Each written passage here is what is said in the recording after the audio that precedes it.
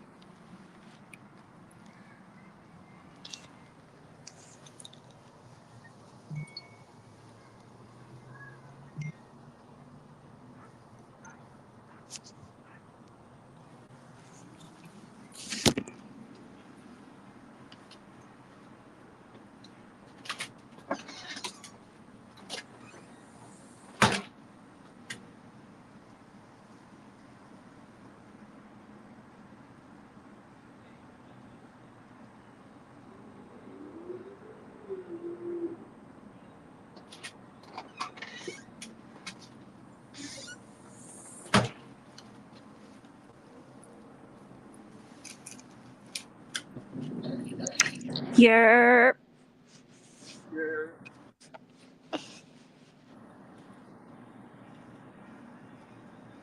Let me see the comments.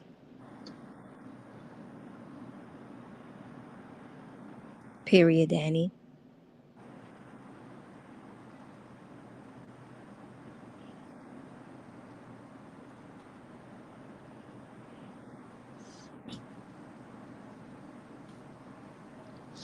Vel, you need to post this channel so that people know you here. Whoa, whoa. Y'all hear me? Yeah. What's Yeah, going hear on me? with y'all?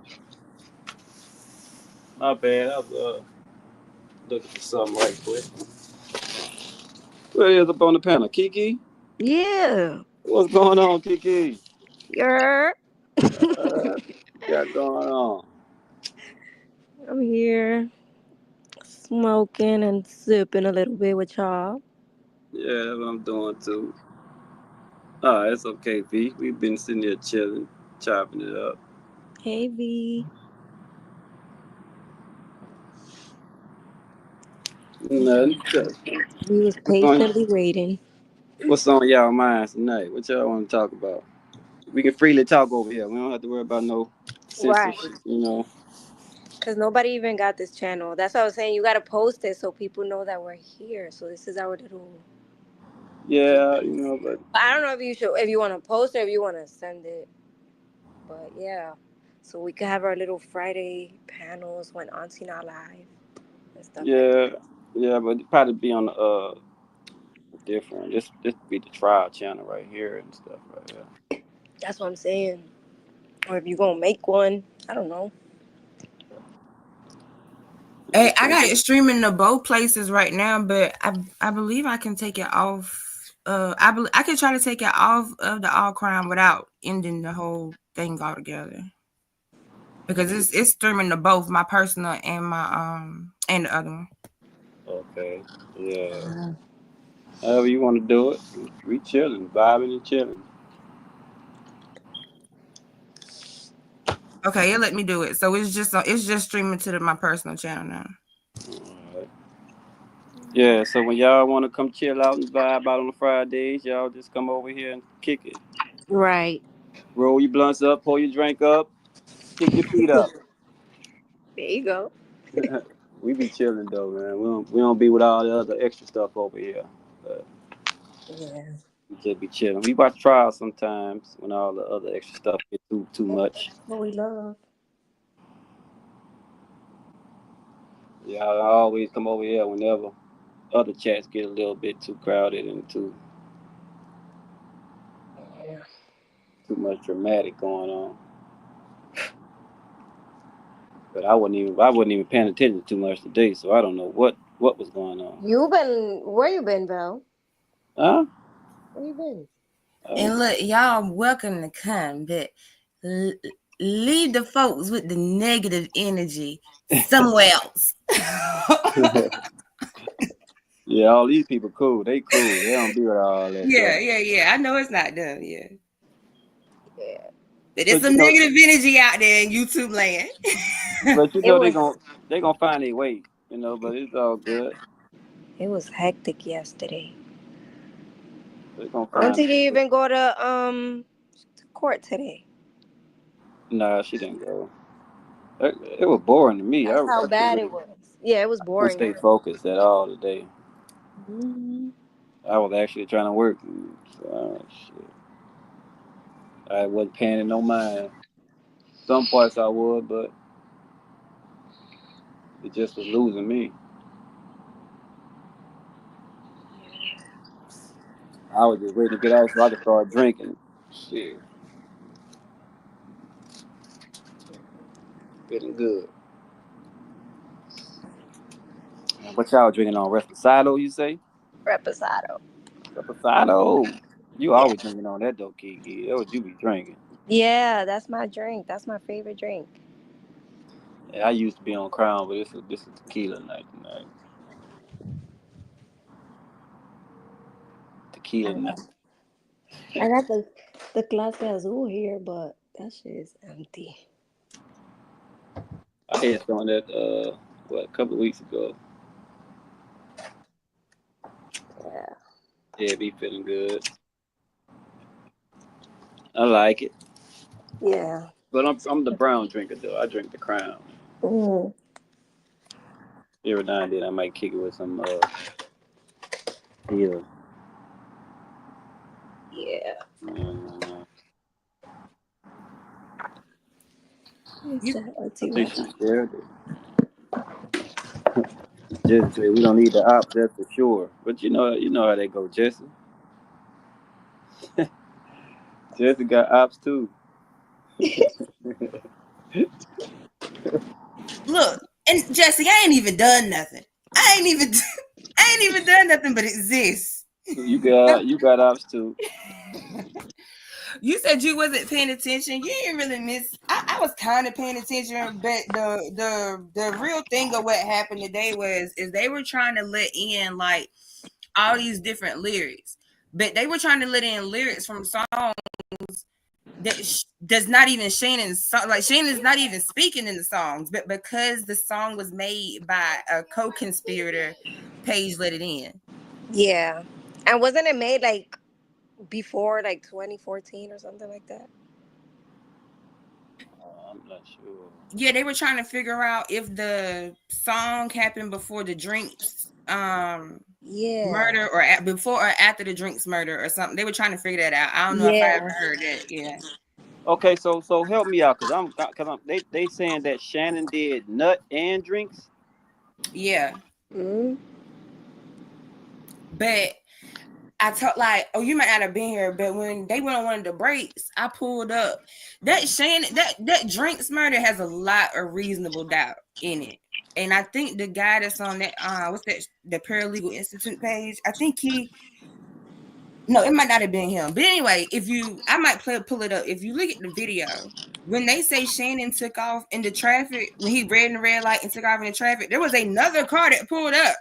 Yep. And that car sat there for a minute. I mean, a hot little second.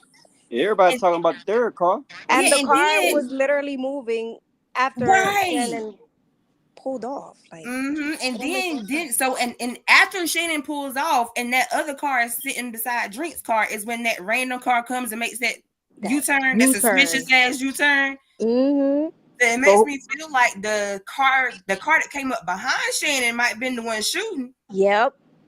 Like, so where are they? Who are they saying was in the car that did the U-turn?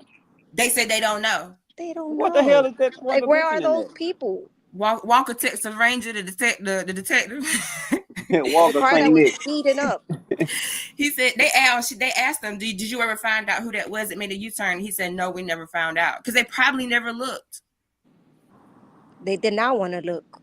I mean, but why bring that up in the trial if they don't even know who that is? Well, I think maybe because the person came and made a U-turn. They were trying to show that those three cars pulled up to the stoplight. Shannon and Nichols took off. Drinks was still there because he was dead. That's what they was trying to prove. But I don't know if they just thought people weren't gonna see this car make this suspicious ass U-turn, or and want nobody gonna ask about it. I don't know what they thought. And the car that was literally speeding to the red light. That's the car that they should be looking at. Yeah, that's the one that sat there after that was there after Shannon for a little bit. Yeah. Mm-hmm. But never saw no fire or nothing. No fire, nothing. Never. So that means somebody shot from inside of a car. They didn't reach outside the car to shoot. It just doesn't make sense. Yeah. So did Drinks have somebody in the car with him? He had to. I don't know. It's weird. That whole Drinks murder is weird because the fact that there are no muzzle flashes, like you can't see Nothing. Sparks from a gun or something like that, concerns me. I mean, something obviously happened to the guy, clearly, but Yeah. But Shannon was there before he pulled up, right? no. No. I'm gonna find it and I'll play it.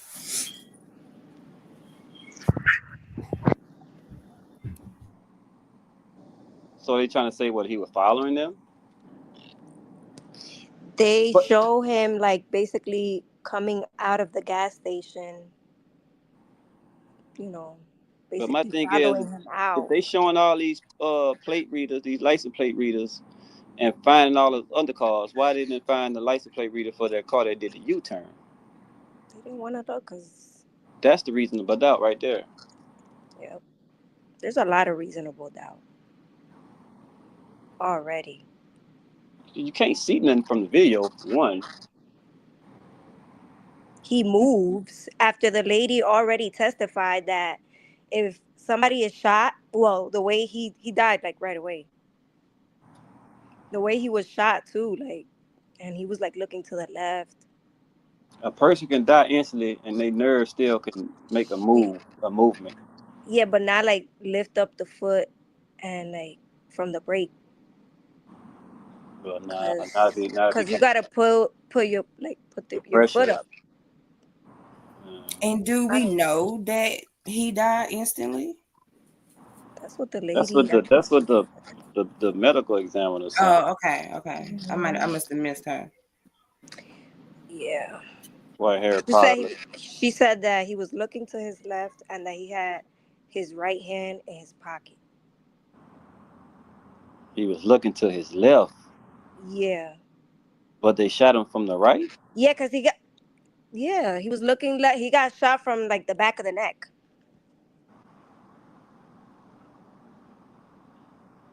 You gotta go listen to, like, matter of fact, go to listen to the And then she said it was at an upward angle, right? The trajectory of it was an upward angle. Yes, exactly. Because he was looking to his left. That's why it went upward. The bullet. Look at Cam's video. Cam.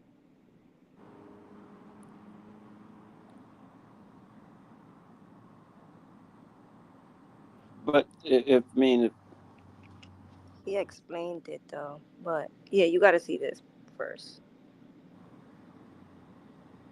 Yeah, I mean, a person can die and the nerve can twitch. So, okay, yeah. All right, so the you know the guy is narrating it the whole time, so. Mm-hmm.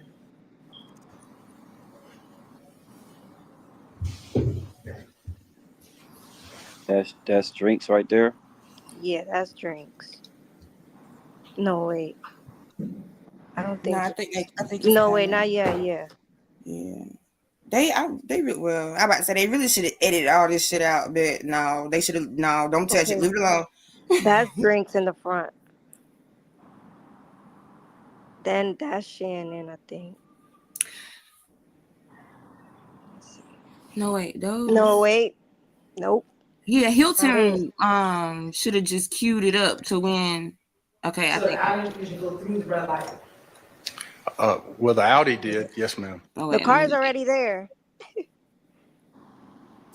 Okay, this is the right there. The brake lights. That's drinks pulling up, Yep, that's drinks. and that's Shannon right And there that's behind. Shannon. Mhm. The car that just pulled up to the light now is stopped. That's the red vehicle. This car right here? Yes. The Audi, Look, the first car to follow the red car out is the Audi, the white Audi. It's right next to it. Right here? Yes. And then the Ford Fusion is right to the right of that. That right here. That's correct. and that car makes a right.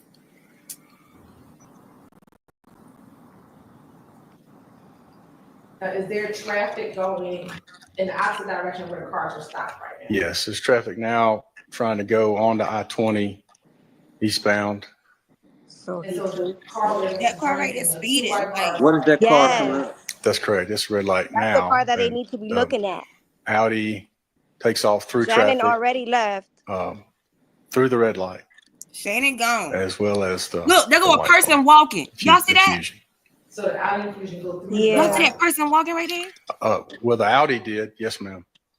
Yes, he Boom, U-turn. Shannon gone already. So why is this car making Yes, a there U-turn? was. And why is that car still sitting beside Drink's car? And then that car did a U-turn, which is a little odd. That's Why would already. they look odd? That's I don't know if that what Yeah, they witnessed. I just brought that up because I think somebody asked if there was anybody walking or anybody out there, and they said no or something like that. But it's clearly somebody walking on the sidewalk over there. Yeah. or if Everyone. they heard anything, but it's suspicious to me that at that particular time, since the red car no longer does not move, and it was at around the same time that the murder occurred, that vehicle might have been privy to some information. Odd. All right, let's look at it again. All right, so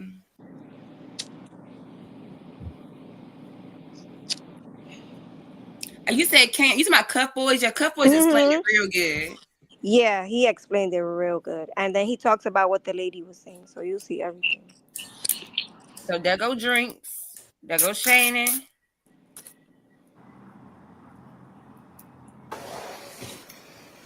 There go The car that just pulled up to the light now is stopped. That's the red vehicle. This car right here? Yes. The Audi, the first car to follow the red car out is the Audi, the white Audi. It's right next to it. Right here? Yes. And then the Ford Fusion is right to the right of that. That right here. That's correct.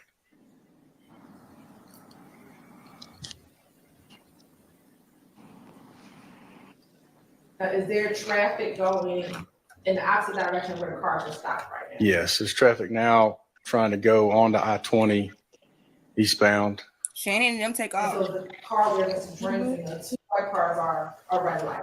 That's correct. It's red light now. And the Audi takes off through traffic, through the red light, as well as the white car, the Fusion.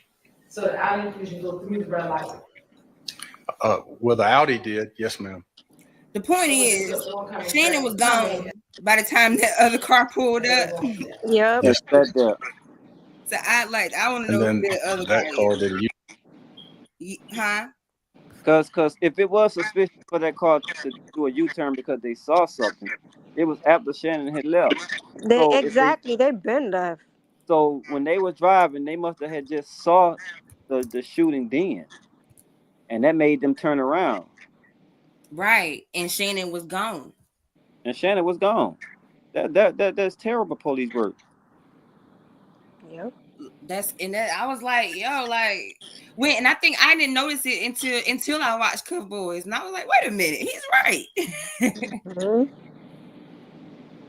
I wish Sharp would have like honed in more on, because I think he was trying, but I wish he would have like honed in on it more, because that's reaching for that all day. I agree. But there was a lady in my hometown shot in the drive-through. She died, but her foot came off the brake and drove into traffic. Yeah, it happened. Yeah, it happens. Yeah, it definitely does happen. Do y'all want to watch the Cuff Boys? What? No. Yeah. Cavell, you in the car? No, I'm sitting outside. Sound like I hear like not traffic, but like I don't know. Air, wind blowing, Um, going through, smoking. it was 82 degrees here today, and I don't like it. I mean, y'all talking about Happy Thanksgiving, and it's 82 degrees outside. It's supposed to be cold. No, I'm sitting in my mom's house right now. She out of town. I'm sitting right now. House sitting.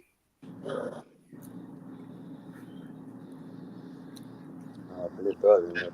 Where you from, Kiki? New York. Oh, okay. I love New York. So you live here? I love New York. No, I said I love it. Like I used to want to move there, but Oh, I said that's to me, like I used to want to live in New York just because I've always had a love affair with the city for some reason. And but I had also thought about moving to Atlanta once upon a time, and for me, I just came to the conclusion that those kind of places are great to visit. I always wanted to live in Atlanta. Really? Yeah. Cause like I used to like watching HGTV a lot when I don't know why. And I just love like their prices. It's like compared to New York, girl, it's So that's why I didn't go. Like I had made up my mind. I was like, you know what? I'm gonna go. I hadn't had my second son yet. My oldest was he was still young. I was like, you know what? Fuck it. I'm gonna do it. So like for shits and giggles, I just went online to look around for some, housing. And I saw one that said 3-bedroom, $800. And I was like, what? And so I clicked on it, and that was for the room. It was $800 to rent the room out. You still got to share the rest of the apartment with, somebody else. And then, so I was like, okay, well, how much is the whole apartment? And when it said $3,000, I said, get the fuck off my damn computer. $3,000 a month for and them apartments in New York ain't big no way. So like for a damn closet. But I wanted to live in Brooklyn. Yeah, I don't like Brooklyn. Brooklyn too much. Which part are you in? Well, I was raised in Harlem. Oh, okay. And now I live in the Bronx by like the Bronx Zoo. Oh, okay. It's not that bad. I got friends in a friend in Jamaica, Queens. She said she loved it too. Queens is good. Yeah. When I went to visit her, I mean, and that seemed like it was such a difference. Well, she's in because that's when I realized there's a difference between Queens and Jamaica Queens. Is there? Oh, what? Is there a difference between Jamaica Queens and like regular Queens? I mean, there's South Side. There's like different parts. Oh, because I was talking to her, and I was on the phone, and I told somebody I'm in Queens. She was like, "No, you in Jamaica Queens." I was like, "Oh, okay." That's a part of Queens, but you're still in Queens. Right. So I was like, "Oh, okay. I'm sorry. I didn't know." She wanted to be specific. But it was such a difference from Manhattan. Like that's like more of a place to, raise a family, I guess. Dang, yeah. Manhattan is good. I used to live in Manhattan. They just smaller apartments. Oh my Real God. That reminds me, true. What you talking about? I just looked at Nick chat. What they saying? No, I saw Lav, she a mod.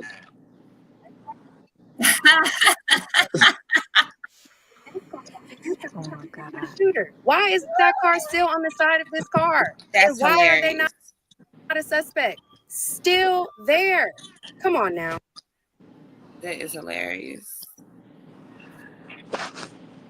Well, at least she finally got the wrench. Let me shut up. Let me put myself on mute. His car moved a little bit during all that after Shannon Quay moved. Those two other cars looked real sketchy, bro. Could that be a reason why someone would repeatedly rent cars for years, switch them up so people couldn't track him down and kill him? Could that be a reason? Assuming they got The facts are in evidence. Literally a shooting of him being a target. What is Miss Hilton talking about? What we don't see is a muzzle flash, do we? No.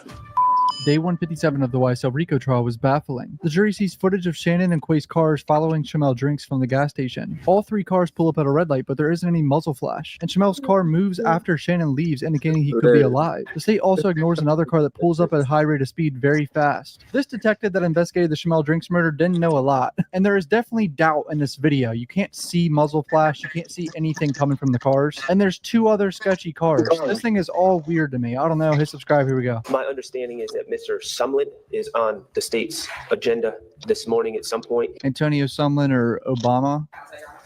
Okay. Is he coming at all? Yep, yeah, he's coming He seems confused. next week. Statement that he gave to and other law enforcement. My understanding is the state is going to ask him questions based on things that he has personal knowledge of, and I understand that that's out there for potential impeachment. My concern, and I'm just making sure we're on the same page, to speculate about a lot of things, why certain things would have happened. He makes it clear that he was locked up during the Donovan Thomas murder. He knows nothing about it. Shannon got a jacket on today. Clear that he does not know about the Shamel Drinks murder, kind of speculating about why this would happen. There's a lot of talk, how much would Jeffrey have paid them? Why, the hypotheticals, why would Shannon have done this? Mr. Sumlin has no firsthand knowledge of who did what. He's just kind of going off the cuff in this interview.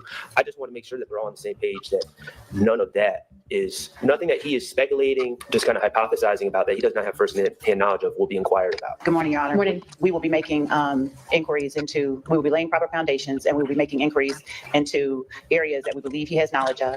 Yeah, I got the blue suit on today. If we will not improperly ask a question that we've not laid a foundation for him having knowledge of, that's what we can say. I don't think it's proper for counsel for the defense to attempt to curtail our direct examination based on what he believes the witness has knowledge of. Okay, well, I don't mean to curtail anything, but if the state brings out things that he does not have firsthand knowledge of and it's But improper, you I'm just going to be moving for can't mistrial help with it. prejudice. Like And we all know love's that. brain. Max ain't Could playing no not games help today. it. Moving for a mistrial with prejudice. Y'all could get together But she didn't and even need to see say if that. you all can agree on what's clearly not within his knowledge and what might be, and then we could. The interviews have gone and the examinations have gone. I don't, again, think it's proper to prematurely try and curtail certain things. I believe It that. is absolutely proper to try to make an evidentiary determination beforehand on things that would be objectionable. I don't disagree with what the court is saying. I'm saying that unless, or if we establish a foundation for his knowledge of certain things that the defense does not believe he has knowledge of, I believe that curtailing our ability to make that foundation would not. I don't think that's what he said. Well, that's not what he said. It Sit ain't down, on Miss Miss Love. Love. We're not curtailing nothing. He's trying to make sure ain't no hearsay. Antonio Sumlin was literally in jail. He has no firsthand knowledge. He's hearing it from people over a phone, if anything. They're continuing to wake my client up at 5 a.m. in the morning. He's exhausted. He has trouble participating in his defense in that state. I would just, once again, I know you said something once. The election, thankfully, was over yesterday. So maybe. I'm not sure what the election has to do. Well, I thought that was the reason that the jail was short-staffed. But anyway, Oh, okay, I got you. if that's the reason they're waking up at 5 a.m., that's over. So if they could get back to what they were doing prior to brief recess we had last What week. time does he get to go to bed? I mean, he can go to bed early. I don't know. I'm not saying I want him to keep having to be woken up at 5, but I would suggest that maybe he try to get his sleep in as soon as he gets back after he has his evening meal. I understand, Yeah, but for some like, he reason, since partying all moving out of night the other in defendants, jail. there's been some kind of shift. 60% if you aren't subscribed. Come on, hit the He subscribe needs to bell. go to If jail, that so shift she's isn't good. wholly necessary, it would be good if he could get the same amount of rest he was getting prior to that. Wait. They're waking Yak up earlier since everyone took pleas. It's changed since then. The fuck going on in Fulton County, bro? Were you requested That's some crazy shit, not on their pistol? Yes, I was. I was requested to perform what we call a check function on the firearm and determine if it can fire fully automatic. The barrel of the gun and then KUT 516 on a different portion of the gun. Is that unusual? Yes, generally that means that the barrel was replaced from the original barrel. Is that significant for you as a firearms examiner? It can be because during comparisons, we look at the markings that the barrels impart on the projectiles. So that is something that we would look at if we were doing comparisons. Someone out there replacing barrels. All right, Max up for cross on the firearms examiner. It seems that you're telling us that there's components from two different firearms on this gun. Yes. Okay. Ultimately, at the end of the day, what caliber bullets or projectiles does this gun, as is, fire? 9mm. Okay, fires 9mm. Can the cameraman get both of them in frame, man? Have any evidence that this gun has been used in any crimes on record? I do not. Have any evidence that this firearm has ever been fired by Shannon Stillwell? I do not. Do you have any evidence at all that Shannon Stillwell has ever been in possession of this firearm that you tested? I do not. Okay, thank you. Classic defense lawyer separating his client from the weapon. Do you have any evidence that Mr. Kendrick ever fired this firearm? I do not. Do you have any evidence that Mr. Kendrick was ever in possession of this firearm? I do not. Do you know who modified this firearm to put the switch on the firearm? I do not. And do you know who may have modified the firearm so that it has a barrel that is inconsistent with the frame? I do not know. Okay, no further questions. Thank you. So is this the switch gun that was found in Thug's house? I think that's what this is. Thug already pled guilty to this. Would you have any way to know any of those answers, given your work at the GBI? I would not. No further. Who can give us those answers? I do not know. All right, I look forward to hearing from them. This is a clown show. They took videos of this? Round magazine loaded into duty weapon. Range is hot.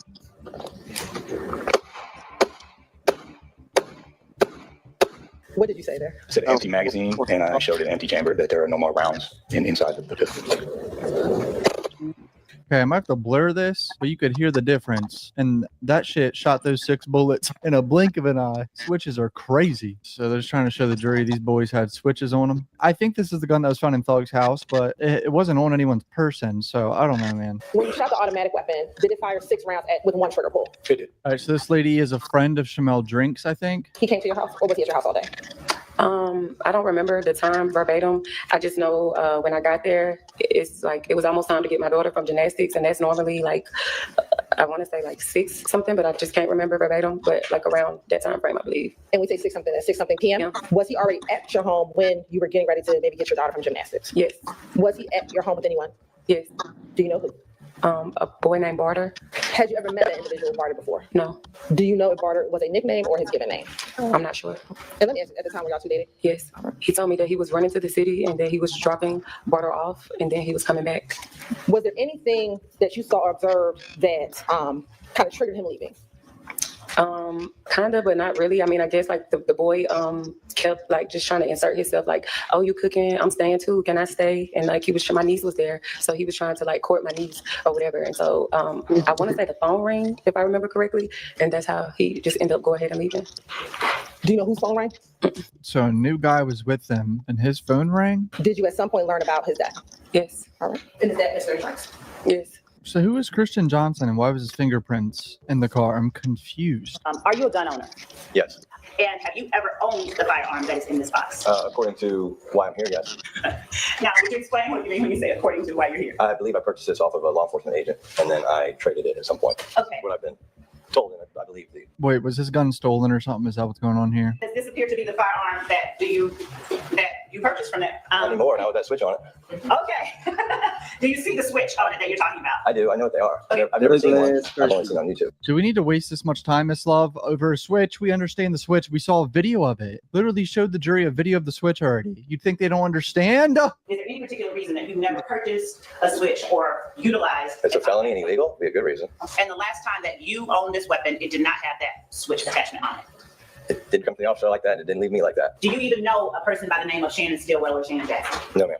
Do you even know a person by the name of Diamante Kendrick? No, ma'am. Do you know anyone that goes by the name SB? No, ma'am. Do you know anyone that goes by the name Yakai? No, ma'am. Do you know a Jeffrey Williams? No, ma'am. Do you know anyone that goes by Young Thug personally? No, ma'am. And is it safe to say you've never had any transactions with either of those people? No, ma'am. You don't know who modified it to put that switch on there, do you? No, sir. You don't know if my client, Mr. Kendrick, has ever been in possession of this gun, do you? No, sir. Okay. You don't know if he's ever fired this gun, do you? No, sir. All right, no further questions. Thank you. Honestly, it looks like Max Shard needs to restore his hair over at hims.com/cuff. As men, when we leave the house, it's always looking for our phone or wallet and how's our hair looking. But if you're experiencing hair loss, you may not be confident to step out your door. And in my opinion, Hims is the best solution for you, boys. Hims provides you with convenient and quality access to hair loss treatments, all from the comfort of your couch. Hims makes treating hair loss so simple with doctor-trusted options and clinically proven ingredients like finasteride and minoxidil that can regrow your hair in just 3 to 6 months. Yes, you heard me correctly, only 3 to 6 months. You can choose from a personalized chewable, oral, spray, or serum that works the best for you. I can't believe how simple this process is. It's 100%. This is a medical examiner right here. Oh, so I'm guessing Shamel Drinks autopsy.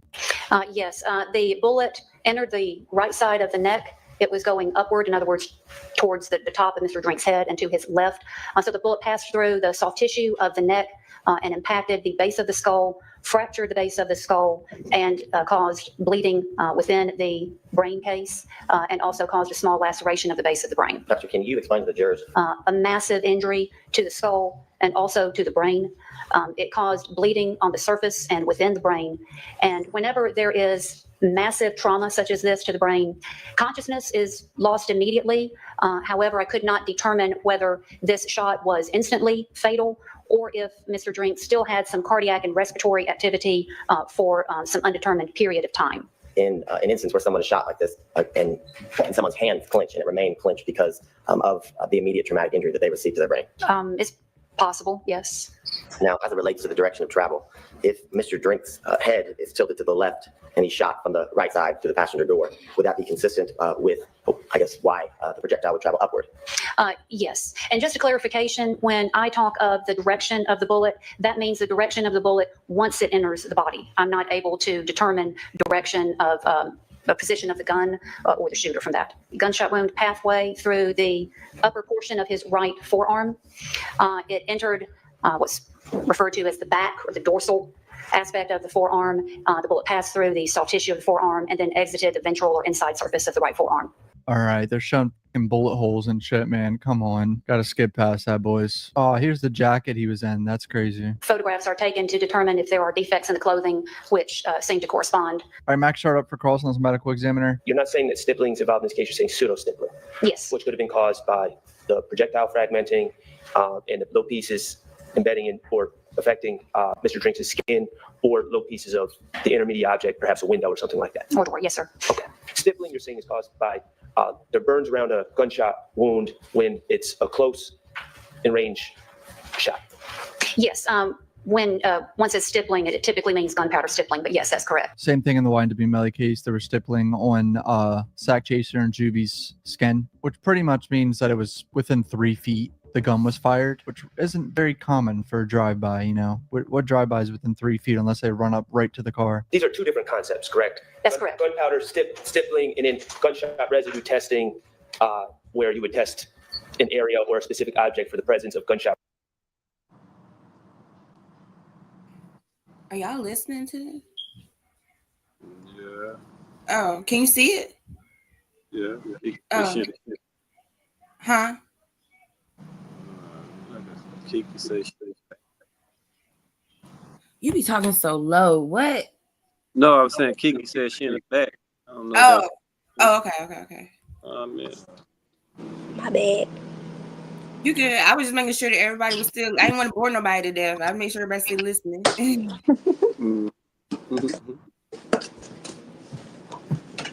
Residue. Those are two separate concepts.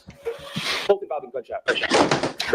Well, the determination of gunpowder stippling at autopsy, yes, is done by the medical examiner. Right. Okay. Death may not be immediate, but the ability to move body parts, to open a door, to move your feet up and down, things of that nature would be immediately lost. Yes, conscious movement would have been immediately lost. Yes. Okay. And we're not talking about within a minute. We're talking about immediate because of the severance of the because of the massive damage to the skull and the brain. Yes. Okay.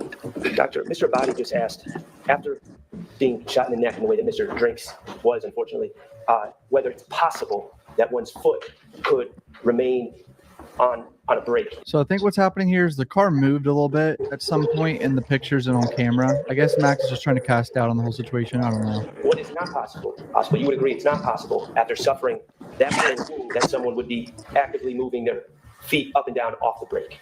That would not be possible. That's correct. Okay, thank you. So apparently Shannon's car, the Audi that he claimed was his, remember? It was a rental. So this lady works at Alamo, the rental car company, not the record label that we've been hearing. So the car was rented the same day of the murder, just earlier in the day. That's interesting. Who the fuck is driving? Can you tell the jurors where at the Alamo, is it the airport facility? Is it the Alamo airport facility?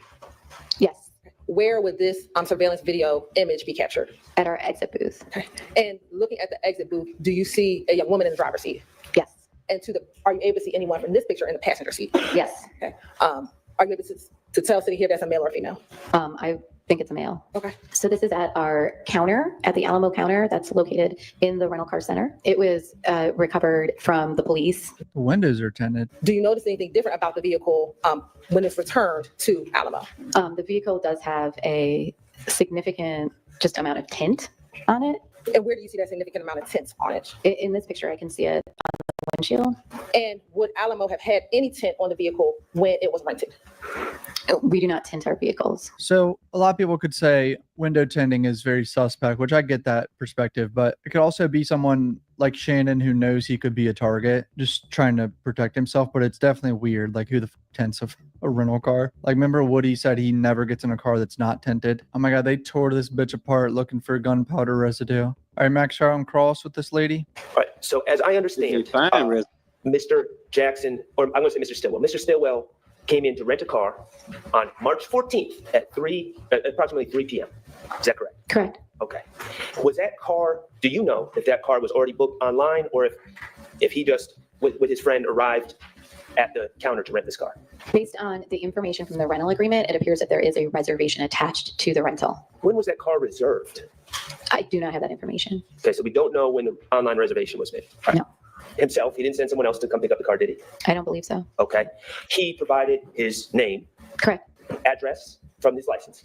Correct. He provided a telephone number. Correct. He provided his license. Correct. He calls on March 16th at 1:37 p.m. and wants to extend the rental on this white Audi, correct? He did call. I might have to refer to the document to confirm the time. Yes, at 1:36 p.m. Okay, it had tint on it. Yes. Okay.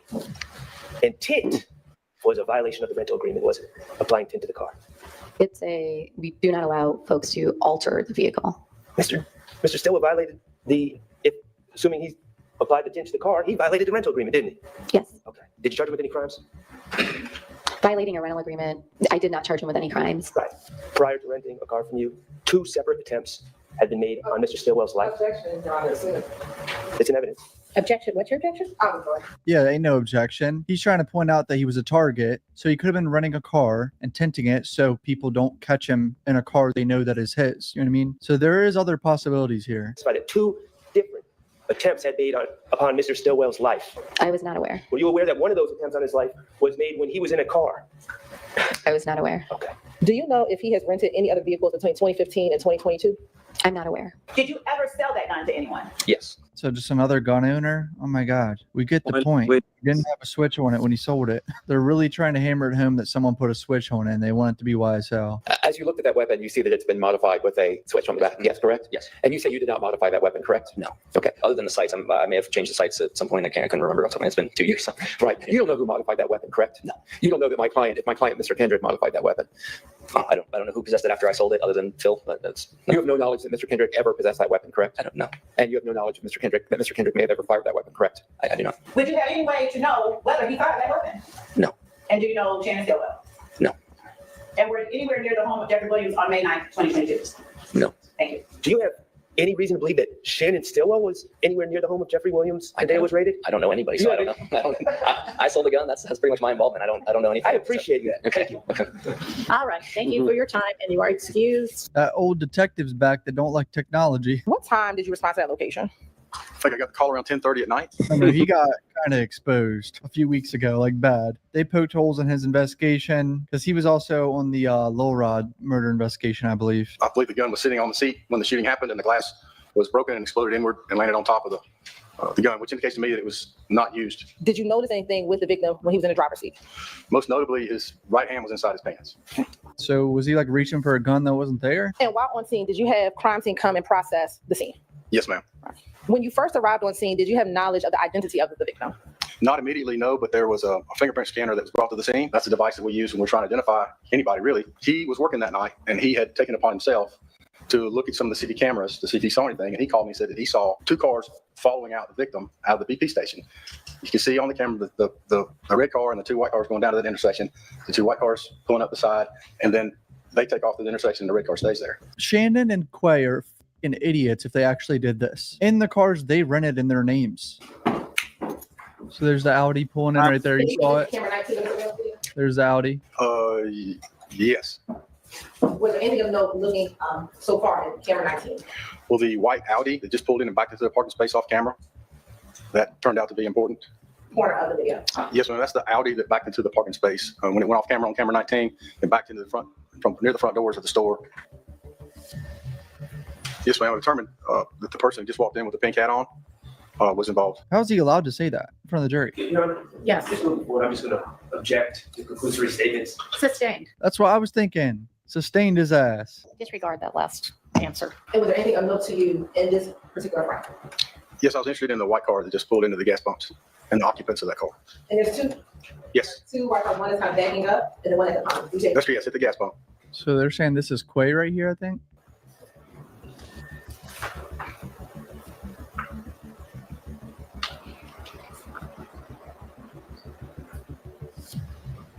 For the record, which individual walked out of the vehicle? Was the individual in the beige outfit? Person that we have with a beige jacket and the green hoodie underneath. Do you see in this upper corner outside of the store that same white Audi? Are you able to see it? Yeah, you see the tail light shining through the window. And is that here where the arrow is pointing? Yes. So Miles Farley was with Quay in Quay's car, He got out of the car and came in the store after the driver had come in. and Shannon was in his own car. The video come back into the store. Yes, he walked back to Quay went back in. the car and then walked back into outside the store making the purchase. So here's Quay's car right here. Shannon's car's parked to the left. So Shamel Drinks just pulled in right here. The victim, Shamal Drinks, he's alone in the car. Is that the same red vehicle that you see at the light? That is, yes, yes. And you see, Jesus, they're in the same pumps. People charged with the murder are at the same pumps. Well, Shannon's still left, but the driver of the Ford Fusion walks up and gets in his car. this is crazy. Mr. Drinks exits the vehicle and walks into the store. And then Mr. Drinks returns from the store into his car. He opens the trunk. Why they stop it when he opened the trunk? Damn. Here he is. That's Mr. Drinks walking in with the gray sweatpants and a black hoodie.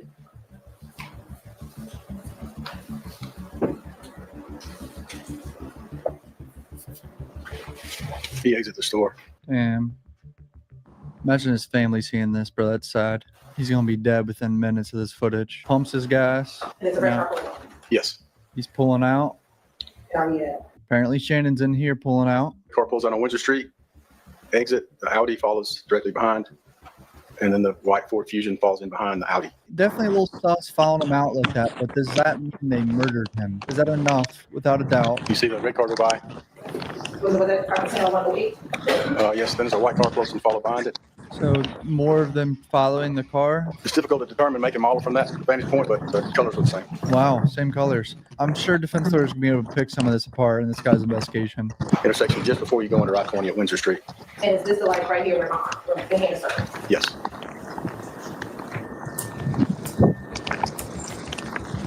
So that's them following, I guess? The car that just pulled up to the light now is stopped. That's the red vehicle. This car right here? Yes. The Audi, the first car to follow the red car out is the Audi, the white Audi. It's right next to it. That right here? Yes. And then the Ford Fusion is right to the right of that. That right here? That's correct. Is there traffic going in the opposite direction where the cars are stopped right now? Yes. There's traffic now trying to go onto I-20 eastbound. And so the car where Mr. Drinks and the two white cars are a red light. That's correct. It's red light now. And the Audi takes off through traffic, through the red light, as well as the white car, the Fusion. So the Audi Fusion goes through the red light. Well, the Audi did. Yes, ma'am. So both cars went to the red light. We couldn't really see much. It was like white blobs, but Was there still more kind of traffic coming as they were going through that light? Yes, there was. And then that car did a U-turn, which was a little odd. Why did they look odd? I don't know if what they witnessed or if they heard anything, but it's suspicious to me that at that particular time, since the red car no longer does not move, and it was around the same time that the murder occurred, that vehicle might have been privy to some information. Were there things to determine what vehicle that was? No, ma'am. No, ma'am. Excuse me, this is now the car still stationary. Yes, it stays. It does not move anymore. It stays there till we get there. the only thing you can really see is light blobs and the color of vehicles. You can't really see. I mean, it's not great quality is what I'm trying to point out here. There's a lot of other cars here though. Like what's this white Chrysler right here? And was Investigator Viverito able to show you any pictures regarding any of the individuals that were contained in the video? Yes, she had been called out, and the gang unit had been called out to an incident where there were several gang members inside of the house. That they, being from the gang unit, responded to the house, and while they were there, they took pictures of cars and of the people that were there and detained. She showed me images of the people that were there, including the two people she had identified, and they were still wearing the same clothes. The one image that I spotted was a young man in the back seat who was wearing the leopard print shower cap. He had it in his pocket at that residence on the call.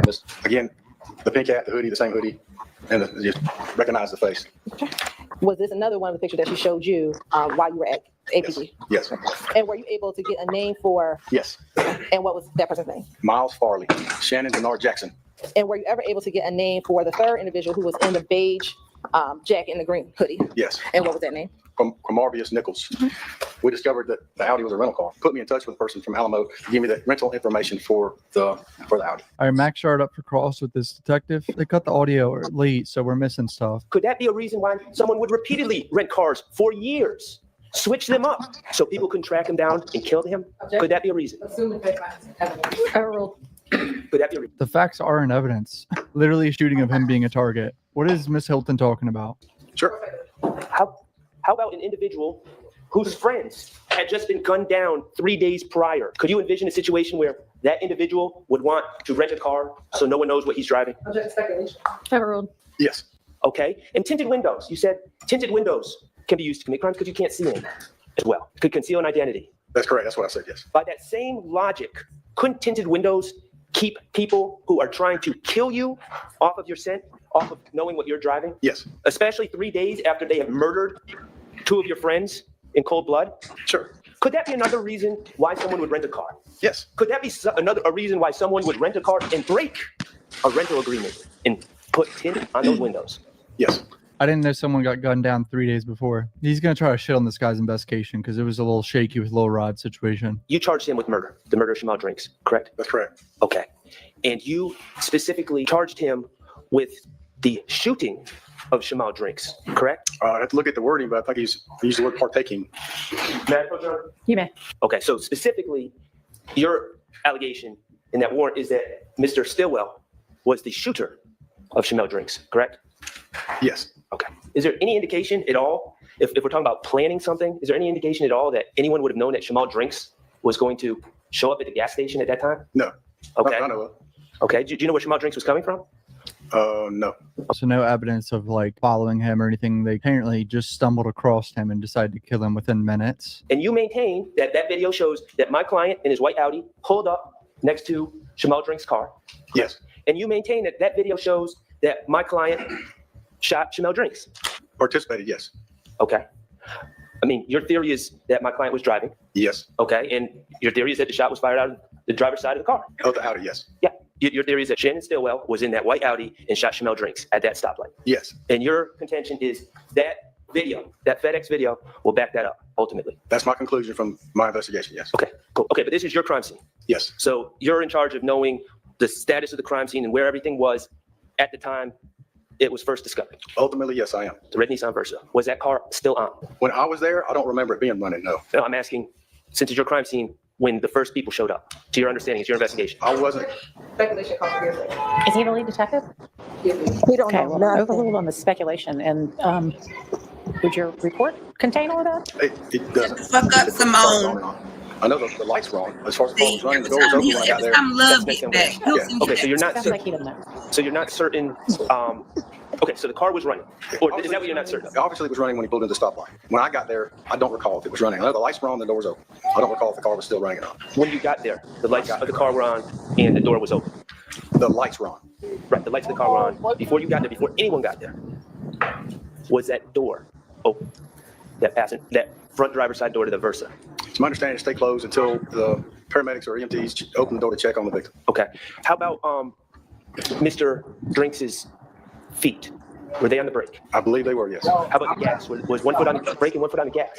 I don't recall that. Boys, my food just got here. I'm gonna have to eat this. I haven't eaten a meal today. You're able to get into the cell phones and have authorization to get into cell phones. They have a wealth of information, correct? Sometimes they do, yes. They can have call logs. They can have contacts, correct?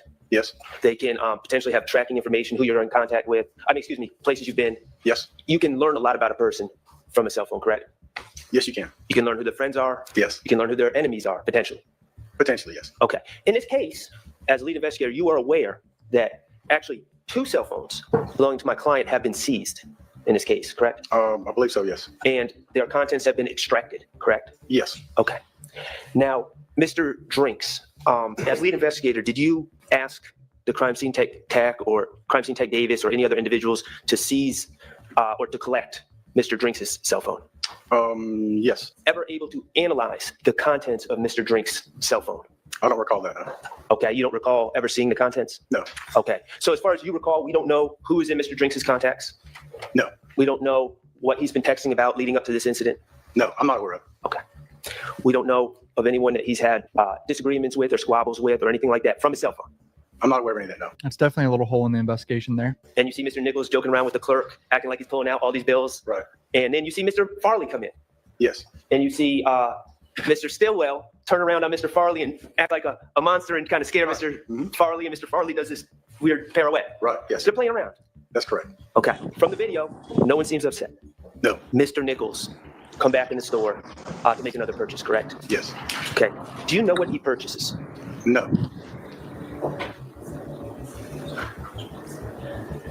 What was that? It looked to me to be like some Black and Mild thing. Okay. That's a guess. I don't know. Okay, appreciate that answer. And I know that it's noted that it's just a guess. Detective work, have you ever seen anyone roll a marijuana blunt? I'm aware of how it's done. I've never witnessed it. Okay.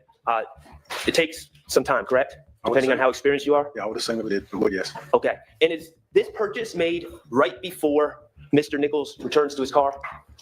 Yes. When he's sitting there for like 4 minutes as idle, as Miss Hilton said? Yes. Okay.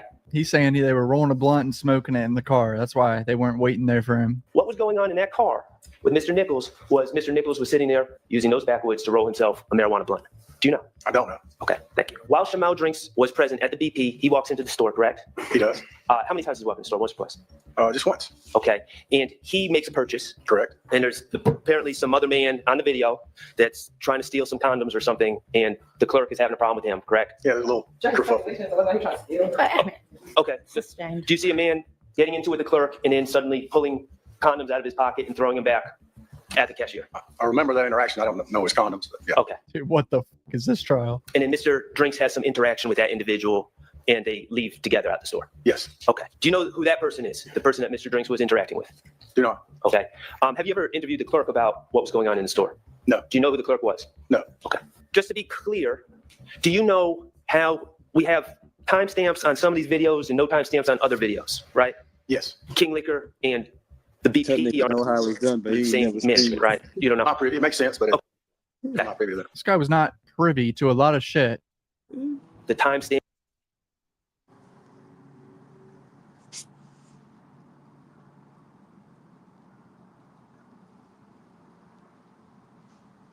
That nigga Saint Nick up the line his ass up. Yeah, But I would know match I- perfect.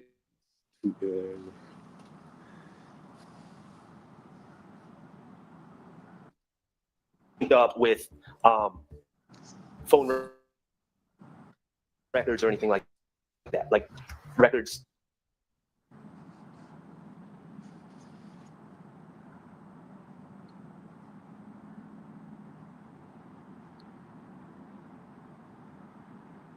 Yards on any other specific cars that you may or may not have seen in any of those videos. I couldn't ask her to run something I didn't see.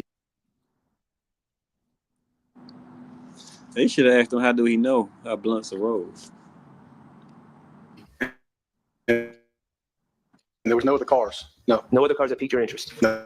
No, sir. Okay. Also, later on March 16th, seeks not to get rid of this car, but to extend the rental. Disappeared.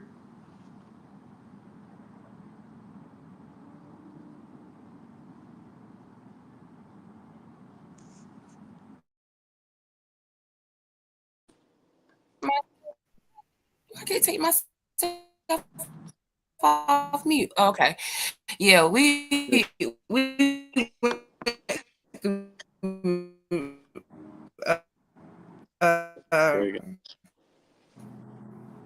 the rest of that video we didn't already talked about.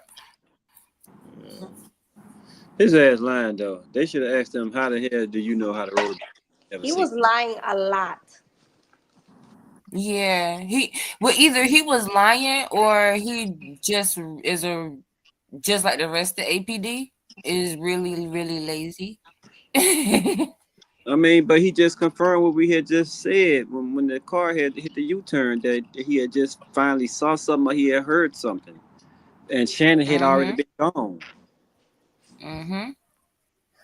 Yep. But y'all said y'all saw somebody walking. Was it after Shannon had left? Yeah, Yeah, it was right after. Like, on the right side of the video, you could see him like walking. Okay, so Not like where the cars is it's at. like and it's hard to see. Yeah, it's hard to see because that video is so grainy. But it looks like they may have on a white tee or something like that. So if shooting had just taken place at that given time, if a person would just so happen to be walking by, wouldn't they be running, hiding, ducking? Or unless they were involved. You're right. Or unless they You're were right. involved. Whenever my browser start tripping, maybe I'll pull it up again because it's like because the person walking is kind of like you see him and then you don't. So I don't know where the fuck he goes. Like but he was definitely walking. He didn't have any haste about him. You know, he wasn't speed walking, running, or nothing like that. But I don't remember seeing him at all. Like once they claimed the murder had already taken place. So, but ain't nowhere to duck off to. But the woods, I don't know. And they said they But I found definitely saw him in the car, right? Huh? They said they found somebody else found what? in the car. Yeah, fingerprints. Yeah. Where in the car? Passenger side? That's what I don't know. They didn't really say. But Because to that part. if somebody was with him and somebody shot in the car, he didn't get hit. The person that would have been with him. Or yeah. And when did he get out? I guess that's what I was about to say. Like, when did he get out? See, my mind, I watch a lot of shit, so my mind just went straight to, oh, maybe he shot him, and then the car that pulled up next to him is the one he hopped out and got in. Yeah. We just didn't see it. But he got out you that never know. car. Because that car, after Shannon pulled off, that car that came up beside Drinks after Shannon pulled off, to me, is the car we probably should be looking at. Yes, because that one was speeding all the way up to the light. Yeah. Like, there he go at the light. Let me go catch it. And it sat there for a hot, like they was chasing. I don't know. Yeah. Like, there he go at the light. Let me catch up with him. Because you couldn't have before he leave. Yeah, but the light was already red. So it's like, why are you speeding to get to a red light? A person that's committing a crime speeds. To catch up to he wanted to catch up to that car. Yeah, that's what I'm saying. He was trying to catch up to the car. But did Shannon them turn right? They turned right at the light, right? I think they kept going straight. I think there was only one car that turned to the right. We can look at it again. That video is so terrible. Like, yeah, look at it again. It's so terrible. Okay, let me put it up again. That video is terrible. Because if he stop at the light and he run the red light and go straight, that do look kind of, sketchy. Because then the question is, okay, aside from the other cars, then the question is, why did Shannon run the light? Yeah, that's what I'm saying. He was probably high. They was smoking. Yeah, I'm about to say, then again, there are many reasons why people are running lights. I mean, maybe it was taking too long. Oh, but I think that's why Ms. Hilton made it a point to say that it was uncomfortable. So why did he run the light in the middle of traffic? Mm-hmm. That's what I'm saying. If he ran the light in the middle of traffic, that dude fishy. It looks fishy.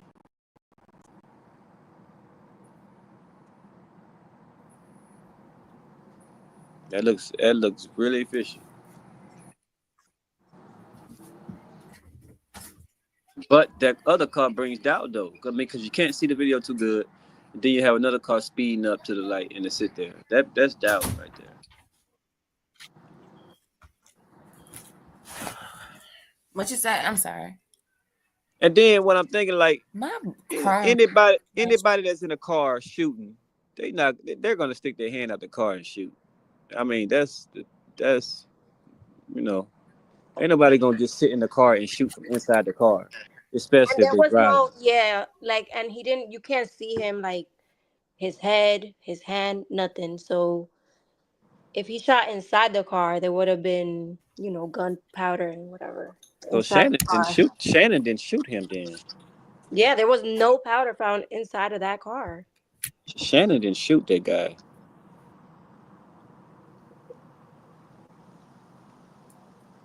Now maybe if it was a I don't. setup, Shannon, put on side of him and waited, and then because he seen the other car coming up behind him, and then he pulled off, and the other guy didn't. Well, I was waiting to hear. Did they say it yesterday? I can't remember if they said it yesterday or they might have touched on it today, because I was waiting to hear the motive, because I up until I hadn't heard anything about Drinks being an alleged YFN associate. It was he? Was Drinks was I mean, like, was he like, what's the motive? Like, I mean, I'm thinking they saying he might have been YFN, or it's just retaliation because of somebody else that did something, maybe. Was seen with someone from YFN that same day, something like that. Somebody from YFN like picked him up or something. oh, okay, like he hang with them type Yeah. shit. So if we can't get none of them, we're gonna get you. So, but the girlfriend, she said they was at a house, whatever. Drink said his homeboy with him. He was courting her cousin or her niece, whatever she was, and he got a phone call. They left. How long was it between that phone call and the Drink get killed? Did they? I don't know. That shoddy ass prosecution did not get that out on direct, and I guess on cross they probably didn't think about it. But yeah, that is a good question, because what was the, and I think that you're right, because I think that might be why Sharp was asking him, like, did you go through his phone? Because if they would have went through his phone, they might have seen who called him. They might have seen if he had beef with somebody.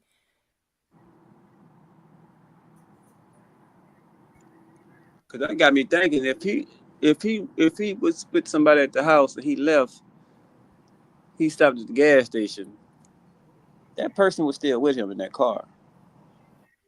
He was with some guy named Barter. Yeah. Who was Barter? Barter was with him in that car. And then here's the thing: why wouldn't the prosecution subpoena him to testify? Mm-hmm. Y'all knew he was in the car because y'all have already talked to the girlfriend and got her statement already. So why wouldn't you subpoena him to testify if he was allegedly the last person to see him alive? To say, oh yeah, we was at the house and he picked me up. Well, I got a phone call and he would drop me off. Like, that would have clarified a lot of doubt. Because right now it seems like Barter, whoever this Barter is, he's just like Rico. Nobody know who he is, but he's present. He's present somehow. Now, y'all said y'all saw somebody at the time when that happened. My mind thinking he was in that car. He shot him. That's why the bullet went upward, and he got out the car at that time. Right. That's why Shannon sped off. And that's why the other car came speeding up, because they probably already knew what was going on, what was about to happen. And that guy hopped out of that car and he jumped in the car that came speeding up to that light. That's what I was saying. I think that car that came speeding up to that light plays a significant role, whether it be they was the shooters or they picked the shooter up. They picked them up. Because look at all the people that was in that store.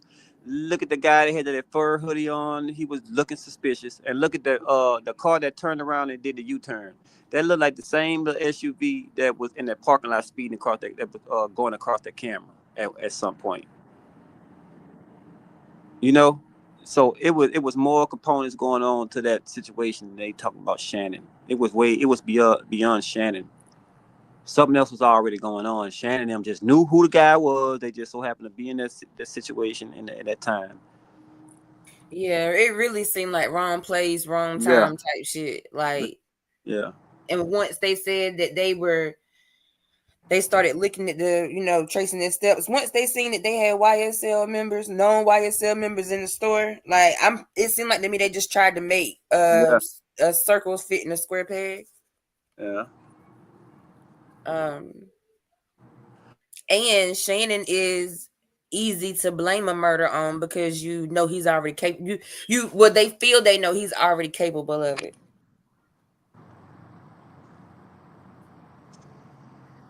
Everybody ain't a shooter. I'll take this car quick. Huh? I'll take this car. Okay. Y'all gotta forgive my Chrome has just been acting up for the last couple days. Chrome and Spectrum, so forgive me.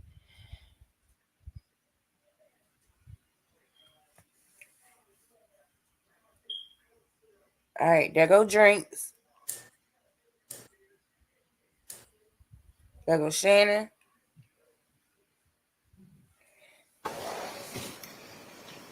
The car that just pulled up to the light now is stopped. That's the red vehicle. This car right here? Yes.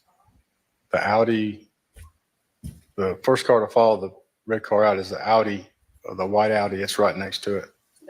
Right here? Yes. And then the Ford Fusion is right to the right of that. Right here. That's correct.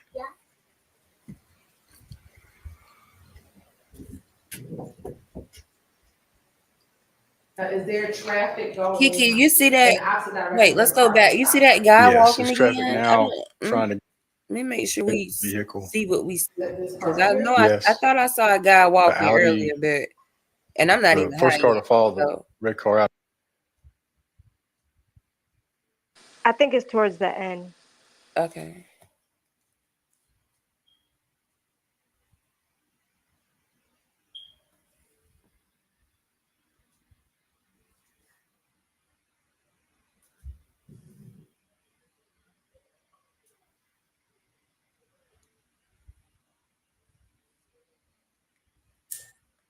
There it go. There he go right there. Damn.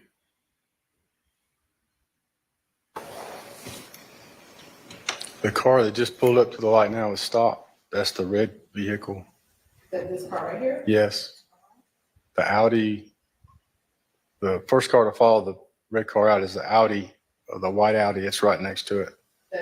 Right here? Yes. And then the Ford Fusion is right to the right of that. Right here. That's correct.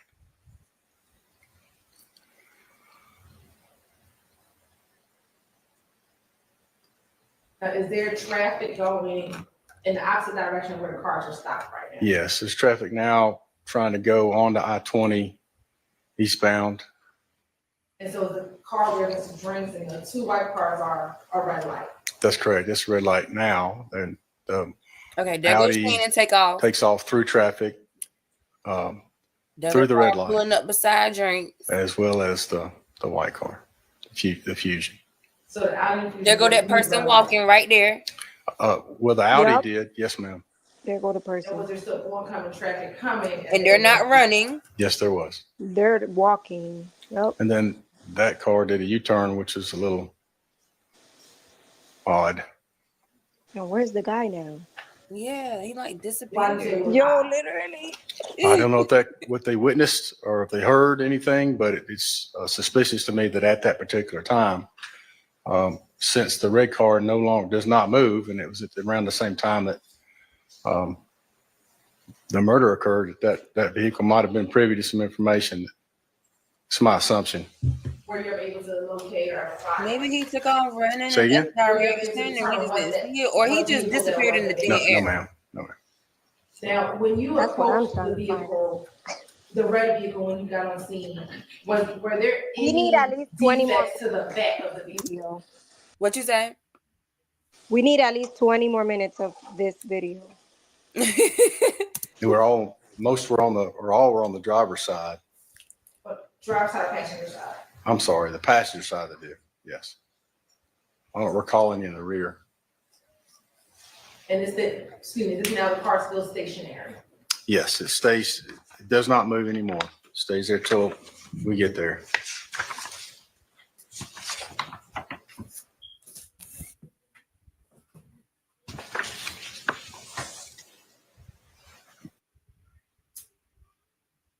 I'm gonna fast forward to 127. And as I fast forward, is the car still sitting there? Yes, ma'am.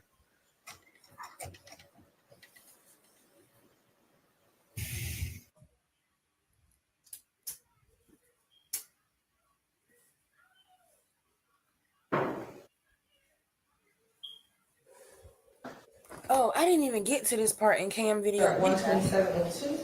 It just seemed like it was taking so long. And then 127.02, is the car still sitting there? Yes.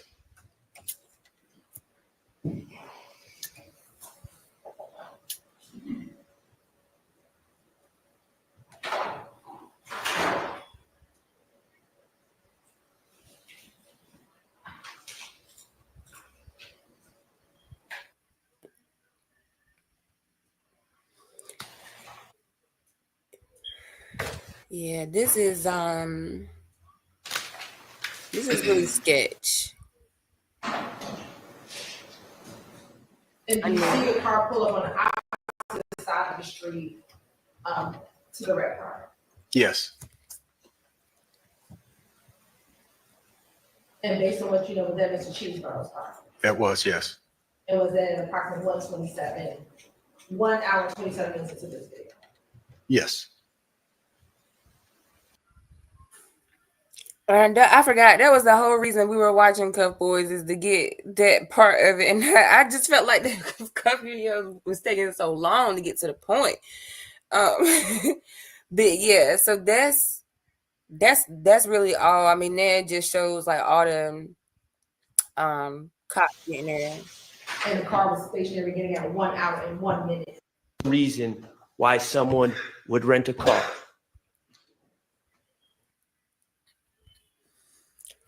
Yeah. Did y'all hear today when Paige said the N-word?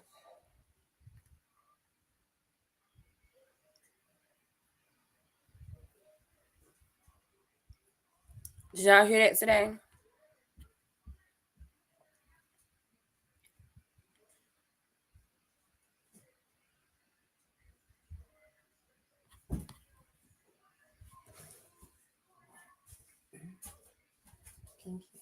Welcome.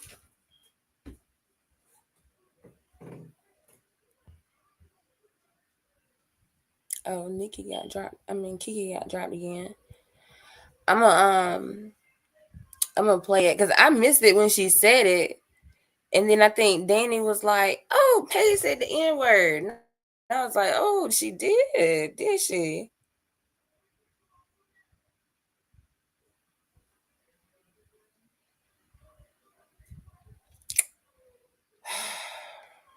My computer is like, bitch, I've been on all day.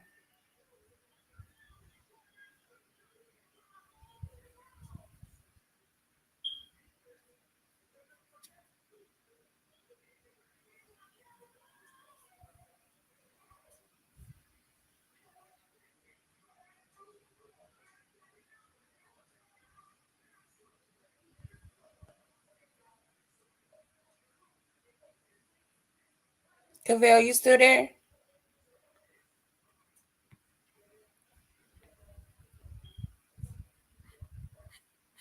We have to do it for Big Boo. These people are lacking, as in they don't have firearms on them, so they're easier to. Well, I mean, they're talking about drinking.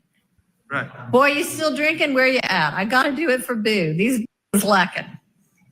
And we are back, and we're back. Y'all go ahead and hit that like button. It only takes a second, and you know it helps us out a lot. So go ahead and hit that like button for us. Y'all, what you're going to see today, a lot of evidentiary arguments back and forth over evidence. Things are just kind of getting, I don't know, out of control. They're getting a little bit, the professionalism's going down. You got Judge Whitaker, who drops the N-bomb today. You got the state that's trying to get all kinds of evidence that seems to not have anything to do with anybody, including, you know, guys trying to hook up with girls. We are really off the rails. Okay. In case you didn't notice, we're almost in soap opera territory at this point. So I'm going to just shoot into a video of a kind of an extended clip of some things that happened today. Plus, of course, you know, you're going to get the Whitaker N-bomb at the end. So one more thing before I get into the video, y'all, you know, we're paralegal school, right? You know, we've been doing this for 20 years, right? You know, if you want to work with lawyers in the legal field, we can help you do that, right? Hit us up, careerparalegal.com, and we'll give you all the information. Other than that, let's get into the video. Don't forget to like, comment, and subscribe. Okay, I don't know. Y'all are going to have to explain. I just want to know who the author of the images. I'm trying to understand evidentiarily how this gets in. Me too. Your Honor, I'm pulling up He said, "Me too." Cellbrite itself. Okay. But the green messages are statement of party opponent, are where he says,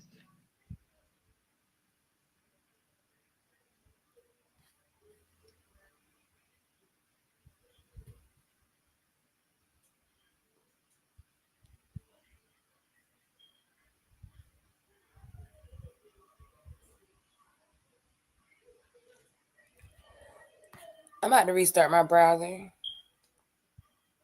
I don't feel like anybody's paying attention anyway. I feel like I'm talking to myself.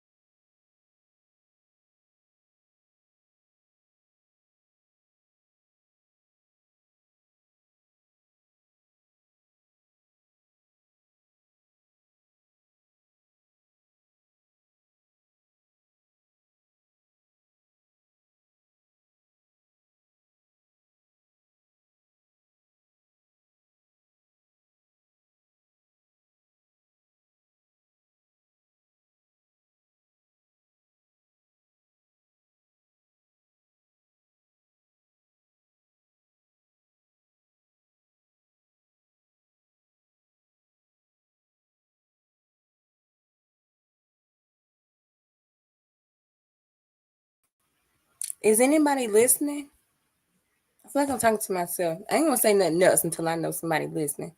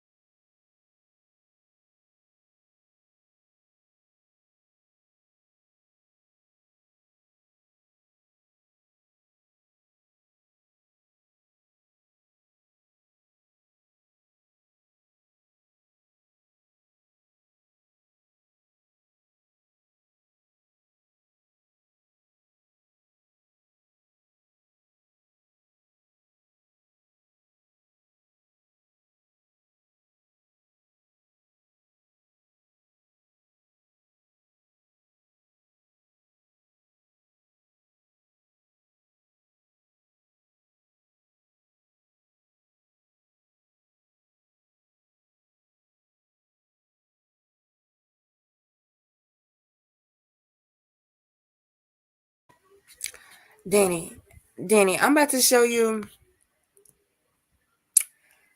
the guy that I was talking about yesterday that was going in on Kayla. He is live again going in on Kayla. Like, and he look how mad bro is though. Like, you would think I'm sitting here like, wait, is Kayla is she your bitch? Cause that's like, why are you so mad? I just don't understand why everybody's so mad about what this lady is doing with her vagina or whatever. I'm just saying. Where is it? Cause he was like yelling in the camera. It just popped up. That's why I thought of it.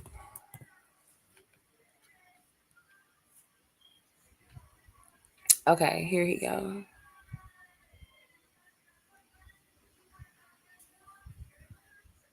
So he swear to God that Kayla has done, if she is married to SB, that she has done something illegal and she is going to jail. That's what he has spent his time yelling at the camera about.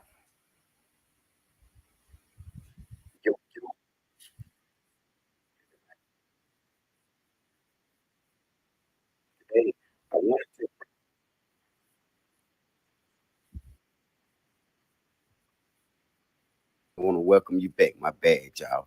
But over here I like to, put y'all up on game, and I like to have discussions about things and address things for people who don't quite understand. Okay. And what I mean by that is, ladies and gentlemen, I'm seeing where a lot of people, as the Kayla Bumpers information and stuff is being talked about, some people don't believe it, and then other people are asking, well, why does it matter? And that right there shocks me, that people don't understand the severity of what's going on. Okay. And the thing of it, why it matters, first and foremost, is unethical and is illegal. Okay. Now, it ain't about nobody throwing her under the bus or anything like that, because I want to clear up some things today, because Sylvia did not extort or try to blackmail this lady. And she was very specific in what she said. And it went more like this, where Kayla was saying that, she didn't want it to get out. If it was not illegal or it was such a lovely matter, why did she not want it to get out?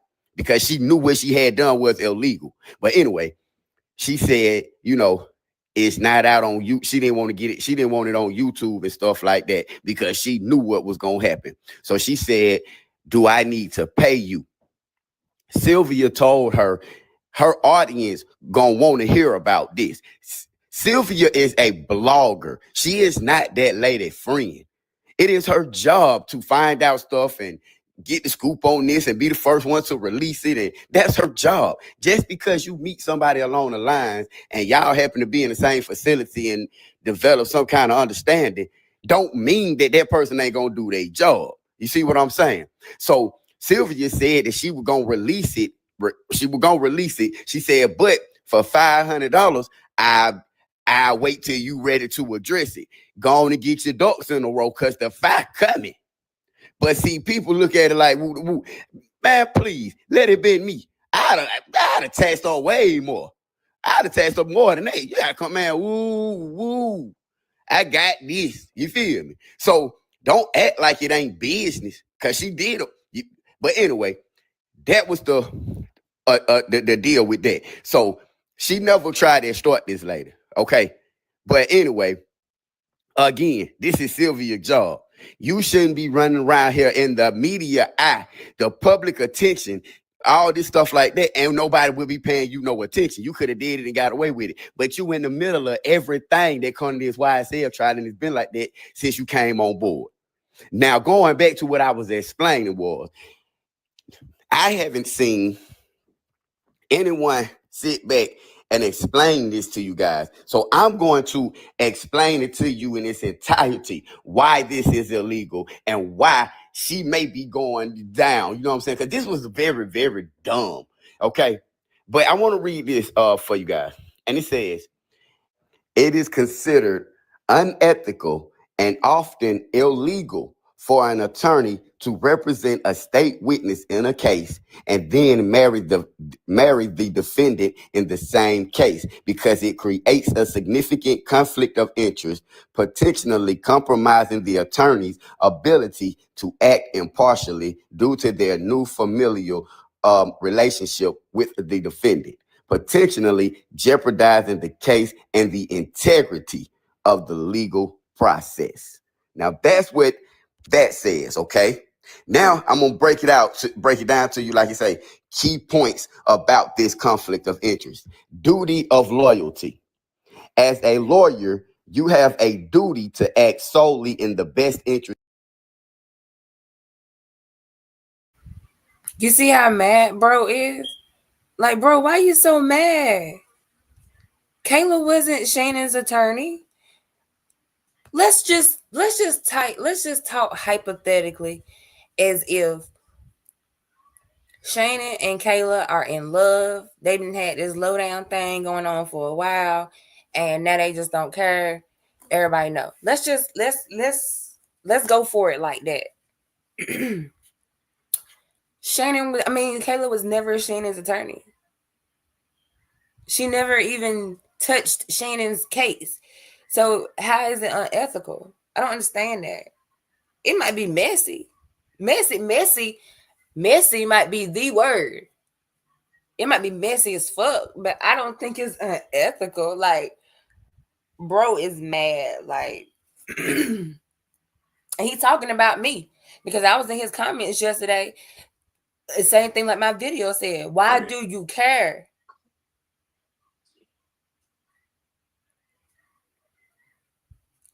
Like, Kayla knew all them boys before this trial.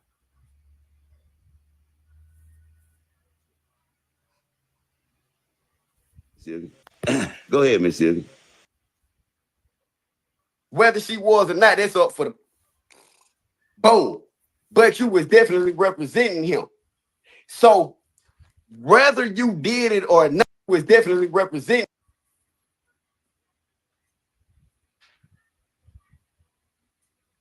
She gonna lose her license. She gonna lose her freedom. That's why it's important to understand, first of all, what have you gotten yourself into? And don't fault us because we want to know. Because you the same person was running around here interviewing everybody, starting podcasts, doing photo shoots at the courthouse every day, and nobody could understand why. Why is she here? We know now. You used your license to go and see a defendant that's on a RICO trial, whatever. He's so, what is he talking about? you use that because normally she walked up in the courthouse in Wright Street just for the fuck of it. She video visits. Melanie, the only time you get a face-to-face visit, and even when my attorney come and visit, it's through the thing. But you using your credentials to come and see a person and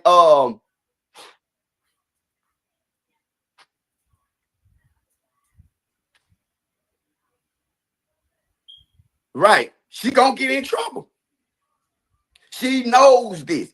That's why she's so upset right now. And I'm gonna play it for y'all. Have y'all listened to how she's talking lately? She talks so guilty. And this is a fact. She making say so. Now Wright Street don't really do that, but she is making it accessible so that they can get this power of attorney filled out, get this paperwork done. I'm gonna run over here to Texas. If you so in love with Shannon Jackson, why you didn't just marry him in Fulton County? There's a judge. Y'all in court every day. Your Honor, I'd like to present a motion to marry my fiance. He's sitting right here. Can we do a motion for that? It ain't got to be today, but can we file a motion so that we can get married? You know why she didn't do that? Because they would have locked her up quicker than Moon too.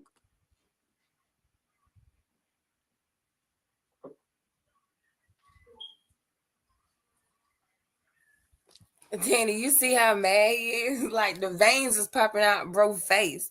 Like, This shit Allegedly. hilarious. But see, we know. Okay, now let's go back to the beginning. Kayla Bumpers came in the courtroom and she testified under oath to the prosecutor, to the judge, to the defense. She came in there, she even lied under oath and said that the detective, the Deputy Brown, you feel me? Deputy Brown was the one who went and told somebody about the ex parte. That's what she said under oath in the courtroom. Deputy Brown, she said that about Deputy Brown after Deputy Brown did what? Asked her to leave that courtroom because she had did something. Deputy Brown one got to put up out of the courtroom. She turned around and said Deputy Brown was the one that went and told about the ex parte meeting, knowing the whole time it was you. You're a compulsive liar. And nothing, any and everything you say can and will be used against you in the court of law. Yes, love is coming for you. Love is going to have a hey boo-boo picnic with you. And you set yourself up for it. How dumb can you be? But anyway, you went in there, you testified on oath, you did this stuff. Mind you guys, I was explaining. Okay. Like I said last night, maybe I'm the problem. Am I supposed to be this mad? Are we as a collective, meaning YouTube or the public world or YSL trial watchers, whatever, are we supposed to be this mad about this Kayla and Shannon situation? Because I'm not there.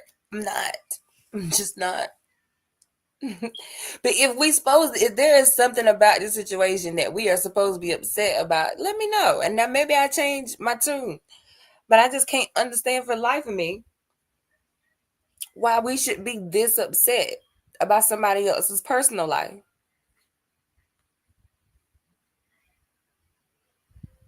Explaining to y'all how they took all her YouTube channel. Do y'all remember when she started her YouTube channel? They took all her videos down, and she was like, I don't know why they took my videos down. I'ma just put them back up. She started putting the video back up. They took the videos down because it's evidence. They're going to start. I promise you, right now, they going back and listening to any and everything she said. Love them got their hands full. And detectives too. Investigators, detectives, prosecutors. Oh, they're listening. They're going back and they're playing it. Because they're trying to. Now that the information is out that you filed for the what's going on, Jerome? Now they know you filed for, because they don't put it out there, that you filed for this marriage license back in March of this year. That changes the whole trajectory of the trial. That's why you're going to jail. That's why you're going down. That's why it matters if it's true or not, which we can clearly tell is true. Because again, you're talking about a person that can't stop talking. And that's the boo game. I done been locked up. That's the boo game. I'm going to talk to you. You're going to put money on my bull. You're going to get me a cell phone. I'm going to woo-doo-woo-doo-doo. But at the time I'm up out of here, you the last person I'm finna call. On God. On God. Either you going, first of all, you going to see, I don't know about the net, man. I'm going to a baby mama. Cause I need to see the kids get some, probably get a little money. I'm not finna, you stupid. You is gullible. What I look like getting out of jail to come see you. Like, and I wasn't even messing with you before I came to jail. I'm just using you. That's the truth. She got used and she knows it. She know it. She would be a fool to come up here and say she married that man in the name of Jesus. Not in the name, or in the name of love. Absolute fool. But she thought it was love. Love is blind. And it'll take over your mind. And see, for whatever reason, and I hear what people say, oh, well, maybe she knew something and didn't want to testify against him. I'm going to eliminate that right now. Because if that was the case, she should have got married in Fulton County, so they knew out the muscle. Hey, look, you can't call me for nothing. I'm married to him. You went way to Texas and did it illegally. I mean, you did it legally, but in an illegal capacity. And then tried to hide it and cover it up. And then went asked about it and confronted with it with the paperwork. It's in black and white, and people still sitting there like, and that's just because people support her. But people that know how to read like you and I, we like, woo, you don't have to explain. Matter of fact, if I was your attorney, I would tell you not to explain. I would tell you as your attorney to shut the front door. That's what I would say as your attorney. Shut the front door. Let me handle it. But no later than 24 hours, you didn't even, and see, I'm telling y'all this too. People like her, they get into this YouTube store. They don't know how to articulate. She can be a law degree, a law major, whatever else she want to. You don't see her practicing no criminal law. You know what I'm saying? Everybody know that. You don't listen to a dude locked up promising you. As any OG who ever been prison, any OG that know anything got down Rice Street, if you old ask about that alto shuffle, you gotta know how to. That I get in there with a me. Hey, I'm like, what the fuck you doing here? Yeah, ain't it bad? You look at a person you know, an attorney, you like, what you doing here? You get, man, I thought she was going to go in there and tell on me. Because she went in there, then she go in there and throw Sylvia on the bus. When she was up there and thing, she was like, she in the courtroom. Whitaker didn't even know who Sylvia was. She was like, who? Miss who? I tell you what, I'm more concerned about Kayla and his marriage than I am Whitaker and saying the N-word. I don't care about that. Get your nigga ass over here and please elaborate on this marriage. Bro, what in the world? I'm conflicted. Why? Why? Why is you conflicted, sir? This is your name. This is his name.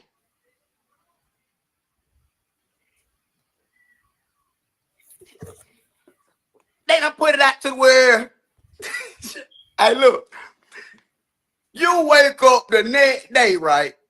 Y'all better believe, and I'm going to tell y'all something. Sylvia.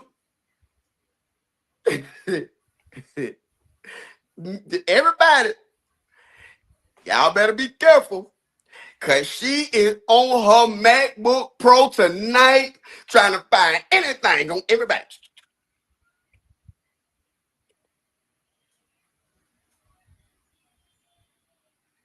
Because I hear him. And so when you go on the hallway, you got like the media be in the courtroom. But then when like a break happen and everything go blank, everybody be in the hallway. It's only like a slim hallway. You know what I'm saying? You gonna goddamn. I got allergies. But it man had on Dolce & Gabbana shoes. So to get to the point, you hear stuff. And I heard a lot of things. Now, mind you, the lady ain't gonna go on and deny it. Because she know that it's a fact and she know that it can be proven. She know that she filed for this earlier this year and went in the courtroom, represented Kenneth Copeland. And don't get Mrs. Screwed. That's why Kenneth Copeland fired her, because he peeked the move on. Like he told you. He played dumb. He might can't read or write, but he know how to people lick. So, you know, she tried to hide it from him. This is an illegal situation. Okay. And mind you, do what you want to do. If you wasn't in the public eye, if you weren't in everybody's business on everybody's podcast trying to talk to everybody about Birkin bags, this, that, and the third, people wouldn't even know your business. But you dumb. You going down there seeing this man 2, 3, 4 times. They like, who come and see a client that much? Y'all thinking, oh, y'all messing around. Y'all. Who? You leaving out every night. And Cavell, this dude, I don't know this dude. This dude popped up on my in my algorithm in my feed yesterday. First time I've ever seen his page. But he popped up in my feed yesterday. And he really one of the main reasons why I made that video. Like one of the main reasons why I made that video last night about why should we care about this Kayla and Shannon situation, because he was like this. He was worse than this yesterday. I'm talking about bro screaming into the camera, the veins popping out his head. And he's just so upset about this Kayla and Shannon situation. He said this is illegal and she is going to jail because apparently Kayla even having a relationship with Shannon throws a wrench in this case somehow. I don't know. I was just showing when y'all was gone. I had told Danny about this dude last night. And I was just showing her, like, this how mad bro was. Like, why is you so mad? That's why I was like, yo, if I'm supposed to be mad, if we supposed to be outraged about this, let me know, I guess.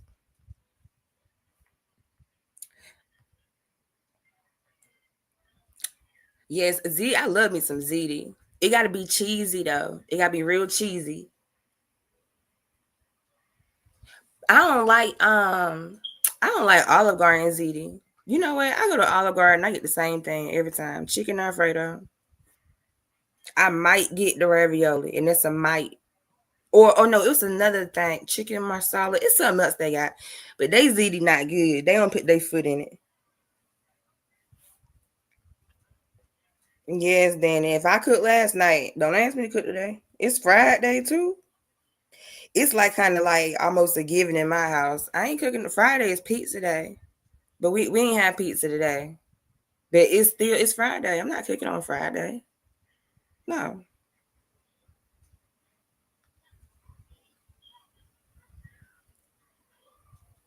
Yeah, it was good. Yes, and y'all know I got 2 boys. And for whatever reason, boys in Cavell, I'm sure you know, for whatever reason, I don't know why y'all just are never full. It's like boys are born with tapeworms in their stomachs. Why the fuck do y'all eat so much? But man, my kids it's like I'm like, why didn't y'all just eat? Mama, that was an hour ago. The fuck you mean an hour ago? I still feel it sitting on my stomach. Kids, man, kids. I don't know what it is about boys. Cause they poop 2 or 3 times a day. And look, they poop 2 or 3 times a day because they keep eating.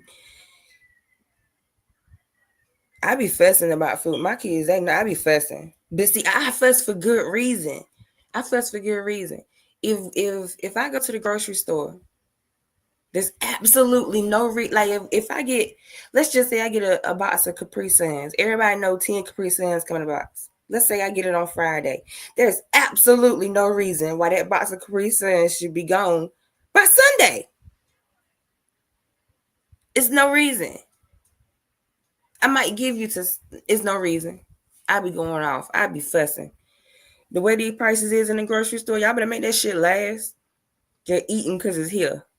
It's here, so we might as well eat it. But what y'all want to talk about? I was just showing this guy because he's like a loser. 9:30, 10 o'clock. Man, trial to 6 or 7. You leaving back out at 9. You coming back at 11, 12 o'clock. What? All right. So look, don't fall down there. Ladies and gentlemen, I meant to play this a minute ago. Let's check this out. Hey guys. Somebody told me we got a whole lot of stuff yesterday. We got what?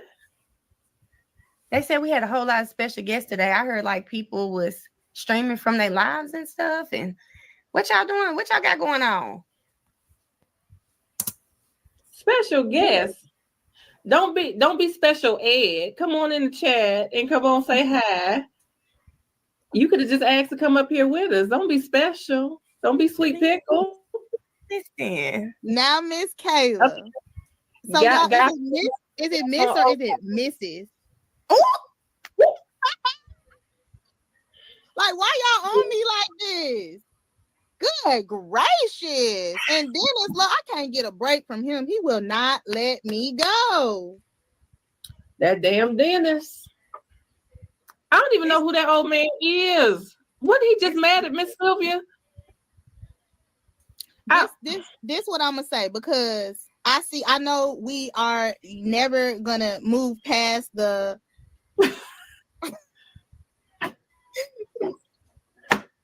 we are never gonna move past the Kayla and her apparent marriage. But this is what I'm gonna say to you guys. So I don't have any tea to spill. I mean, believe what you want to believe. I'm not clearing nothing up. It's people that are fighting for their lives. Period. I'm not clearing shit up. Fighting for their lives, and y'all is posting around a marriage license. At the end of the day, true, untrue, whatever, however y'all feel, I have not violated it, whether it's true or not. I got Dennis over here saying I'm violating this and I did this. Sweetheart, you don't know who I have represented, how I have represented them, what I have represented them on. And, you know, and I was about to say, I don't understand why it's important. First of all, the thing is, I just saw the comment. You know why we here. Here's the thing. We've been doing this every Wednesday. I was about to say, listen, we've been doing this every Wednesday. So please don't pick today to come join the live. We are always here. Don't support when you think it's some tea or it's messy. Be here. It's a few things I want to heavy on the don't support just because it's some tea, some drama or mess. Coming out there. Yeah, what y'all want to call it? Drop it in the comments. No. Drop it in the comments. That's what I ended it at. She said, what y'all want to call her? My first thing was liar. We got her stupid.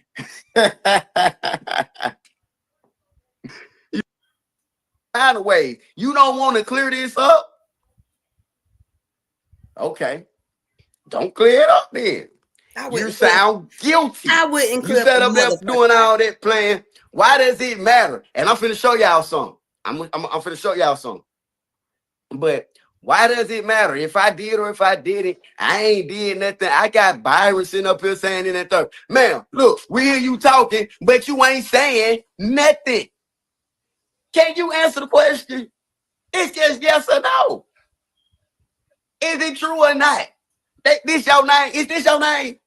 Is this his name? It ain't yes. We just trying to figure out what's going on. No, then you're gonna want an explanation. We the people deserve to know. We need to know. We at this point, we do need to know, especially the ones who done been investigated in his trial.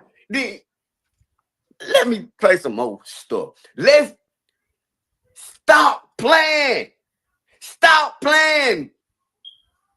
Like you ain't finna have to go in the courtroom and answer this. But again, I told y'all why she ain't gonna answer on here because they're gonna use that against her. She trying to put together her defense now. It ain't gonna work. Whatever you think finna work, it ain't gonna work.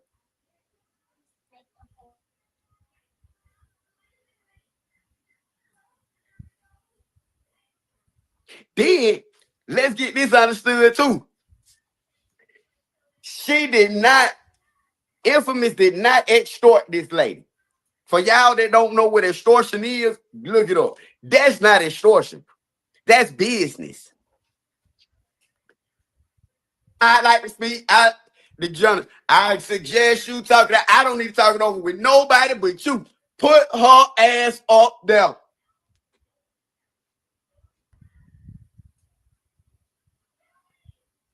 And up. Hey, was that everything in the transcript? And he's sitting there telling you now, you going back and telling your boyfriend, your husband, your fiance, then I tell you that wasn't everything in the part. I'm telling you what's going on. I'm telling you what's going on. That ain't everything what was in the ex parte. Listen to him. Listen to him. Listen to him. Say it again. Say it again. Ain't that was this?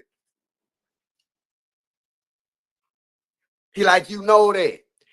That next week, 2 weeks, they took them a little recess. They played around a couple of days. Next week, bring her in here. Bring her. And yeah, then she got up there talking about some call her YSL Kayla. We're going to call you under the jail, Kayla. Give it 2 more weeks. Give it 2 more weeks. She going to be sitting in Right Street with her cash app up talking about commissary money.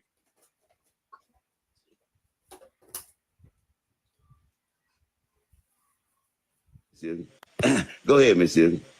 So, because I didn't believe it, I started asking people around the court, was it true? Right. They didn't know anything about it.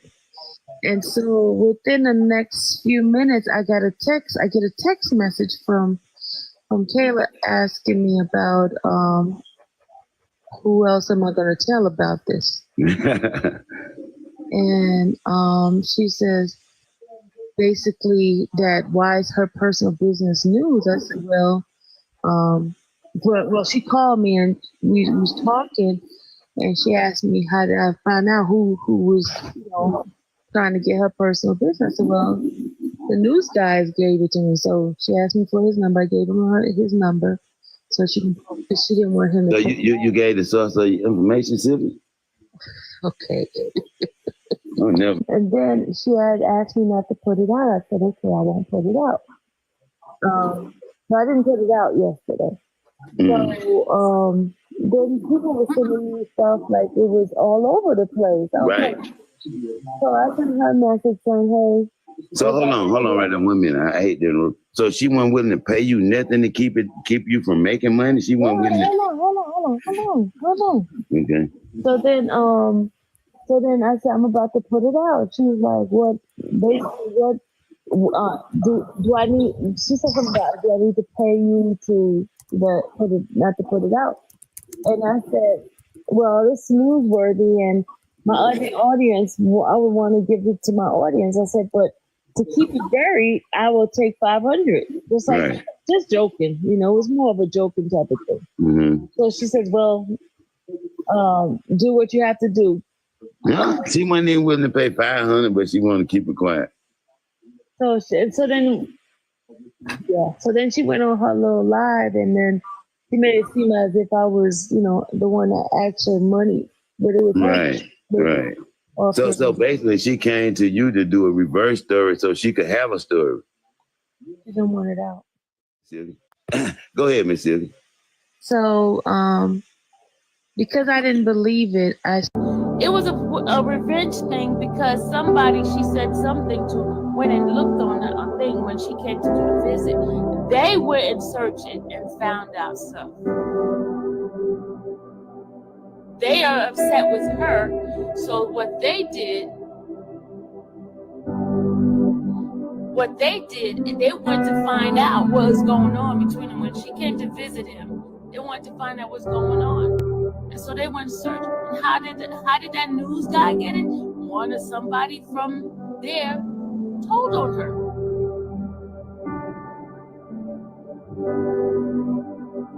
That's how the news guy got it. And the news guy showed it to me. And I kept it to myself.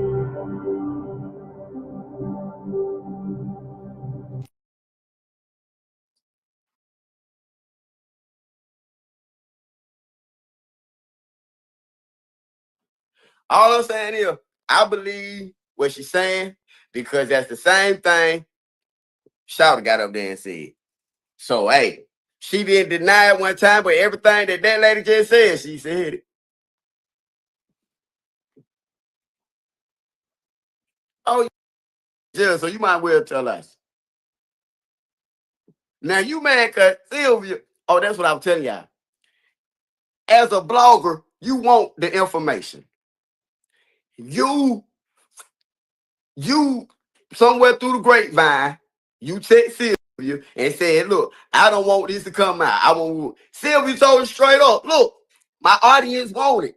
Now, if you give me this, I try to whoop whoop. But you still had another person, which was the dude, Miss Byron. He had it. Everybody down there in the courthouse had it, from the new people to him. Man, it was circulating. It was kind of like a cancer. It was spreading.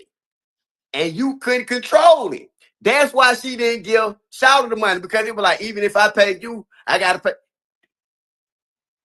I can't pay you. You ain't got that much money. You ain't got that much money, Shawty. You did it. Nah, I ain't gonna do with him. Person with that money would have bought it. Hey, look, give me that. You would have got it from the new people. The new people that you said you talked to the news people. The first conversation you had with them. Here's the thing, though. If she was going to Rice Street visiting Shannon, and this marriage license was filed a minute ago, them folks already know. The folks that he talking about that should care, like Love and the judge and all this stuff, you out your monkey ass mind if you think Fannie and the rest of the prosecution team is not studying them visitor logs up and down every day. They know who coming to visit them boys. They know. So if she's been visiting Shannon, it ain't no secret to them down there. They been new. If they been talking on the phone, they been new because they been listening to Shannon phone calls. That's probably why Love and them, had a bad taste of name out for Kayla to begin with or whatever. And Love tried to get Kayla, all that extra messy shit that was going on. That's, what I'm saying? I could see that happening because of that. Because they looking at her like, oh, you representing Woody, but you visiting Shane. Like, they been new. They been new. And it's marriage licenses are public record. There is no way. With Kayla ain't dumb. She might seem like it sometimes, but she ain't dumb. Anybody who passed the bar is not dumb. I'm not going to take credentials away from anybody that passed the bar because I know that shit is hard as hell.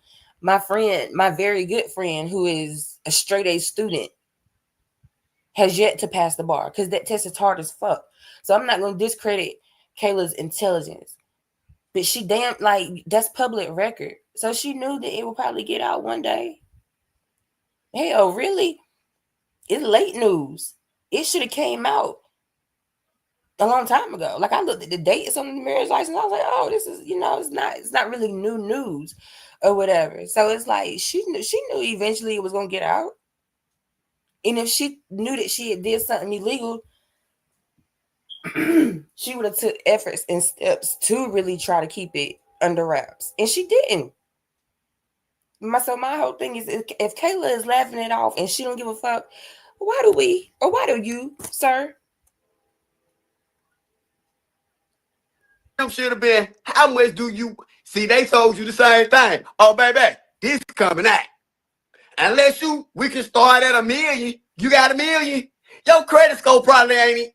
Lord, that news is not that deep to be doing all of that. Let me play this for y'all. Let me play this for y'all because I want y'all to see how her energy changed from all that land we playing to check this one out when she talked to old boy over there, Smack Messenger, to where she done started cursing. She don't even sound right cursing. She don't sound right defending herself either. That's what I'm saying. The way she talked for herself, would y'all hire her to represent y'all in a criminal case? The way she speak up for herself. Please. I'll clarify something, but I don't owe nobody no explanation but my children and God. So I'm not going to explain anything. At the end of the day, what is most important is people fighting for their lives. Whoever did this is wild as hell and it's a distraction. So it is what it is. I'm not explaining anything. It don't even matter. It's so stupid. I've never seen so many people invested in somebody else's life. That is so weird. All right, but I'm gonna just say it from this perspective here. It's crazy that you saying that it's so wild that people is so invested in this, but honestly, we've been invested with this YSL trial. I'm not. But what I'm saying is, y'all are making it about this the last 2 weeks. and y'all worried about a fucking somebody being married. Like that shit is weird to me. Who she cussing at? You that don't sound crazy to you saying it out your mouth. Because if you believe that, I can't change your mind. I cannot change your mind. But I'm just saying to the people viewing, it sound crazy, gang. Listen, well, since I got you here, I want to clear up anything that happened because I want to let you know what happened from point A to Z and everybody here. Because I don't want it to be no private conversation. Whatever I say by myself, I can say in front of you. When they came in here asking me, I didn't bring this up first. I didn't bring this to TikTok. I didn't know shit about it. I wasn't on for the past few days. Y'all keep saying explain. I'm not gonna explain nothing. Okay, cool. That's cool. That's cool. Don't. Nothing. That's cool. Just don't. I get what you're saying. Don't. You ain't got to. You said your piece already. But just listen to this. When they came on my live for that shit, I'm gonna be real. I thought that you could get in trouble for it. You can't. And right. well, apparently Doug said that you can't. He just got off here and said you can't. So that's what I'm saying. I'm just lost. But you can't. That's what I'm saying. Okay, Y'all act like it's such a big deal. All right, cool. So look, when I text you, your answer came back, and I said, she said this. I said what you said verbatim. I said she said she's not addressing it. And honestly, I believe her. Now they start coming up here with receipts and everything. This not something that I didn't. But what I'm saying is, you saying I'm not addressing it. I didn't say either. Well, you making it seem like I said no, it's not, or yes, it is. What I said is I don't owe nobody an explanation, and I won't be giving anyone an explanation, an answer, or nothing. Listen. I'm not trying to like. We not debating about it or nothing like that. I don't give a damn. Honestly, what you said. I'm just saying that. What you said, I didn't say that you said yes or no. I just said I read exactly what your text message said. I didn't say that you said yeah or you said no, nothing. I just read your text message and said she said she not addressing it. Then they said that you said out your mouth, this is what the comment said, hey, yo, I'm going to address it at 7 o'clock. So I'm like, shit, 7 o'clock? What's going on at 7 o'clock? Where did I say that at? Where did I say that at? This is, I'm telling you, this all happened on live, so I don't know. So when at 7 o'clock came, they said at 7 o'clock, you said that you gonna stand on business. So I'm like, all right, y'all. So we going over to because they told me about WTF. I never knew about. Soon as somebody drop her, then y'all gonna have questions. Just let it rock out for a second. So when I turned it on, Doug Weinstein came on my phone. I started talking to him, so I missed your live completely because that was my first time being on here with Doug. After that, people came back in and said, soon as they touch down, hold up 1 second, y'all. Don't clarify something. I'll clarify something, but I don't owe nobody no explanation. My whole point is y'all hear how she keep digging a deeper and deeper hole. Now I play back, going back to the beginning. She makes excuses and she is fake. That's what all I'm saying. Now she ain't got, allegedly, I ain't never seen her with no clients. You know what I'm saying?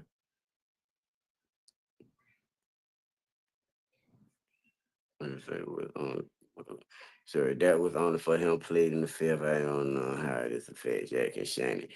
You don't know how it affects. How many people don't understand how this affects the case?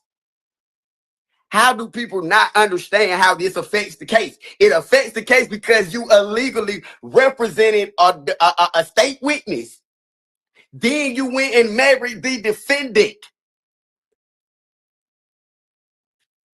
It's illegal. It jeopardizes the case and the integrity of the legal process. You cannot do it. You cannot represent a state witness, then turn around and marry the defendant. It's illegal. It's unethical. They got married in.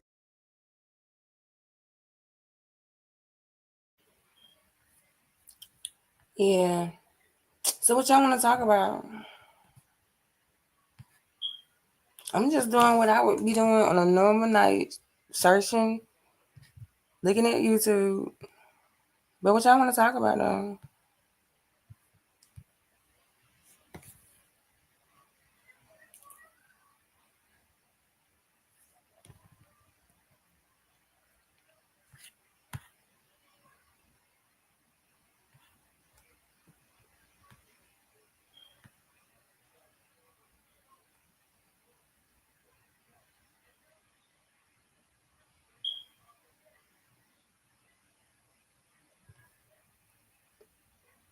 I'm surprised y'all ain't heard my 5-year-old keep coming in here. Mommy, who you talking to? Mommy, why you talking to your computer? Go lay down, boy.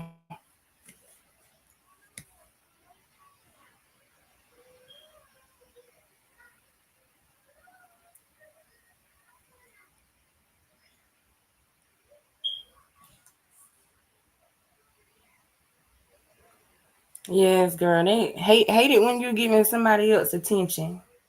Why are you talking to the computer? Like I'm crazy. Like he made me feel slow a little bit. Like, why are you talking to you? Like it was the way he said it. Like, fuck is you talking to a computer for, ho? Like that's how I heard it in my head.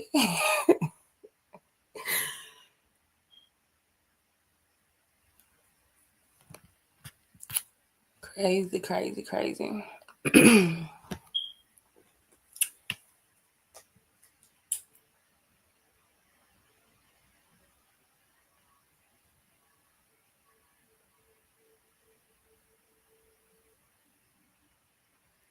So I want to do a movie night. Like, do a movie night. Like I want to like watch a movie with like my people.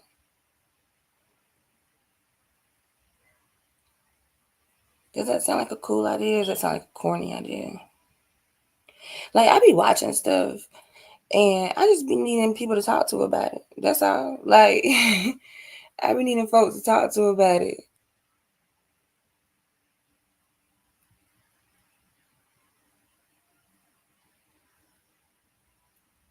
And these folks in my real life, ugh.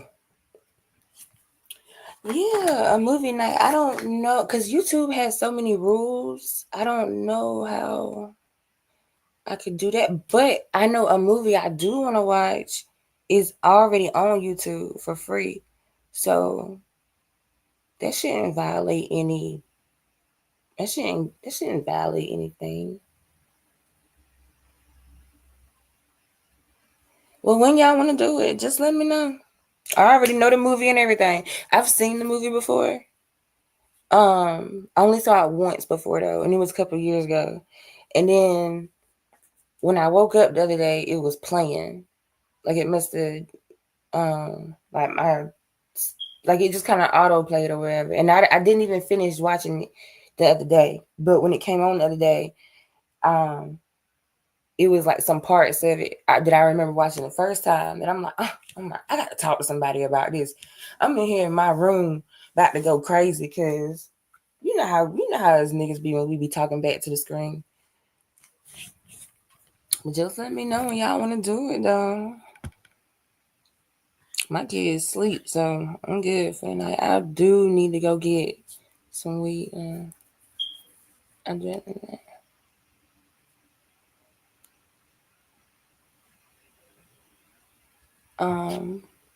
Y'all girl, Sylvia, what's Sylvia talking about? I see she's saying, should I go? She should go where? A Sunday, yeah. Sunday or Friday. I was trying to decide whether I should do it here or on TikTok. But TikTok, I don't know. I might could do it with TikTok.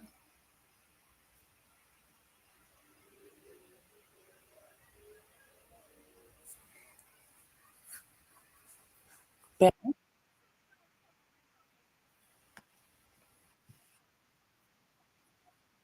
oh, what's going on here? Is you over here? You probably is. That's why you ain't saying nothing.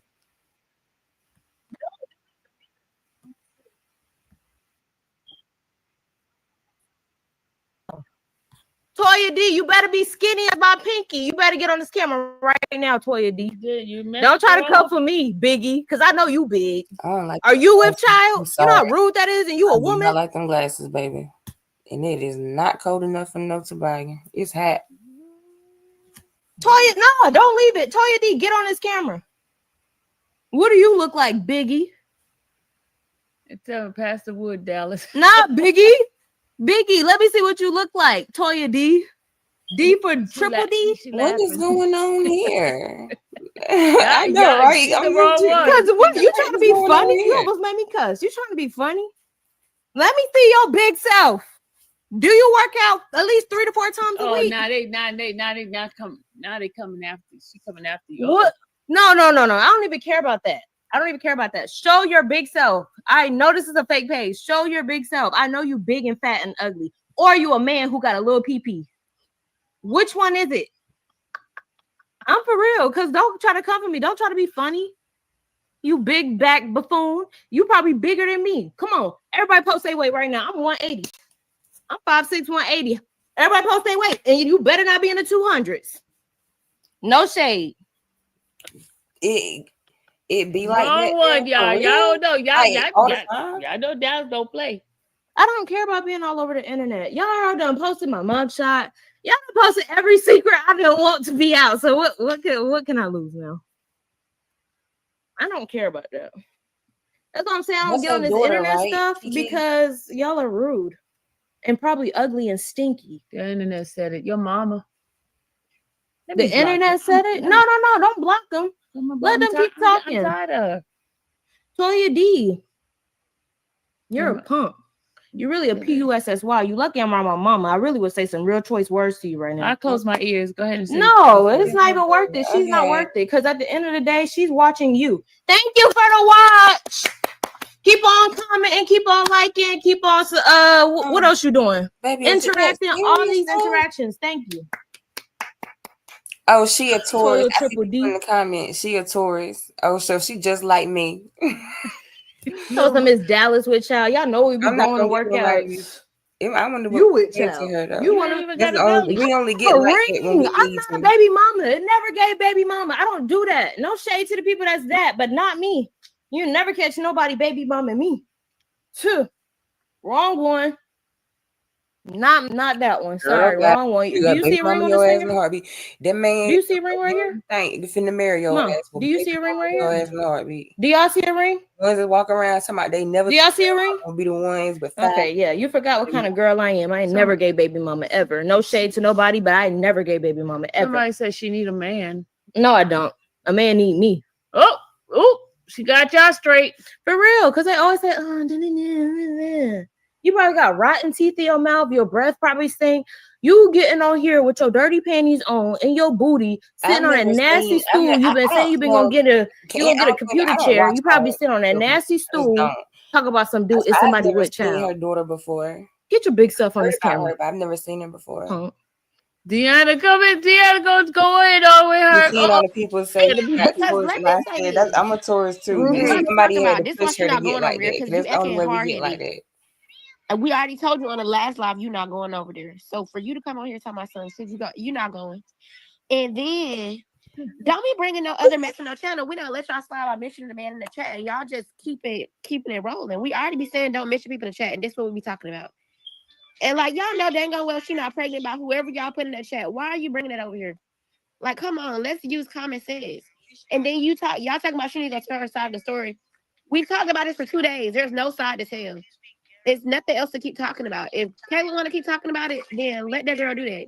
Oh, They bro. said they got other stuff to be worried about, other content to make. If this is what she got to talk about, let that be that. But it's nothing else to tell a side to address. If they wanted to hear her side, they should have logged in on TikTok and got in the members only live the other day. It's nothing else to address. It is what it is. And saying he not gonna let people disrespect her in chat, they do that all the time. So we gotta stop being delusional here. Like, be honest. Y'all just want her to y'all coming over to us to tell y'all side. Y'all just sugarcoating it and hiding it. Y'all being messy because y'all want to see her in drama. If you really cared about her, you would want her to get her blood pressure up. Keep talking about the same thing. Like, who wants to keep talking about the same thing every day? Who cares? Like, that's my point. Who cares? Like, at the end of the day, nobody gives a. Like, she already addressed it. She ain't post nothing, reveal nothing. That's it. That's the end of the story. Nothing else to tell. Yeah. That chapter is closed. We talking about the meet and greet now. Move on. That's so is y'all.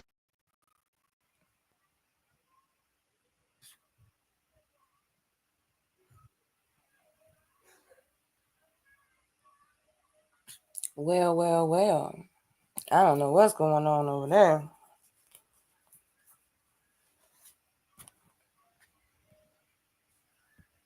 And it's like, I helping.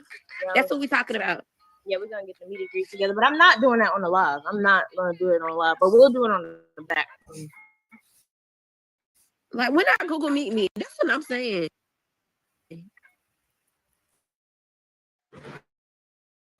Queen Hey, bad. Queen. Hey, down together just like that, okay?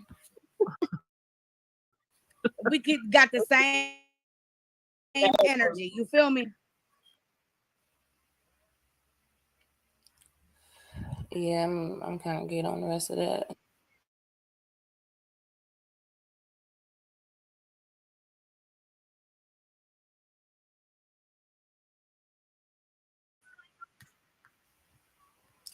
So anyway,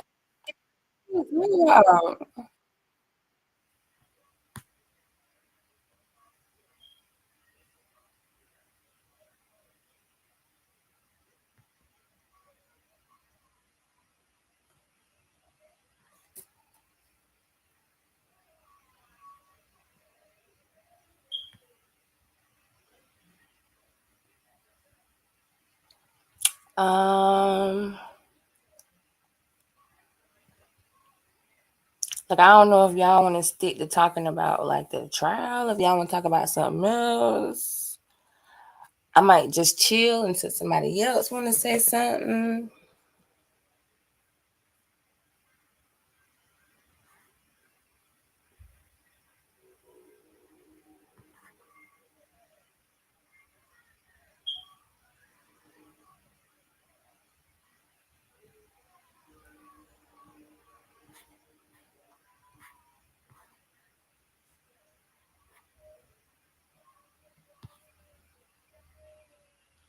The lead attorney, I don't know if y'all watched the lead attorney. The lead attorney is going live at 10 to talk about this whole Kayla situation. I'm like, Jesus Christ, man. Like, I get it being news or whatever, but and it's kind of like it's like we watch it because it's the only thing folks talking about.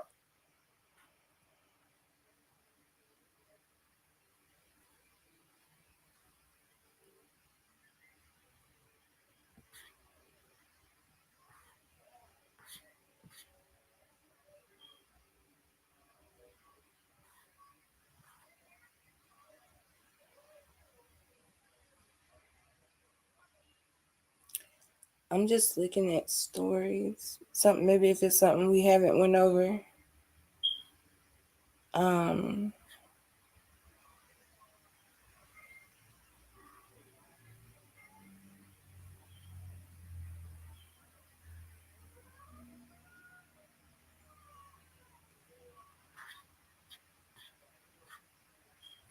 I appreciate you chilling with us, Kiki. Most of the time we do have like something. I ain't gonna hold you. No, we don't really have like stuff to. I mean, we be talking about. Look, I got ADD, so I be all over the place. I could put in a title that we finna talk about this, and this, and all it takes is for me to see a headline about something else, and we have switched the whole evening. So I'm not one of those people that kind of, some people like map out what they gonna talk about. Nah, I just kind of go with the flow. Maybe I should map it out. Maybe it might be a little smoother, but I'm okay. Oh, but I do see something here, and I'm like, you know what? Yes, I love this because let's talk to somebody that isn't all over the TV. This girl has done an interview with. All right, here come my. Thank you for subbing. Make sure you sub to my other page too. The All Crime All Black all the time. Make sure you sub to that one too. Trying to grow the people in her live. It's only 6 people in her live, but I don't be caring about that. Like, I rather, like I told them, I'd rather have a live with 5 people in it that really fuck with me than have a live with 1,000 people.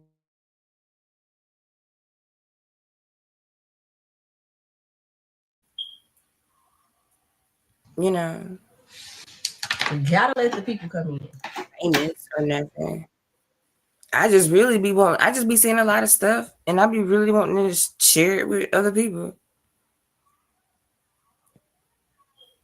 But she did an interview with Misty Williams.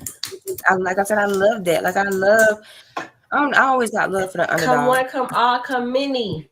And it's like everybody wants to Come do on, interviews come with many. Steele and Adams and you know Harvey. But Hey, Misty Williams what's up? is a good attorney. People just get to see it because Lil Rod's case was so insignificant to this Rico.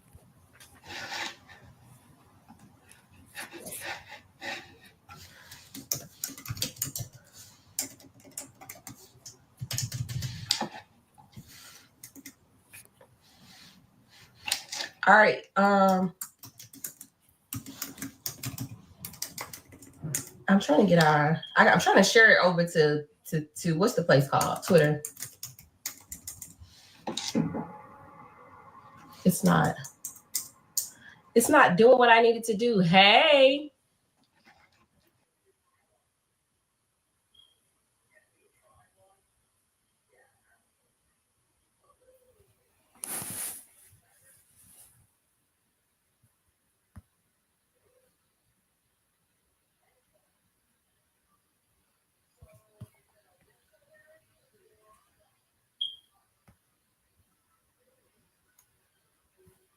Here come my computer again. My shit getting hot.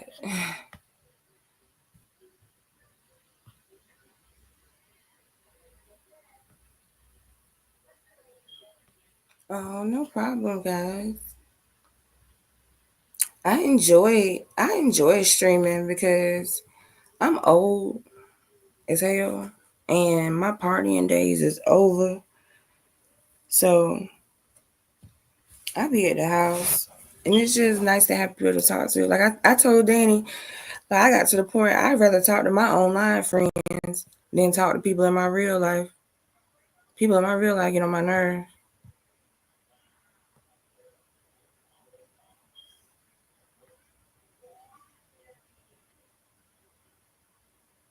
Right? You feel like that too, Kiki? Like sometimes it's like I be like, something happen and I be like,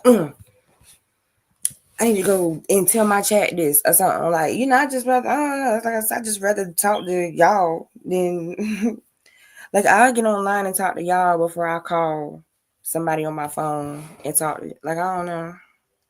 I told my homegirl the other day, I was like, yeah, it's kind of like therapy a little bit because we talking to people. Thank you. That is exactly what I told my homegirl. I was like, I said, I don't know how to explain it. I was like, but for some reason, I'd rather talk to strangers. Like I'd rather talk to these people that I don't really know than to talk to somebody that I do know. I don't know. And then maybe it's because they don't know.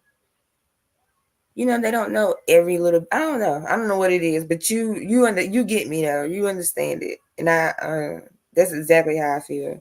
But it was like when I said it the way it came out, I was like, I'd rather talk to strangers, and she kind of looked at me like, what? And I was like, I mean,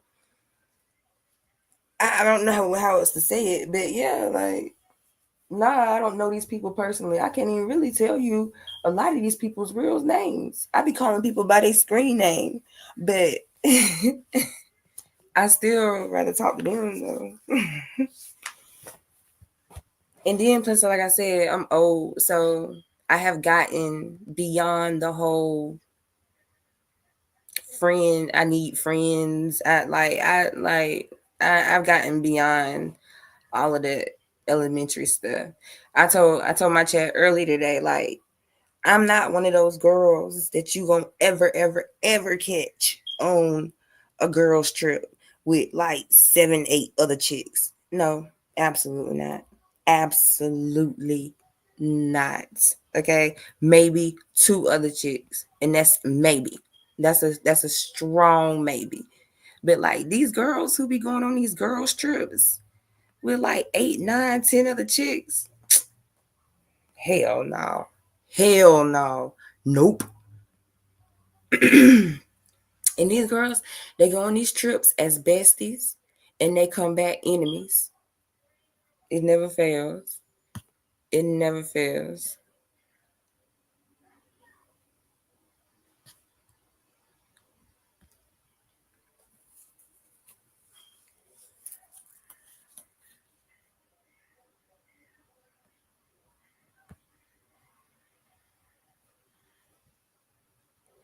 I done dealt with so much fake shit, fake friends, all that. I didn't dealt with all that so much that now I'm just kind of like, I'm like, I don't get like, I'm not easy to like I don't let people in easily. And it got a lot to do with my trust issues or whatever. My trust issues don't just stop at men. My trust issues are universal. My trust issues do not discriminate.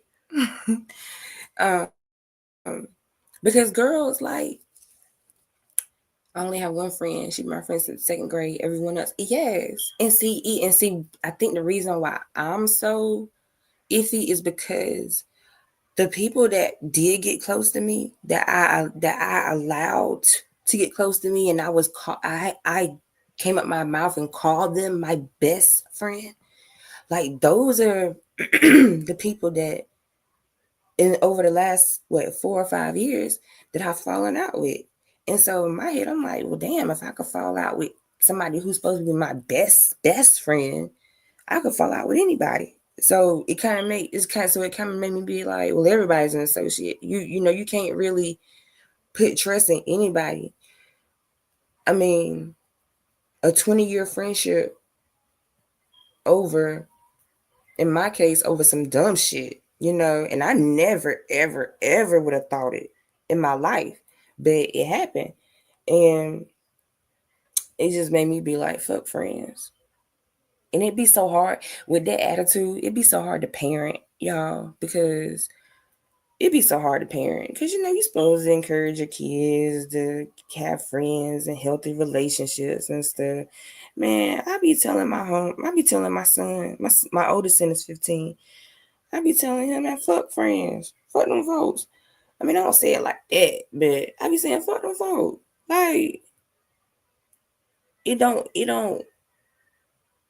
ain't that serious. Like, you shouldn't put up with disrespect or no kind of bullshit just to call a motherfucker your friend. So, and then I think I was the same homegirl I was talking to. I think I said friend. I was talking about my online friends, y'all. And I was like, yeah, my friends on YouTube. She was like, you calling them your friends? And I was like, shit. Hell, they more friends than a lot of y'all been. So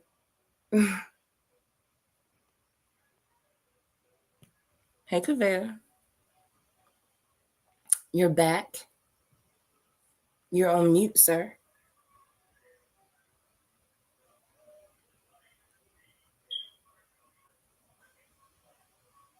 You're on mute.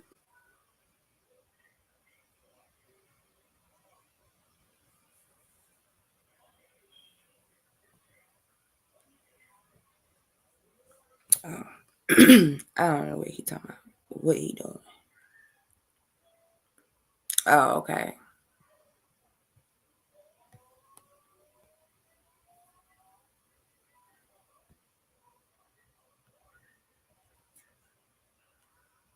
I kind of want to play this movie with y'all right now. I ain't even gonna hold you.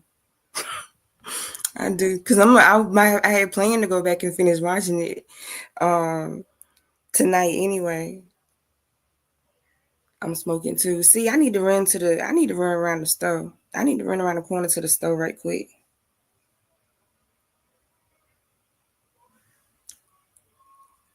Kiki, girl, you just like me, girl. Look, let me tell you something. I don't know why I be having to do that. I be having to smoke. People be like, you hungry? And I dead ass be like, I don't know. Let me smoke first. It's like I gotta smoke first to figure out if I'm hungry, or I gotta smoke first to get hungry to eat. I don't know, because then I'm smoking after I eat too. Because if you're a real smoker, whether it's marijuana, tobacco, whatever, that after food smoke is necessary. It's like you got to smoke after you eat. I don't know what it is. I have tried to quit. I've tried to quit tobacco products because I do smoke tobacco sometimes. I've tried to quit tobacco, but it's something about that smoke after you finish eating. It's necessary. It's necessary. I don't know what it is. But yeah, I be having to smoke before I eat too.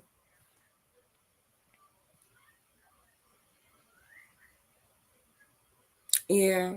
Yep. Before and after. Somebody told me I was crazy. I was like, well, it don't sound crazy to me. It makes logical sense to me. If I don't know if I'm hungry yet, let me smoke to see if I'm hungry. If I ain't hungry now, I probably will be after I smoke. So either way, we solving the problem.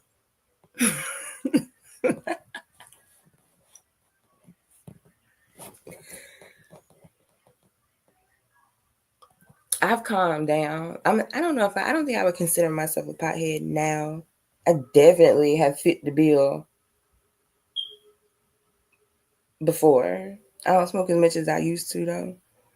And a lot of that is because I'm by myself a lot. And if I'm not by myself, I'm with my children.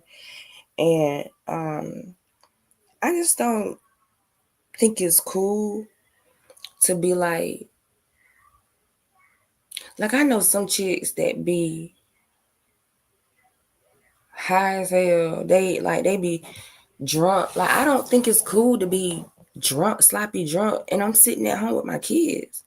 Or it's so high that I look like a zombie, and I'm sitting at home with my kids. Like, I don't think that's cool. Like, I don't want my kids to see me sloppy drunk. Like, I don't want them to see that. I don't want them to have that memory when they get older. Mama was so drunk, she was tripping all over everything. Every weekend. Nah, but my kids know I smoke. But right, I don't even get drunk no more. Right. I don't even drink like that no more. I can't tell you the last time I've went to a liquor store. In the liquor store right down the street. I can't tell you the last time I stepped foot inside of a liquor store. Now I got some wine. I might go pour me a glass in a minute. I got wine and stuff, but I still don't even really be drinking that like that. My son asked me, Mom, why you get all this alcohol? You don't even be drinking it. But I don't know. But I don't get drunk though. I don't get drunk though. Like, I don't get drunk. I get tipsy, or where I'm feeling good. I drink and get drunk most of the time. 4 or 5 shots. Yeah, and shots obviously get you drunker quicker. I can't. My shot. See, if I'm taking shots, like, it got to be. That's how I know I'm old. And I don't drink tequila unless to keep feel like this. I have realized what tequila does to me, so I only drink tequila if I'm around somebody's son. Or somebody's son is I'm not finna be around a whole bunch of girls drinking tequila. I know exactly what tequila does to me. But yeah, I might go pour a glass of wine though.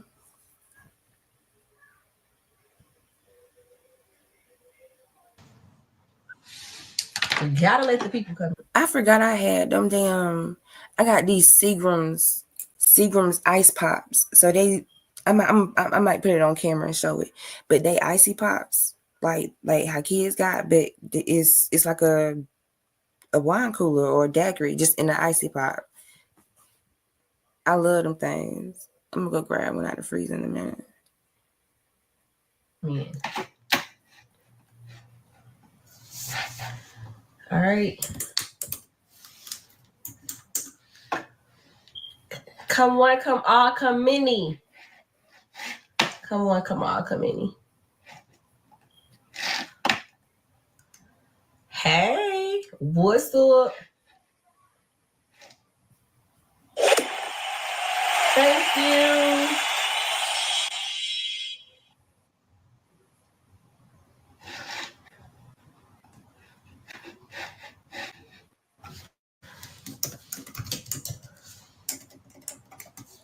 What you be drinking, Danny? What you be taking shots of, Danny? All right. I'm trying to get I'm trying to share it over to what's the place called? Twitter. It's not doing what I needed to do. Hey.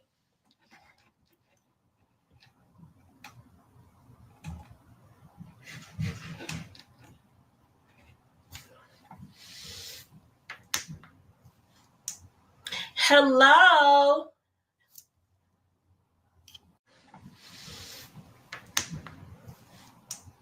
Hello.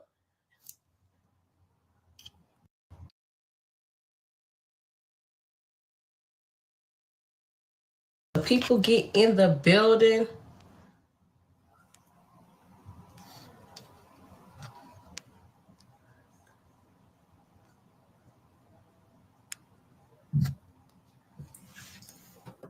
Oh, that is too cute. Thank you. Hello. Oh, there we go. Hi. Hi. How are you? Good. How about you? I'm doing well. I know we're a few minutes early. I like to come on and give people time to get into the room. You still love my Hello Kitty. It's a Hello Kitty horoscope. Okay. Cool. So are you into astrology? Oh, absolutely. I'm a Scorpio.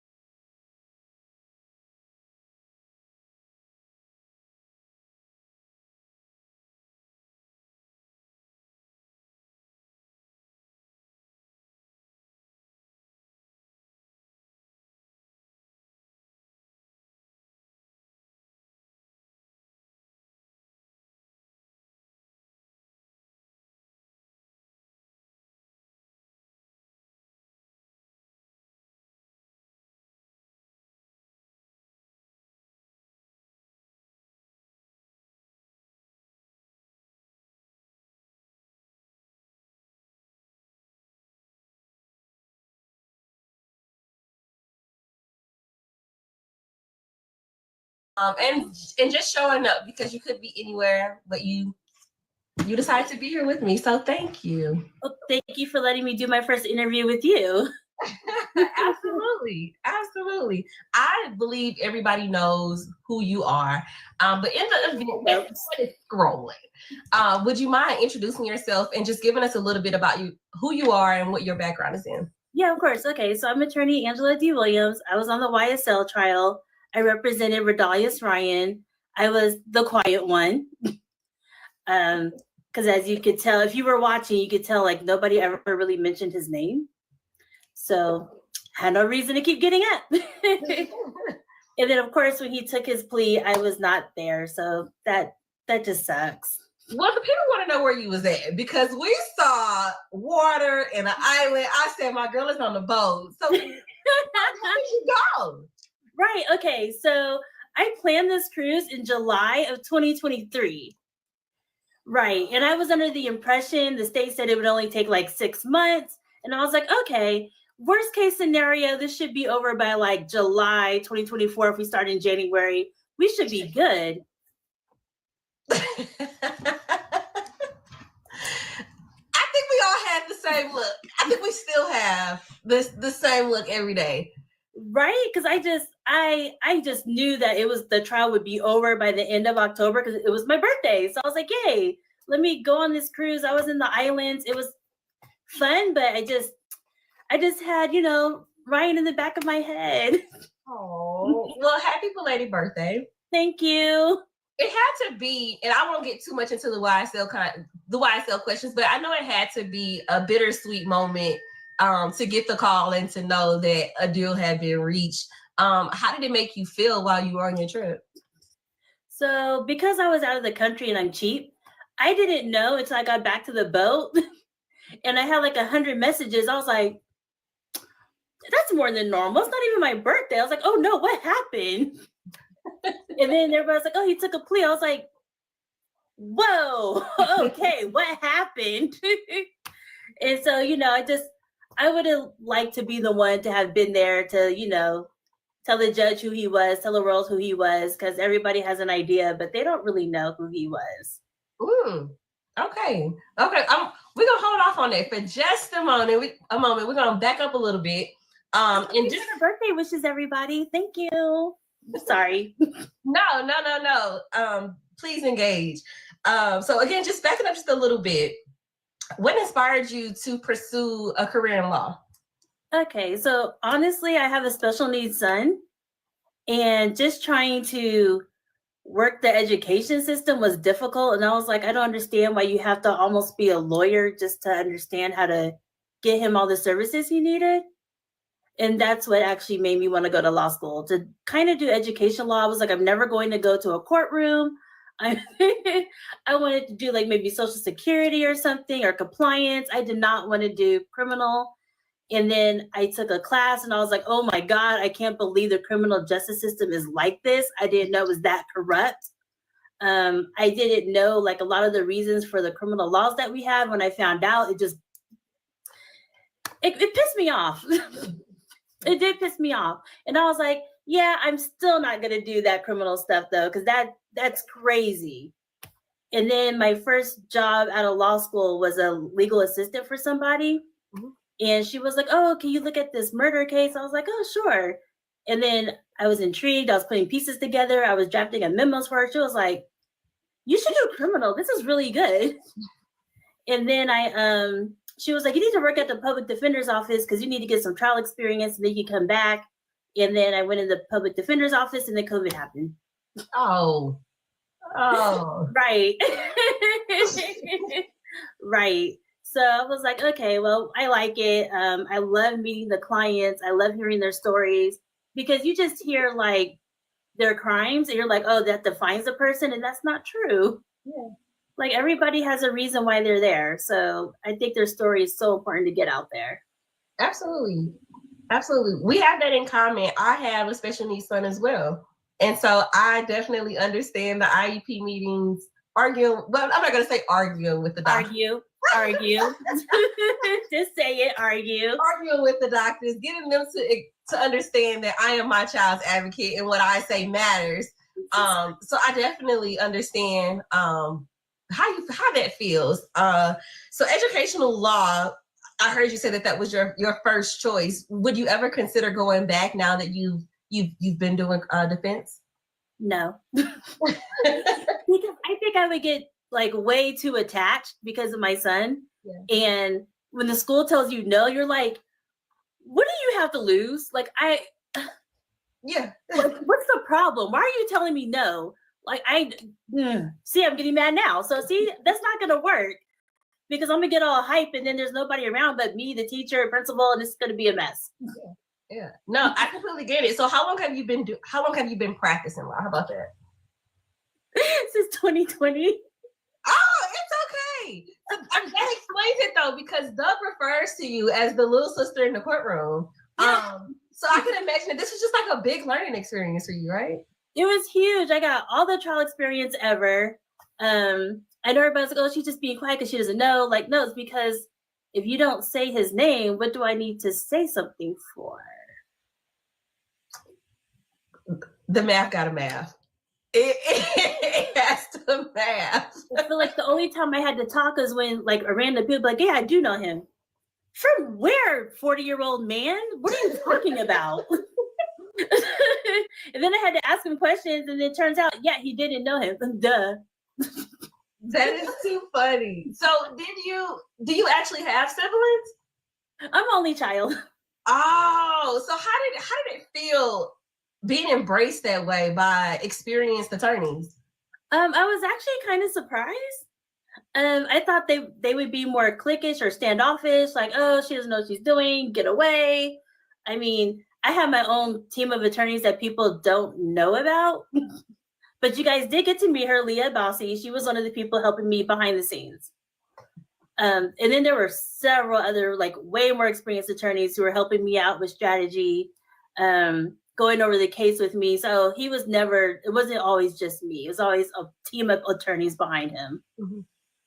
So I think there's a lot of confusion about how you became Lil Rod's attorney. Would you mind explaining that to the people to set the record straight? Okay.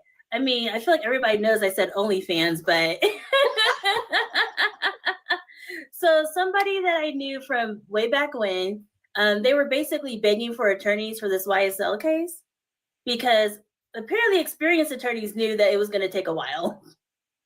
And initially they were only paying $1,500 to take the whole case. So who's going to do that? I even said no to that. I was like, 15? No. And then they upped it to 75 and they were like, well, you get your trial experience, I was like, okay, sure. They're like, he was already convicted. I was like, so why are we here? And so then, so I got appointed to his case. I got appointed to his case in November of 2022. Mm-hmm. So me and him first met in November 2022. Of course, I'm appointed, so it's not really a public defender. I have my own private practice, but basically the public defender's office had conflicts. So you get a private attorney to come in. So I was his private attorney that came in. But of course, since I was appointed to him, most people don't like public defenders. They're like, no, you're just going to take a plea. You're not going to do anything. So of course, there was a little bit of hostility, which is fine. I'm used to it. But me and him built a beautiful relationship. And you got to know each other. I started reading his case because, of course, he didn't hire me. So I don't know his case. He didn't tell me his story. Mm-hmm. So as I'm getting to know him, I'm also learning his case. So we had a contentious start, but that's okay. But after I got to know him, he's so smart. He's so smart. I just hate that Mariah the liar did what she did. Yeah, I think we all do. So how do you take the time to get to know someone in a situation like this, right? Because I can imagine that it might have been difficult for him coming out of a situation where he had an attorney and it kind of turned out the way that it did, to getting another attorney, and now he has to go through another trial. Like, how did you overcome any obstacles on making the connection with him? Like I always told him from the get-go, I was like, look, based on what I'm seeing in this case, and I'm trying to go through everybody's stuff, and after a while, I was by myself, so I was like, I need somebody to tell me, hey, did you see my client in your stuff? Did you see my client in your stuff? They were like, no. I was like, okay, so this is going to be our strategy. We're not saying anything until it's your turn. I was like, because nobody knows you. Nobody has any interaction with you. I was like, do you even know these people? Because they're all like grown. I feel like you were maybe like 10 when all this stuff started. And he was like, not really. I was like, so what are we here for? And I think me and him just talking about, what are you here for? I think he realized like, no, I'm not going to be one of those attorneys. Like, no, you're taking a plea. Yeah. So I think when he realized I was really like into his case and really like, I don't think you did this. What's going on? I think it really kind of changed everything. Yeah. I can, as a person who like, I used to be a cheerleader and I used to connect with like the younger kids. And it's sometimes finding that ground can be difficult, but when you build that trust through something just as simple as paying attention or just listening to whatever they have to say, things just become a lot easier. So I definitely understand that. I want to kind of shift back just a little bit again to get just your feelings around the Georgia RICO law itself. What are your initial thoughts on that? Am I allowed to curse? No.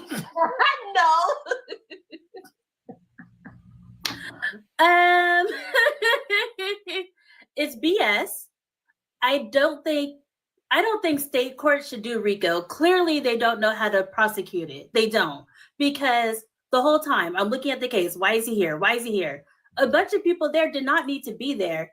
People now have criminal convictions on their record that never had a criminal record for this RICO, just because they're like, let's just put a whole bunch of stuff in, because it kind of borderlines on your First Amendment, because now you can't post on Instagram, you can't say certain things. I think they went too far. I think it should stay at the federal level, because I think they actually know what they're doing. They don't just randomly collect people to just be like, you know what, we're just gonna have like 50 of y'all and say it's RICO. Like, make it make sense. Yeah. So I don't agree with the RICO law. I think Fulton County kind of showed why it needs to be out of the state's hand and it needs to just go to the federal. They know what they're doing. I agree. I think we're seeing a lot of different RICO cases come about, and you can just kind of tell that the way that the cases are held at a federal level are completely different. And so I found it very interesting that this was a state RICO in itself, and just the way that it was being managed was crazy. It was disgusting. Very much so. Oh, it was so disgusting. I was so disheartened, because because you're in law school, like you learn like certain things in the criminal world. You're like, when would that ever happen? Here we are in 2024. You're like, really? I just, I don't like it. I don't like it. Well, I'm not in law school yet. I just took my LSAT on yesterday, but I will be in law school. I'm so. I thought you were already there. No, I'm not there yet. I will be there in the fall of 2025. Yeah. Trust and believe. So, oh, wait a minute. I think I lost my place. I'm so sorry. I talk a lot. I am so sorry. No, it's okay, because I should look down. Okay, so yeah, I'm not in law school yet. I just took my LSAT on yesterday. I think I did okay. So we'll see when I get my score back. But you'll be fine. You'll be fine. You're probably gonna learn about us in law school. Well, I'm sure it won't be you though. Like I'll learn about other things, but I don't think it'll be you who I learn. Watch. They're gonna be like Bleach anime. Well, yeah, because I you know what, I found that interesting, because I do run across people who like anime. But I've never heard of an attorney using an anime reference in their opening statement. And then when I finally found your TikTok, like you're breaking down anime to a legal, in a legal way. So I found that to be very interesting, and it just really like opened up my eyes to know like there are many different layers to Miss D. Williams. My nerd flag was all right there. Yeah. And that is Inuyasha in the back. Yeah, no, it's okay. It's okay. One thing that I will say is that you have a very distinctive voice, right? And I do feel like you caught a little slack just because of it, right? A little slack? A lot. Y'all were tearing me up. They were. I'm a very small person and I look a lot younger than I am. Okay. And so the challenges that I had as a kid, they kind of transition over into my adulthood. So my question to you is, how did you manage, or do you manage any adversity that you experienced just due to having a tender voice? Oh, absolutely. Because nobody ever expects me to think I'm doing anything seriously. So they don't think I know my cases. They don't think I know my case law. They think I know nothing.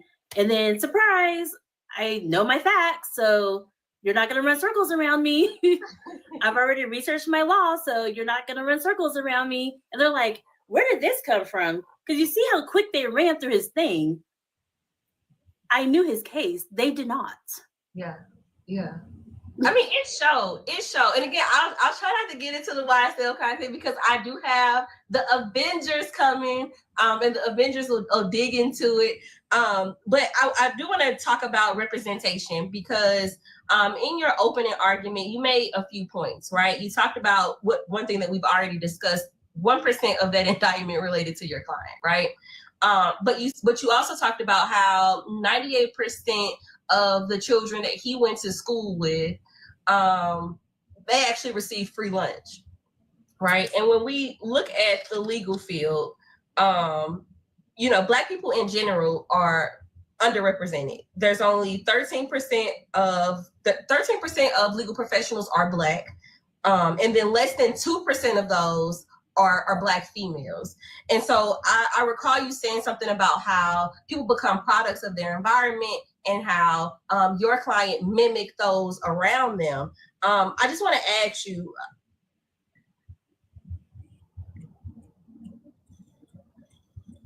who are some legal figures that has inspired you from a legal perspective? I'm sorry, who are some Black figures that have inspired you from a legal perspective?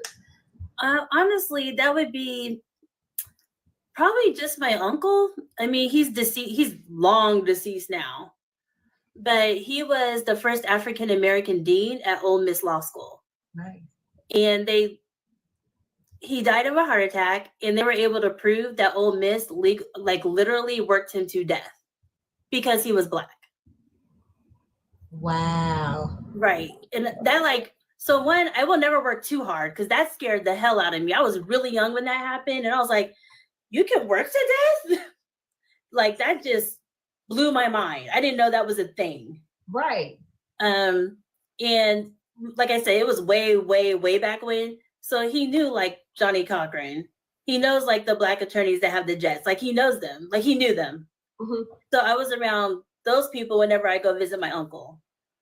But other than that, we don't really have that many people.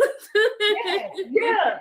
And that's the point. So what would you say to Black women, men, or just women in general, who are aspiring to be a part of the legal field? What advice would you give them?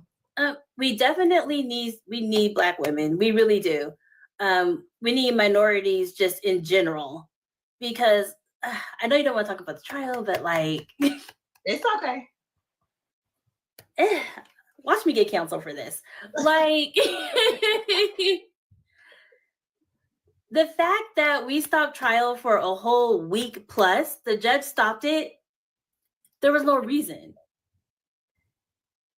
It basically forced the plea. So I completely understand why some people would want to take pleas, because it seemed like it wasn't going to get started until somebody took a plea.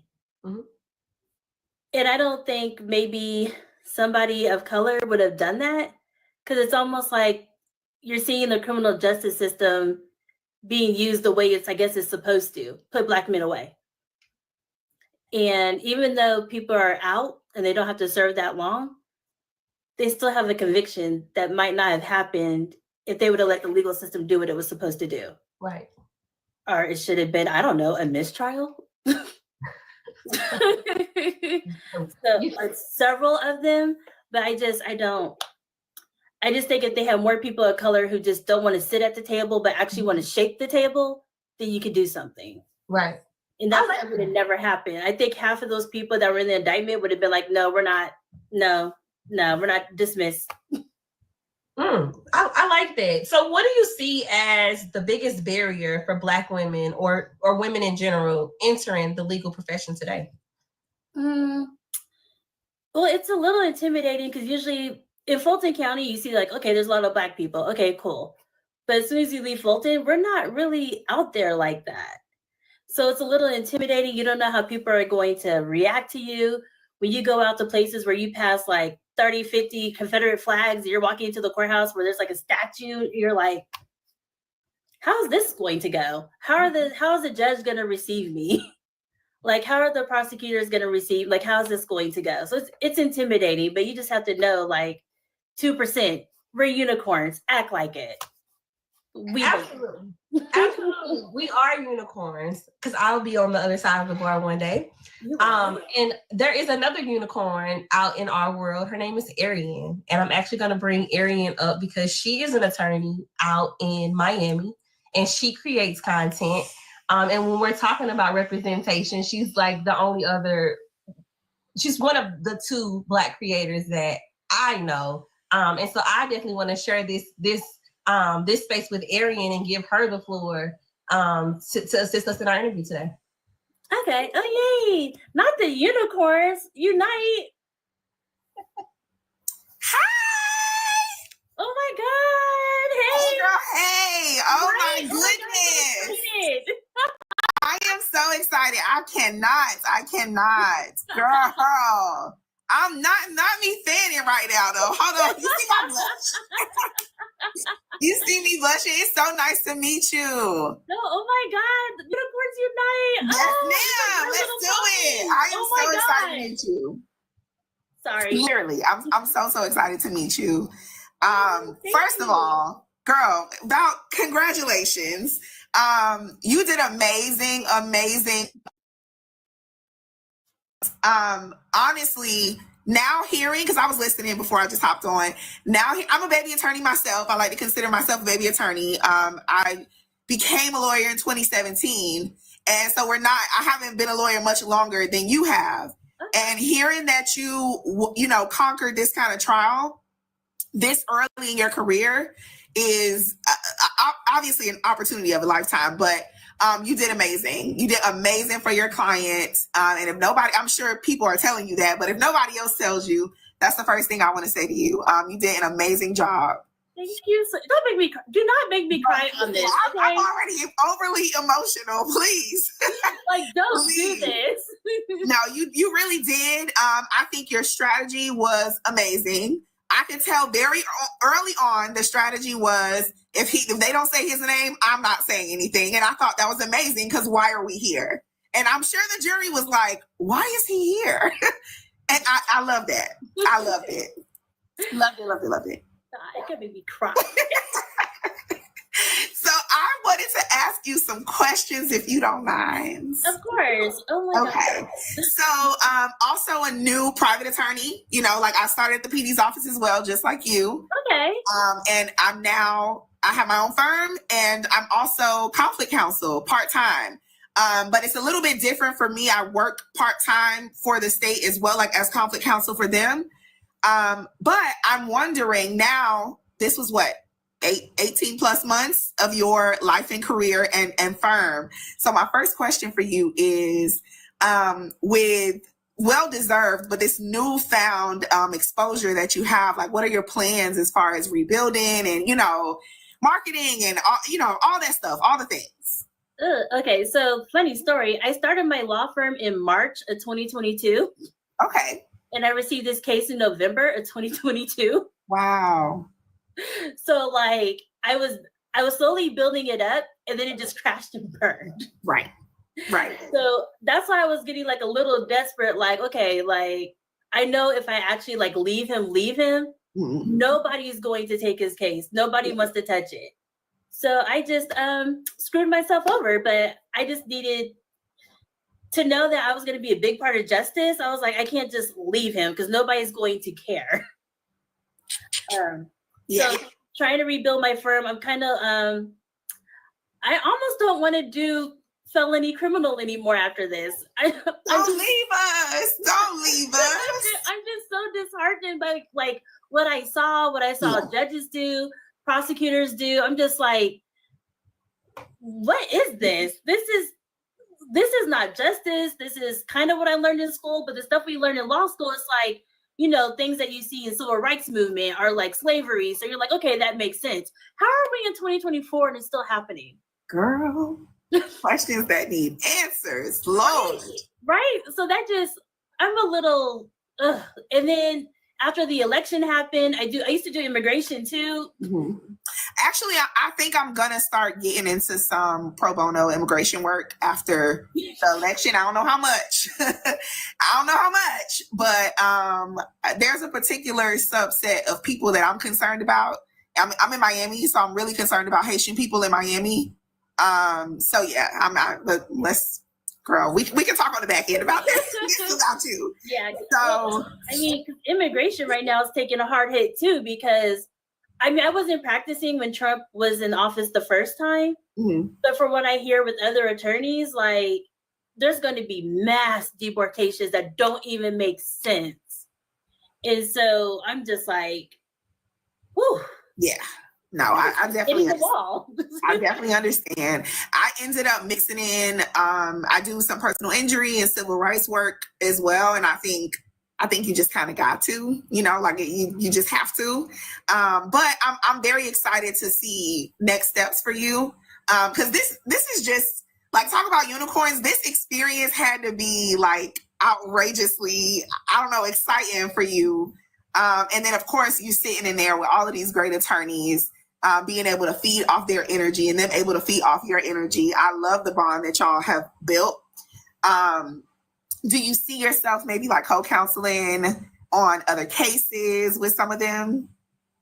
I have been scared straight with this trial. You like, no, I'm gone.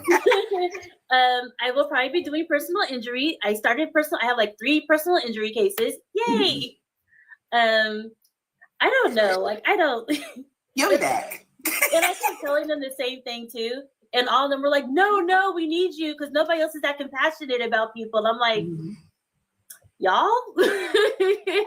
I definitely understand. Right. Just seeing the justice system, seeing the things that are happening. And I'm just like, this cannot be real life. Yeah.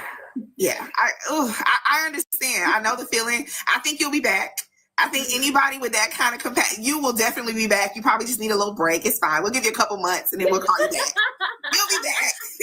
It's hard to stay away from. And I tried to it lasted for like 3 months, I swear. And I quit. And then I started my own firm. So you'll be back. I'll wait on it. I'm going to circle back. Back. I know until then, you get in a car accident, call me. Hello, I know that's right. Well, one of the other things I wanted to talk to you about. So I was enamored with this case because it was one of the blackest trials I've ever watched, right? Like everybody's black, you know, black lady courtroom, black judge, black attorneys everywhere. So I was so excited. And then that quickly became like frustration and aggravation and anger and all that stuff. So I guess I have 2 questions. First, did you feel that kind of excitement? Like, you know, first going in thinking like, wow, some of these things that I normally would have to deal with, I won't. And then once you realize you would, how did you feel at that point? That was, I can't curse. It was mind-boggling. That was really, because I did see the prosecutors and I saw like Mr. Matthews, Mr. Adams, Mr. Partridge. I was like, oh, let's go. Yes. And then I was like, what is happening right now? Yeah. Whoo. And then just, especially like Madam DA, like the people who wrote this indictment, I'm like, you understand how rap music came about, right? Like that's what they tell you about the neighborhood. They're letting people know this is what's happening in my neighborhood and it's not right. And to say that this is a conspiracy, like we're pretending we're not black. Like, like, I mean, I love K-pop and rock music, but I still know my history. So I feel like most people do as well. So I'm still baffled by this. I mean, I think I have PTSD. I think we all might have a little bit, honestly. It's almost like it had to be out of body for you too, but it was definitely like an out of body experience. Sorry. Because it's Of course like, my phone's ringing. I wouldn't think you'd have to explain certain things in Fulton County. Like, I'm like, am I in South Georgia or something? What is happening right now? Yeah, And I had the same thoughts. Right? And even with, but you know, ADA Hilton, when she used to flow those lyrics, she listened to that music. Let's be real. Let's be real. When it came out, I'm like, now Miss Hilton, you know you love that song. Right? I was like, okay, let's give her a beat. Let's go. Same. I'm like, girl, now I know you be right there listening. Right. Like, I know you bumping at home. Let's be, you probably having it in your car right now. Same. Literally same. I'm like, this is outrageous. But yeah, so I was like, same feelings, like, oh, this excitement. Like, if there's gonna be a trial about rap, this is a perfect place for it to be, because you know, it's everybody's kind of in understanding, and then it went, oh Lord. Anywho, but back to you specifically. So, what are your, and this is something that I kind of struggle with, future-wise, as far as your firm, do you see yourself like growing and hiring multiple and many attorneys? Do you want to stay small? Like, what do you imagine? Well, before this trial, I imagined like maybe 2 other attorneys, because I did want to like get into personal injury anyway. And then I thought I'd have like maybe 3 or 4 like other employees. So I wanted to like stay small, because I think when you get too big, you become out of touch. And of course, I like money because I like to survive, but I feel like there's a such thing as too much. Right. And so I just want enough to be able to pay all my employees at least like $100,000 each minimum. Oh, not you sound just like me. I'm like, I gotta make sure these people get paid. Right. Like, I want them to get paid. I don't want them to worry about bills. I want them to be like, yeah, like working for her. You know, I just want them to like coming to work, you know, be passionate about what they do and not have to worry about, oh, if I miss a day, she's taking my check. No, things happen. It's fine. Yeah. So, and that's why we need you on this side. Stay over here. Don't go. Don't go. Well, listen, do you plan on getting barred in any other states? No. No. Well, at some point, I'm gonna get barred in Georgia. So when I reach out, like, hey, you want to co-counsel? Don't act like you don't know me, girl. It won't be criminal. I can't. I'm circling back for real, because we need you. We really do. This kind of passion is, people like the excitement of criminal law, but it's really hard to find people. And there are plenty of people that love, you know, this work and love their clients. I'm not saying that, but a lot of people are obsessed with like the glitz and the glamour of like getting somebody off. But that kind of pure like passion that you can see when you talk about your client, that is kind of hard to find. So we, you know, love and appreciate everything that you did. He deserved passionate representation, and he definitely got it with you. So, yeah, don't. But yeah, we definitely appreciate you. I could do this all night, and I'm gonna wrap it up. But I'm gonna connect with you on another, like just on a lawyer girl level. Cause oh my God, I would love that. Oh my God. When I meet another Black girl lawyer, we have to connect. Unicorns, like it's legit unicorns. Every time I see you guys, I'm like, it's you. Yes, literally. Spider-Man thing. It's you. Yes. So, but thank you for letting me talk your head off and ask you questions. Of course. Thank you, Arian. Favorite girl. I looked in the comments, and there were a couple comments that stood out, and I want to give them to you both. So Missy Williams, the comment that I saw earlier today said that Lil Rod needed you. And I just want to say that I don't think any of us in this chat believe that anybody would have done right by him. And you were put in that place for that time. And that just kind of leads into Arian, because I read someone say, walking your purpose.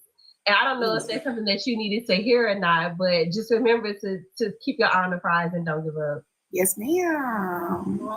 I know that's right. Why y'all taking us in church over here? Right, you guys are about to make me cry. Like, oh my God. Oh my goodness. I can't. Yes. But I appreciate you, Taylor. Thank you for sharing your platform. Let me know if you want me to like just stay and mute or you're staying, just mute. Okay. All right. I'm muting. Just mute. I'm about to go get some water, so I'm gonna go off camera real quick too, but I'm here. No worries. I mean, All so right. like you said, this is gonna be a little bit about representation. And so we definitely gonna celebrate Black excellence, but I also want to celebrate just women in general. And so I do actually want to bring up so 39% of the legal field is consists of women. So I do want to bring up our other attorneys who we talk and love every single day. Talk to and love. Well, I'm sorry, we love and talk to every single day. I can't even get my words out. I'm so excited right now. Hello. Oh, not the women. Oh my God. I'm missing Haley. Haley, where are you? Who knows what Hallie's doing? Okay, we'll wait for Haley, but Yeah, we're just building our YSL Avenger team up as we go along. And we'll start with Miss Yates. So, first, I want to say thank you for coming on here. Taylor always does a phenomenal job with interviews. But you said you started practicing in 2020. I took the bar in 2020 as well. Oh. It was horrendous. And I'm actually a public defender in Georgia. Oh, where? So I will, if you're fine with me asking you after. But yes, I am a public defender here in Georgia. So Your boss hates me. I'm just kidding. I said your boss hates me. That's not my boss. But that was something that I 100% wanted to give you props for, was not only advocating for Rodelius, because you 1000% zealously advocated for him on every single level, but you advocated for yourself. And I think that as a female attorney is inspiring to so many people, even if they're non-lawyers, because it shows people that you can advocate for yourself. Even in a predominantly male and white field, you as a Black female advocated for yourself and got more than a lot of people probably would have, because you fought for yourself. Aww. And so that is, to me, very inspiring. And so I just wanted to say congratulations on advocating for yourself and to continue doing that. Because you do it for the one client that I saw, you did that through and through, regardless of what people said. And it seemed like you didn't take what people said on the internet. You stayed true to yourself. And that worked out for you because you seem to know who you are. And everything that you did in the trial came off as you. And you weren't trying to be someone else or go with someone else's style. And it came across as very genuine. Oh, thank you so much. Oh my God, thank you. So, all of that being said, being for me, a younger attorney, did you have any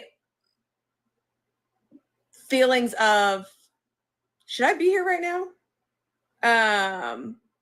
Because there are times when I'm in courtrooms with attorneys who have been practicing for much, much longer, I'm like, am I second guessing what I know to be true? Like, I have done the work, I have researched, but this attorney who's been practicing 30 years is like, that idiot, she doesn't know what she's talking about. And I'm like, I know I'm right.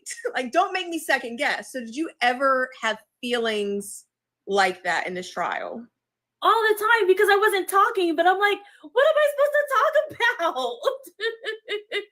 And then, like, because my client only had the one charge of RICO, and it's like, what am I supposed to file? Like, what am I talking. And then like I kept hearing everybody else make arguments, and I was like, and I used to have to call people like, am I really supposed to be like, am I supposed to be doing something else? Because I feel like I'm not doing what I'm supposed to be doing.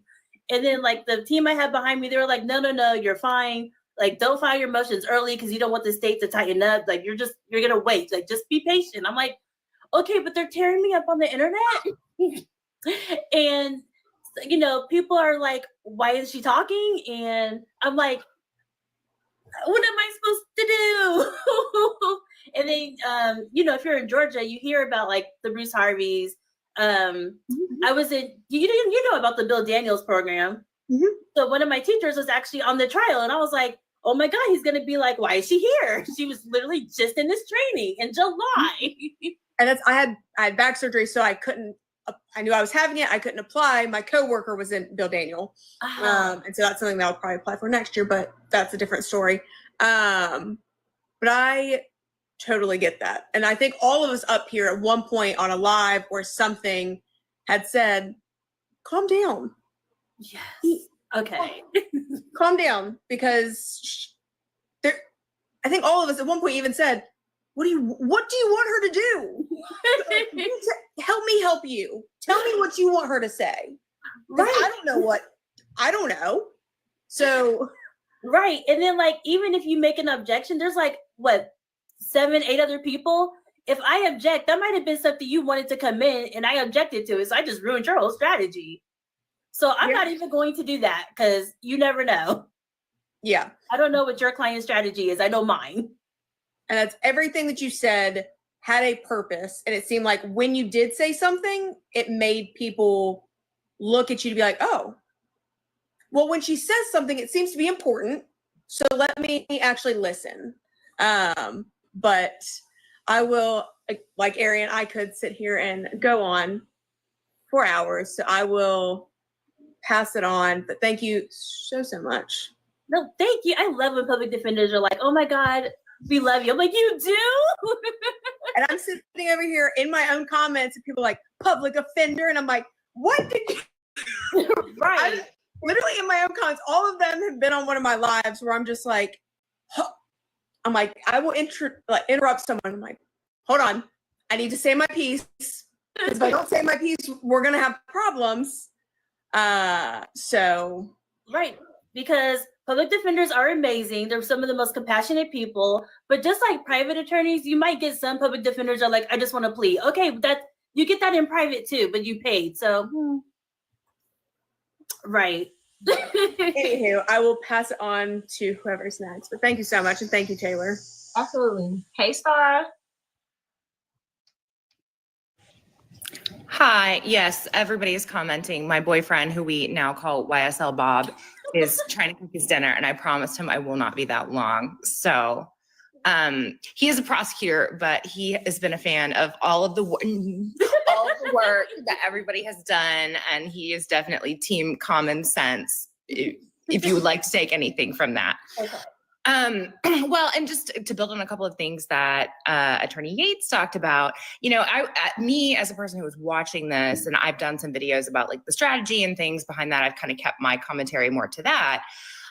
You know, as I sat here and looked at the comments people were making about you, I was just like, I was becoming enraged on your behalf, because I was like, do you not understand that when your whole point is that your client is not a part of this, that this is a strategy choice? It is strategic to keep your mouth shut.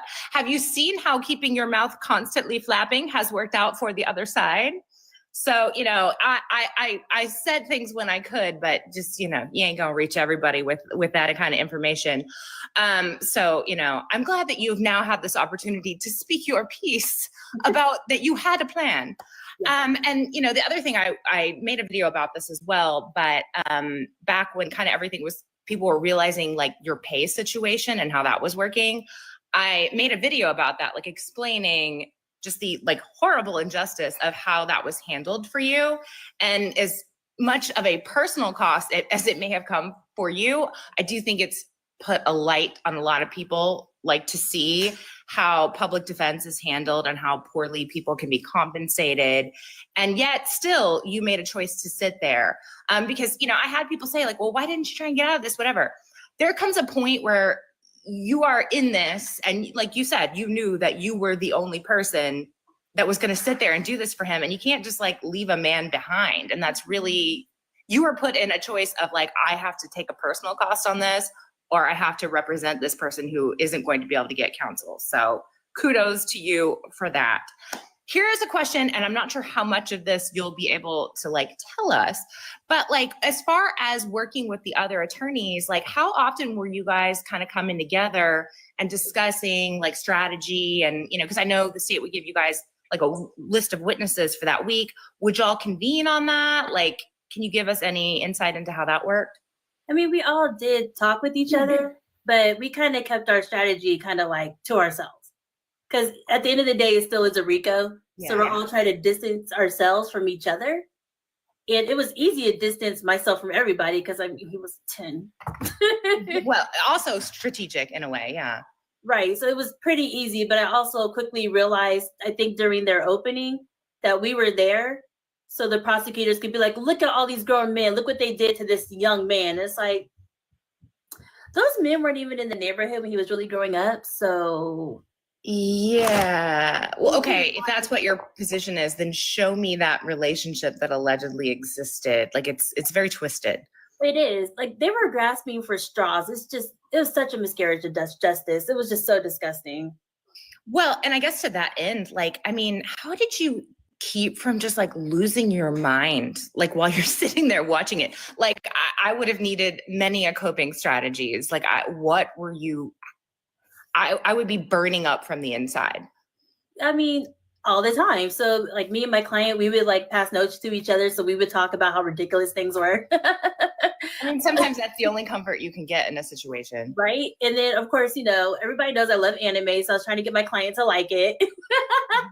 So I would be like, oh, look at this anime I just watched. Like, do you want to know about it? We would focus just on his case sometimes instead of like everybody else's, because it was a bit overwhelming. It was a bit like, weren't you like 8 years old when this happened? Well, in a way, it's like you were trying your own case within this case, because as specious as a lot of the RICO allegations for everybody else appear, it's not like they didn't know each other, and there's not like a reason to think they're connected, but your client really was so separate from all of that. Yeah, he really was. And then also, I mean, if I had a big like rapper, K-pop artist, I love K-pop, sorry, a rock artist, whatever, come from my neighborhood, I'm absolutely going to say his or her name every single time I can. I'm going to say their label every single time, like, guess what neighborhood I'm from, y'all? Like, I'm going to do it every single time. Like, why wouldn't I? And especially for a younger generation who definitely grew up with social media, I mean, who knows? He could have made money from just Jeffrey Williams showing up one time on his Instagram. So why would it be ridiculous for him to keep saying like YSL? I mean, I would too. I say it now because why not? Yeah, there just seems to be a total misunderstanding of how people attempt to utilize connections to things. Like I just genuinely don't understand how the state does not see that. Right, so. Me neither. That's why I was very frustrated. So yeah, coping, anime, music, my client. Well, and how cold was it? We all want to know. Wait on that one. Wait on that one. We're not gonna get to that one yet. Oh no. Oh, okay. Okay. I was about to answer. People want to know, but I guess I'll leave that scoop for somebody else. But anyway, enjoy your freedom of movement throughout the day, and I hope you feel more peaceful. So yes, thank you so much, and thank you for standing up for me, because that payday took me out. The number of people in my comments who had no idea that that's how that works, I was like, yeah. I mean, because I'm not a public defender, but I do court-appointed work. So it's something I struggle with as well. So right. You're right. Because if it was at least, like I know I do a lot of stuff in Gwinnett for court-appointed, and it's hourly. So that's a little bit different. Yeah, that's how my work is. You would have been making bank if this had occurred where I am, but that's just not how it played out. So exactly. That's why people are like, you should just take the $7,500 and then you could clout chase. Cloud doesn't pay bills, especially not for a year. Right. So unfortunately, I need like real money. Yeah. And then especially because I knew I wasn't going to be talking a lot, I was like, I'm not going to get anything from this because I'm not talking until like the end. Well, yeah, you don't like the time for you to shine is very limited, despite the fact that you have to waste your entire life sitting there. So exactly. Well, anyway, I will shut up, but it was so nice to talk to you. Thank you. All right, Hallie, you're up. Oh my gosh, hi. I am in my robe. I just got home from work and immediately changed into my robe. So, hi everybody. Comfy, though. It's super comfy. I'm pretty much always either in a suit or in my pajamas. So I just literally came home and got in my suit. So I'm an attorney in Chicago, and I do, like you, I have contracts with a couple counties. I also do federal appointed work. So kind of a mix of everything. And like Stara said, I really appreciated your, just like shedding light on, I just, first of all, $55,000 is so offensive. It's offensive. And I was like outraged on your behalf. And I guess I would love to know if any, the other thing I was going to say, I also represent a lot of children. So Lil Rod obviously like really struck a chord in my heart. I've represented a lot of children who have been charged as adults. I have clients who got life sentences as children. I find the whole thing absolutely fucking disgusting. I think that we live in the most disgusting country on the planet because I cannot believe we live in a place that allows that. Oh, really? Is that? I asked before too. We're not allowed to curse. Oh. Well, I don't. That you just got rid of like half of my vocabulary then. But right, exactly. That would cause a lot because I'm like, can't say that. Okay. Yeah. But yeah, I think the way I had an opportunity to go to South Africa in the spring, and we met with some law students and some attorneys and law professors there, and we kind of went around as a group to like talk about our areas of practice and everything. And I actually had like a waiter at the hotel come up to me the next morning and was like, what do you mean children get life sentences in America? I was like, oh, you got time? Let's talk about it. I mean, he was shocked. And one of the things that we actually like follow each other on Instagram now and all this stuff. But like one of the things was he was like, it's so weird because, you know, I grew up in a pretty impoverished neighborhood in South Africa, and we're always thinking of like America is like the gold standard for freedom and justice. And the fact that, and I was like, I hate to break it to you, but no, we literally send children to prison for life. It's disgusting. So I really appreciate, yes, especially if they're brown and black, especially if they are of lower socioeconomic status. And, you know, in Illinois, it depends on what county you grow up in. 30 miles across the road, you might not get charged as an adult, but if you live in a certain county, you're looking at the rest of your life. So I really appreciate that you were there for Lil Rod and that you fought for him. And I just personally, having sat with children in trials of that magnitude, I know how emotionally exhausting it is. So much more than when you represent an adult. So I just want to tell you, like, my heart really went out to you for that. And I hope that you took care of yourself during the trial and that you are, especially like secondary trauma is real. PTSD is real. So I really hope, I know I saw that you were on a vacation. I hope that you are like going to continue to take care of yourself. And I hope that people are beating down the door to pay you all the money in the world as your karmic payback for all the work you did for Lil Rod. But my question kind of relates to what Stara was talking about with like the payment. Did anybody from like the GACDL or the National Association of Criminal Defense Attorneys, like, did anybody come to your rescue in this situation, or was everyone just like figured out? It was, well, why did you take the case? Justice? Because a child needed an attorney? If I don't take this, from what I hear, I'm not sure if it's true, but from what I hear, if you have like a RICO charge and you're in prison, they keep you in lockdown until it's worked out. And if nobody was to take his case, he would be in lockdown indefinitely. When I met him, he was like, I think 18. So to be 18 and in lockdown. Still a baby. Right. Just indefinitely, like, that's going to do something to your mental psyche. There's no way he's going to be able to function. So when somebody actually is ready to go ahead and take it, how is he going to be? And I know there's a lot of horrific, right? That is horrific. I know of course, everybody knows he fired me, but I mean, but he was a kid. He was He's a child. He's well, and he's a child who is in a horrifically he's already got an underdeveloped frontal lobe, and we know that children who have grown up in traumatic circumstances and have been exposed to violence, that further, he's an 18-year-old operating at a 15-year-old level, probably at best. Of course he's going to act out and take it out on you. That's what kids do. And then after I was, like I said, was going deep into his case, I was like, some of this evidence doesn't make sense. So to know that if I left him, nobody else is probably going to do as deep of a dive as I did. Because of course I visited the scene, I talked to people. And I don't think anybody else would have went to that level. And I knew if I left, he was going to be screwed. And that's he's like a baby. He is a baby. He's literally a baby. Right. I cared about him. So I'm like, no, I'm not going to leave you. Don't worry about it. I got you. I really appreciate that. And I hope that somebody makes some changes to how Fulton County does things in these situations, because the way that you were not compensated is egregious. And I mean, it's a Sixth Amendment violation. It just makes no sense to me. Right. And then I did cancel my NACDL membership because I was like, really? Well, what do they do for you? I don't blame you. And they were like, if you need payment options, I was like, first off, never mind. I said, screw off. I'm not going. I'm good. I'm good.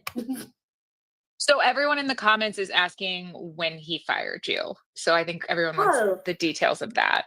So I came on in November. I think he tried to fire me in December. Okay, so early on. Right, when he first met me, because of course he's like, do you even know my case? No.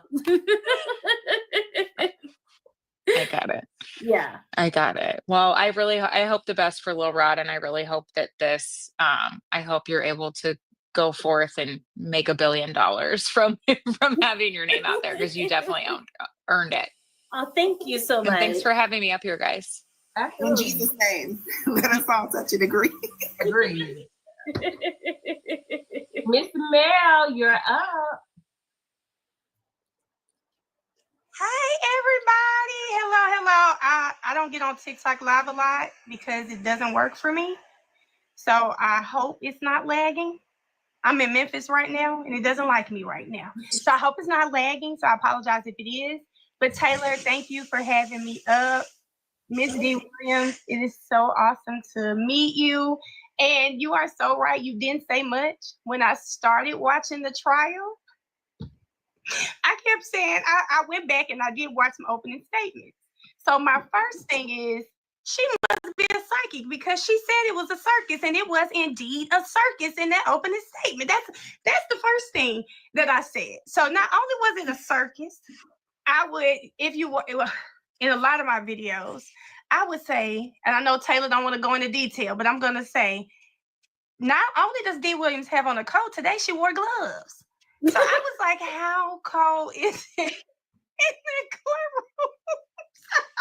So I know we can't go into detail, but I took notes. I wanted to say that I didn't know much about Lil Rod before I started watching it. And I was hearing the little stuff on TikTok and things like that. And I want to say that when we went to his part of the trial, I'm so happy. Your cross, I said, my girl don't say much, but when she does talk, your cross said everything I wanted to say, because I must be a little green. I wasn't getting it at first until the second day of Miss Smith's testimony. I said, oh my God, this is not adding up. And then you got up there and I was screaming. I was on my videos like, yes, say that. So I want to say that was amazing. And I could feel the passion. Like, we saw you taking a lot of notes. And then when you got up there, I was like, oh, my girl didn't come to play. You were like, you weren't in her face, but you were in her face. And I appreciated that because I could feel your passion through the screen. And Miss Abasi, oh, I mean, y'all were a great team. And I had two questions, Taylor. My first one is I saw that you said you were licensed in 2020. You passed the bar in 2020. Is that right? I passed it in 2019, but if you can.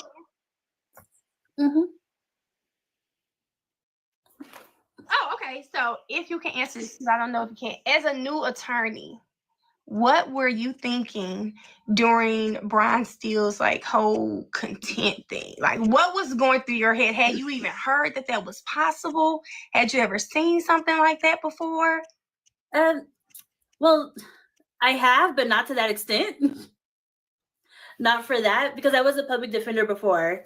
And even though before COVID hit, it was like maybe 3 or 4 months, I have seen attorneys go in for contempt. But it was never for that. So that terrified me. I was like, oh, and everybody was like, yeah, you're not a real attorney until you're in contempt. I was like, what?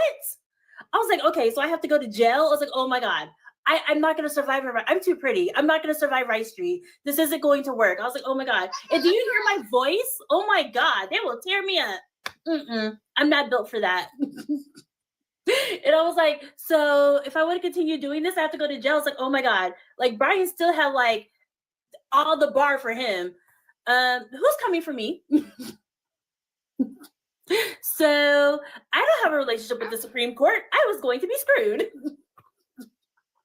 So yes, that terrified me. And I'm happy the camera never pan to me, because the way my eyes were like, this is happening. I was like, this back and forth. I was like, oh my God. I was like, but please don't tell them who your person is. But oh my God, what is happening? I was freaking out. I'm not even a lawyer. I wasn't even in the courtroom. My jaw was on the floor the entire time. I said, when he took his tie off, I said, oh Lord, this is about to happen. When he said, put me in the cell with Thug, I said, okay, what's going on here? This cannot be real. Oh my God. I told my client, I was like, I'm not going in the cell with you. So we need to figure something out. Like, I'll talk my stuff, but there is a limit, because I am not going to jail. I'm with you, baby. I'm too pretty to be the one to jail. I'm with you. I don't want any parts of it. Keep me far, far away. Okay. And my other question was, if you had one word to describe your experience on the YSL trial, what would that one word be? Ooh, that's a good one. One word. Like, I almost want to say it's amazing, but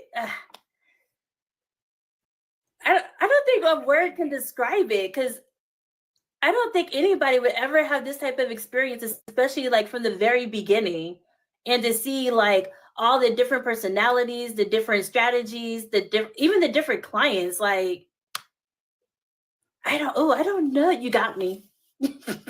Where's Doug? He has a word for everything.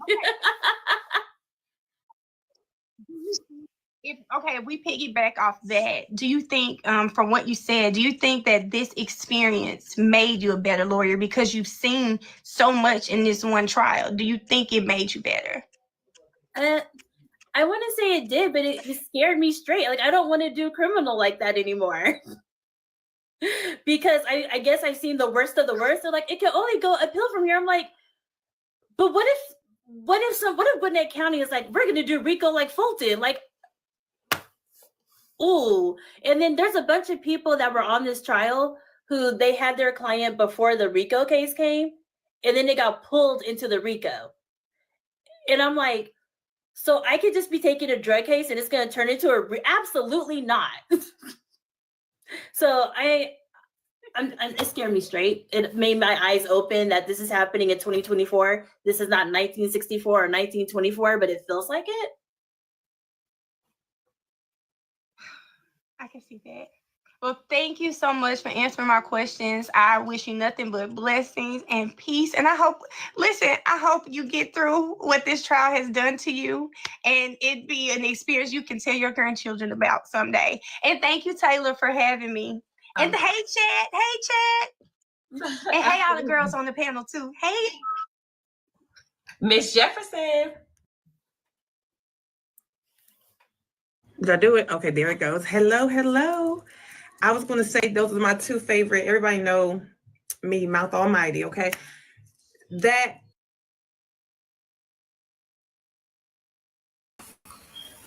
Okay, y'all. So, I don't want to hold anybody up. I don't want anybody to feel like I'm keeping them hostage, and they got to like sit here on live with me. So, if anybody needs or wants to go, totally fine. I don't have a life, so I have anything else to do.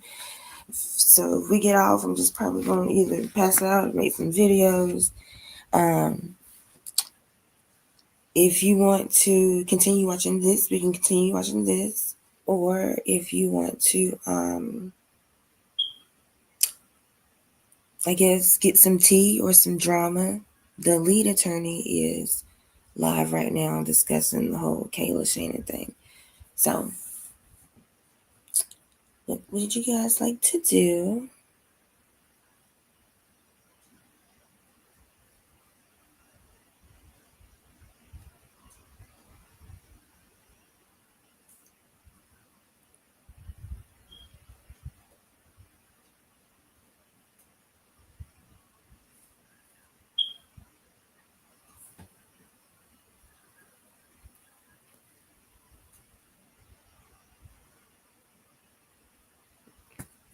No, this Kayla shit is apparently still at the top of people's minds. Well, I guess lead is late. I guess he wasn't gonna talk about it, but since I guess he said people kept asking him about it and kept talking about it, so you know I guess he called himself covering was trending or whatever. So I've been dropping in on my phone though and taking a look at the chat, and I'm just glad to see there's a lot of people in the chat that feel like me. Like, I just don't understand how this matters. And so the reason why I was gonna shoot over to lead is because I like watching lead because he is an actual lawyer, you know what I'm saying, as opposed to these fake lawyers or whatever. But the only reason why I had wanted to watch him was to get a lawyer's opinion on whether it was illegal, unethical, or whatever, which I don't think it is, but I don't know everything. So that's all I really wanted to know. Other than that, just nobody's answered me on why we should care yet. And then people keep saying, oh, it's because I thought she was already married, or I thought he had a. Okay, y'all act like niggas don't be. Y'all act like people don't cheat on they spouses and girlfriends and stuff all the time. They could have been had a damn little thing going on for who knows how long, and now they just like, oh, we don't care no more. Okay, why is that our business? That happens every day. You haven't tuned into that, yeah. Yeah, she said Paige dropped the N-word. I bet, and you know how you see how she came back and apologized. I don't think Paige noticed that she said the N-word. I think that she got back there in her chambers and somebody said something to her. Like, you know, I wonder, did Miss Purcell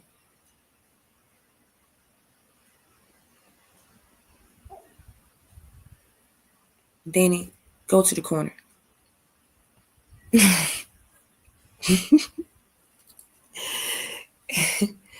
But I'm gonna run that clip back because I want to look at Miss Purcell's face. I want to see if Miss Purcell caught on to it when Paige said that, because Simone was like, what? Like, Simone definitely caught on to it. But what you want her to do when y'all been cussing and all kind of shit the whole trial? Like, they be reading them lyrics. Like she said, Simone was reading them lyrics like that's her jam. That's her jam. So y'all, you in love up there. Bitch, shit, damn, hoe, slime. Nigga, slime, nigga, slime, nigga, slime. Y'all been doing that the whole trial. So it's like, what y'all expect her to do? I'm not trying to give it. I mean, Paige does get a pass this one time. This one time. And she was reading lyrics. She was reading off a page. Cavell, yes, Steele and Max know not to say it and they have control. But like I said, Paige was reading off of a piece of paper. Right. She didn't catch herself in the moment or immediately after. So she went back into her chambers. We're gonna play that back. We're gonna play that back because we need to see how long that break was.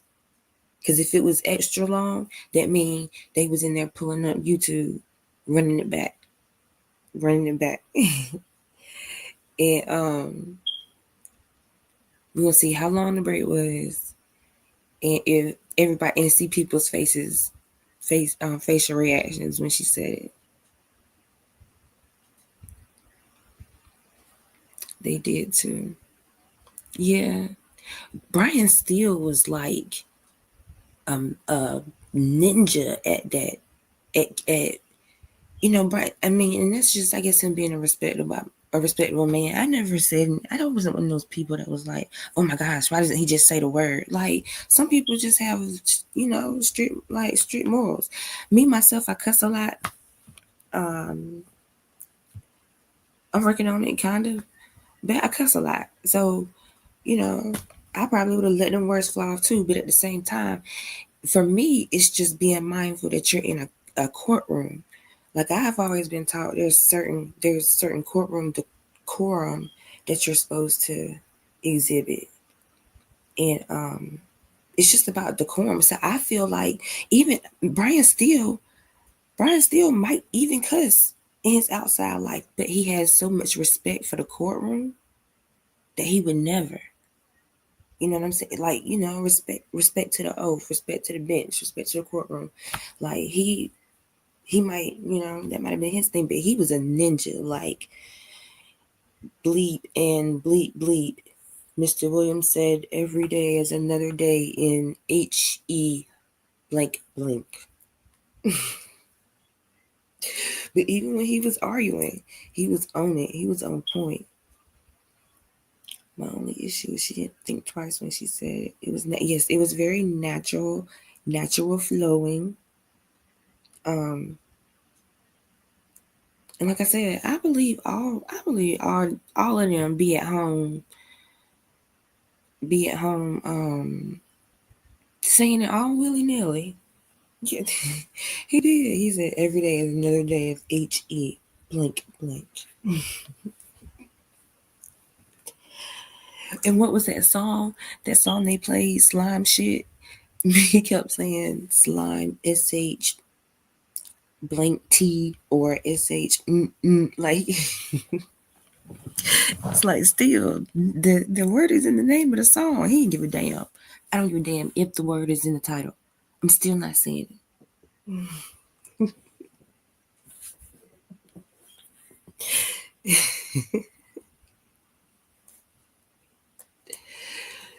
Doug Weinstein, I think Doug Weinstein is, he's very mindful too. Yeah, F the judge, F the DA. Just that slime, blank, blank, blank. And I don't even think he said NIGGA. Like, I don't think he even spelled it. I think he just said N-word or a word I cannot say. Like, I don't even think he even tried. I think Steele was like, I'm not even going nowhere near it. Nope.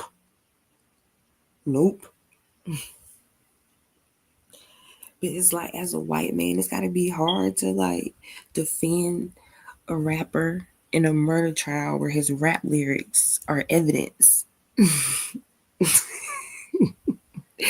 Y'all, look, I'm just telling y'all my inner thoughts. I'm just saying them out loud.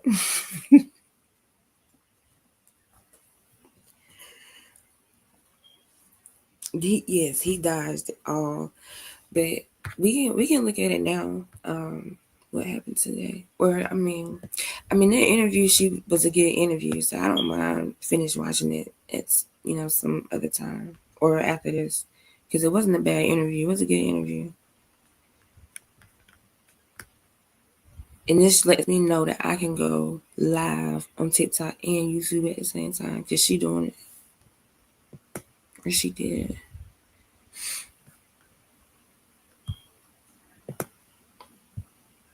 But yes, Paige did say it float. Like I said, I believe most white people just be at home all willy-nilly. Mom, let me tell you what this nigger did today. What that nigger do, son?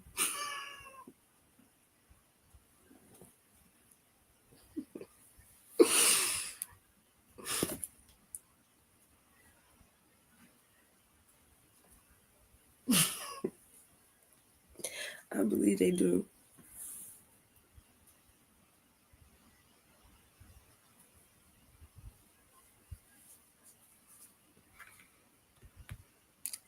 I feel like when white people in public is when they be having to like do like steal. When they in public, they be having to do like steal and like really work on not saying it. But when they be at home, shit.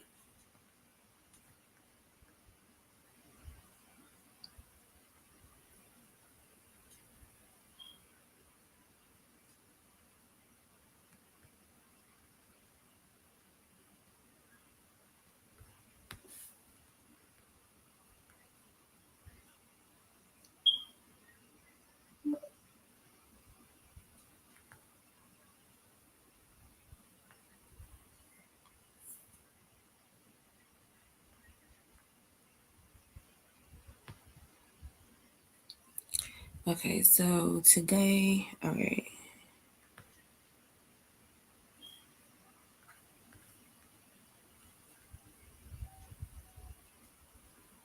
Let me see. When did she say it? Was it before lunch or was it after lunch?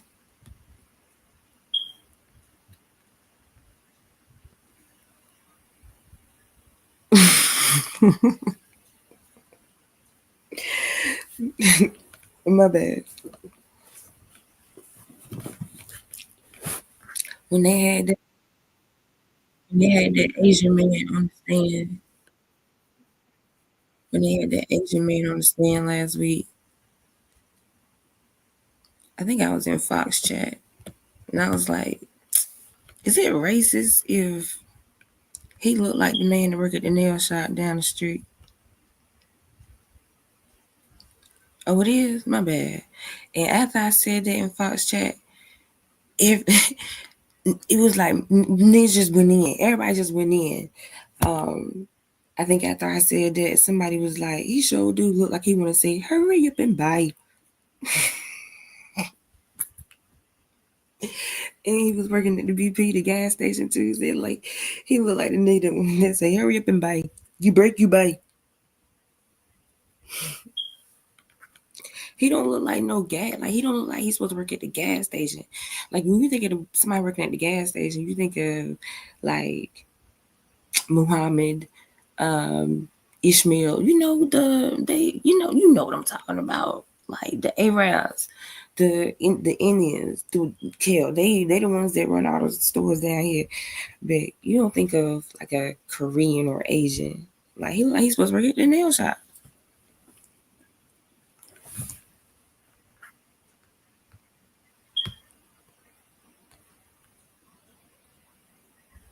That's racist. My bad.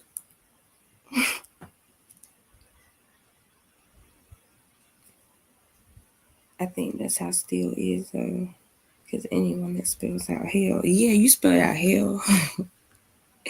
H-E, blink, blink. Like that's the what we call it, the generic curse word. Like it ain't really a curse word. Like it's a place. I think that when I first got caught saying it, that's what I told my mama. I was like, Mama, it's a place. It's not a cuss word. How am I getting in trouble for talking about a place? Ain't it a place? Didn't y'all teach us it was a place? Oh, I still can't say it? Okay, my bad. But I was taught, my older cousins told me that damn and hell weren't real cuss words.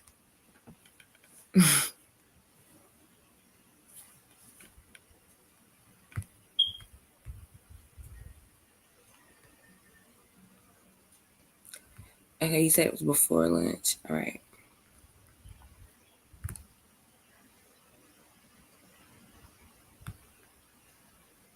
Or a co-investigator. But See, this when I was on Fox too, and Fox volume was so in Discovery, I have dumb as hell. just a bunch of You can tell the difference when I got off of Fox and switched to Law Crime. You can tell the big difference in the volume. I don't know why Law Crime audio was better than Fox. assuming that it's Investigator Viverito pulled them, but there's no, to my knowledge, no report saying, "Oh, I pulled this." And I don't know when they were pulled. Some of them in the folder, it says a date in the title of the folder, but then a different date on a post. And there's just a lot of ambiguity. And we just to the next page, there's someone named Brett Ross. Right.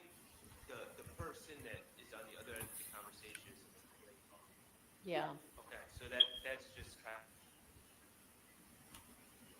but I don't.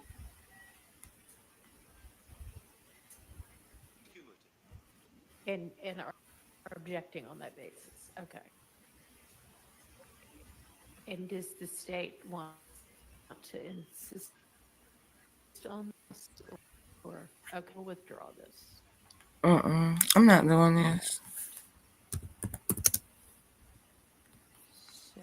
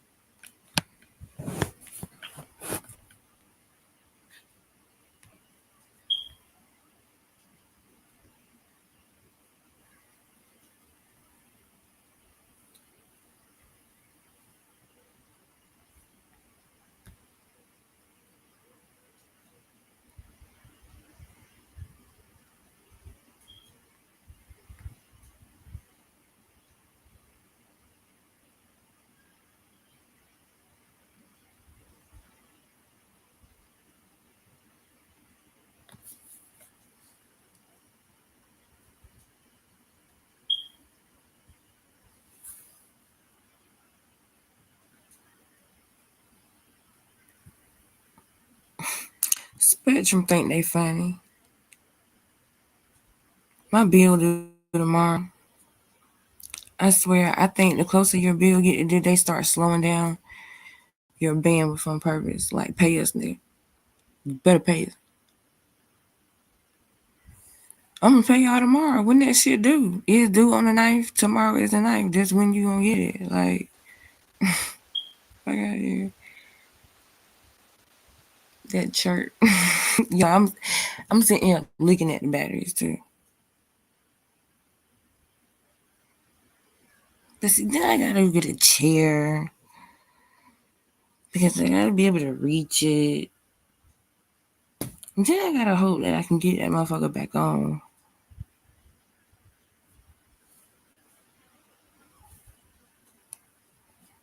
I'm gonna do it. I done got so used to it, I don't notice it. I don't know how y'all hear it because it's not in my, well, it's in the hallway. But my door is closed.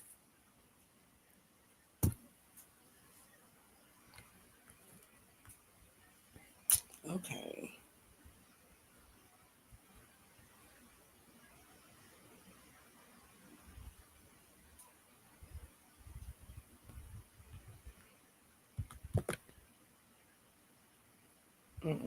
They playing with me. They said, if you don't pay us, we're gonna make your shit go slower and slower until you give us our damn money.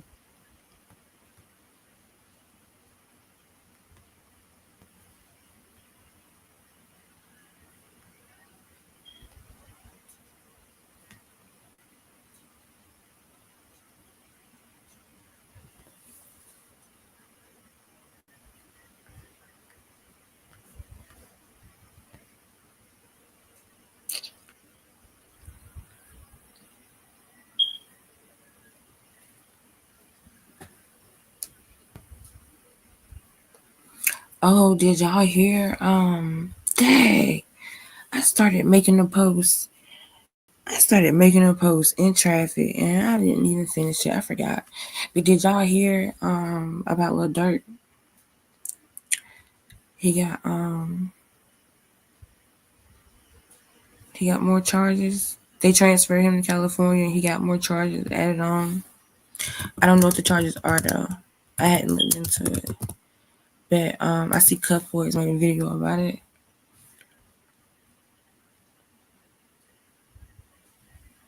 Yeah, that nigga's doomed.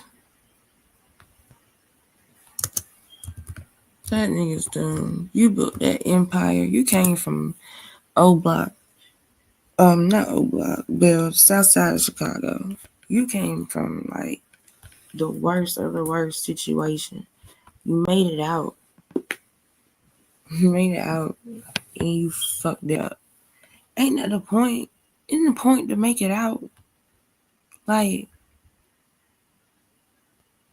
ain't the point to make it out? Because other than that, what you doing it for?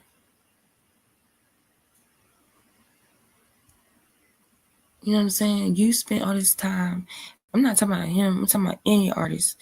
You spent all this time hustling and grinding and you know what I'm saying? Beating the pavement, showing up for yourself. Like, you know, putting in the work to get to where you are. And you fucked it up.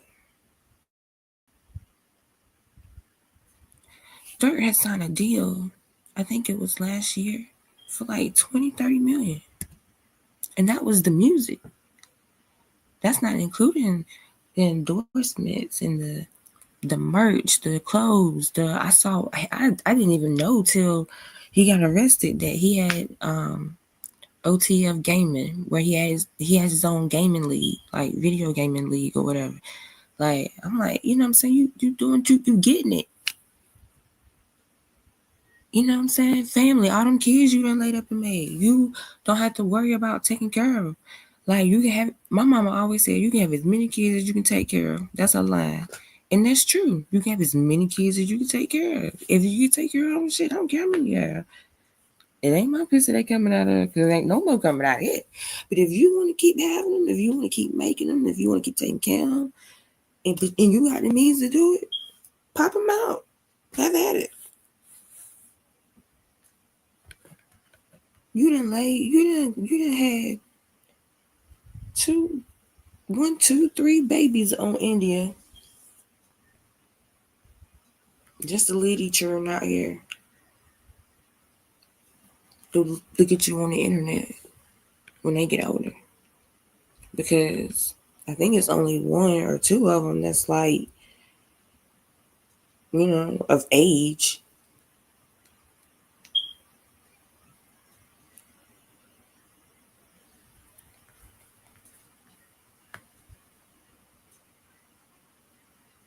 The internet got to him, you think so? Like, I know that was a big debate. What was it? Academics. Sometimes, you know, academics is a bitch. Like, everybody says it. Academics a bitch. And sometimes I listen and see what he's talking about and see, because sometimes he's not wrong. He just arrogant as I don't know what. But he was having that discussion on his channel. Like, you know, is it that the internet got to him? Or is this just who he is? What do y'all think? Like, did the internet get to him? Or is was this bound to happen regardless of the internet was trolling? Yeah, everybody was like, slide for Vaughn. I get it. And that's the culture that they come from. And that's the gang culture too. You know, you're supposed to look out and take up for your homie. Like, I get it. I totally get it. However, at the same time, am I really? And look, please don't get it twisted. I said earlier today, I was a big King Von fan. For whatever reason, I was attracted to him. Like, I loved his music. Like, I was a King Von fan. But am I sliding for a nigga that got out the car and hit another nigga that he didn't have to hit? Let's not act like King Von didn't start this fight. That's all I'm saying. These niggas was running around talking about slide for Von as if Von got blindsided, or if, you know what I'm saying, somebody came by, he shooting up the car and he was in it, or if he was walking into the club and then somebody shot him by accident. None of this was an accident. This was a fight that Von started. And you in any fight, any street fight anyway that you get in, you need to know that there is at least a 96% chance somebody got a weapon. Because a lot of people don't like to take L's, number one. And then number two, come on, like, it's 2024. All these young niggas is out here carrying guns. They looking at you lame if you ain't got a gun nowadays. Like you gotta know somebody you might have a weapon. Even though you trying to fight, you trying to shoot ones, you trying to go one-on-one. That might not be what somebody else trying to do. And I try to always look at things from both points of view. And what's his name? Lil Tim, the one that shot him, he did what he was supposed to do.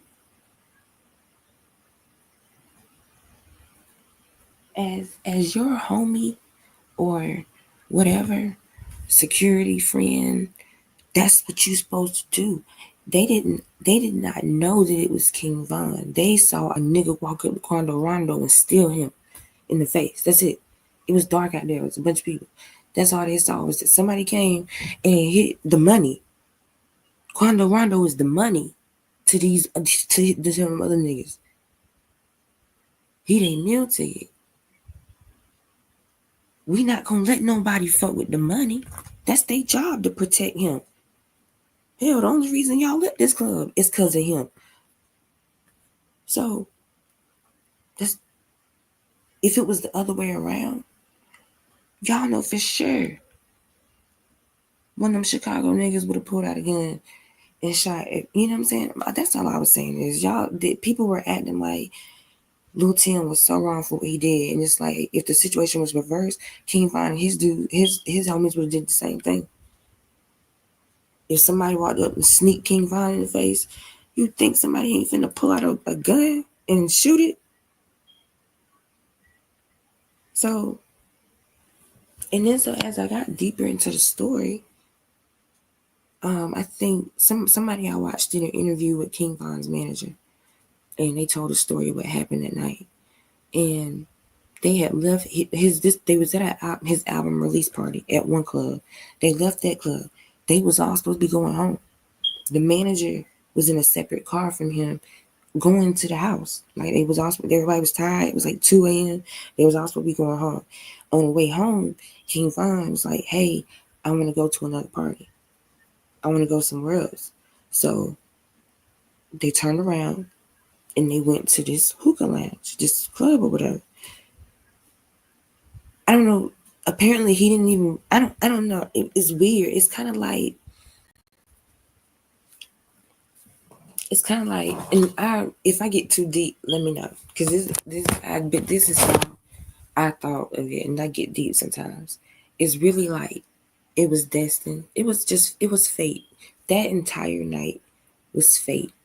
That was Davion's Bennett day to go. Everything was in alignment because that was his day to go. And I say that because when they said King Von said he wanted to go to another club, they turned around, they went to the hookah lounge. Apparently he didn't want to go to another club because by the time they got to the hookah lounge, King Von was asleep in the car. His homies had got out to kind of like go and, inspect the scene first and see who all in there and stuff like that. But he was in the car asleep. Now, because of the whatever stupid beef King Von had going on with NBA Youngboy, Quando Rondo is signed to NBA Youngboy. King Von was like was messing with NBA Youngboy baby mama or ex or something like that. So now because he got beef with him, he automatically got beef with Quando Rondo because that's NBA Youngboy's man. So he's in the car asleep. One of his entourage, one of his people, saw Quando Rondo, went back to the car, woke King Von up and said, "Hey, Quando Rondo's here. What you wake this nigga up for? What you wake him up for? Why did you wake him up?" And apparently when they woke him up, King Von hopped out the car, went up to him and sniffed him. That's it. I don't even think they said there were many words. He didn't even really say, "Oh, I'm gonna go whoop this nigga ass," and blah, blah, blah. Nah, he kind of was like, "Oh, word, he here?" And got out of the car and went and stole off.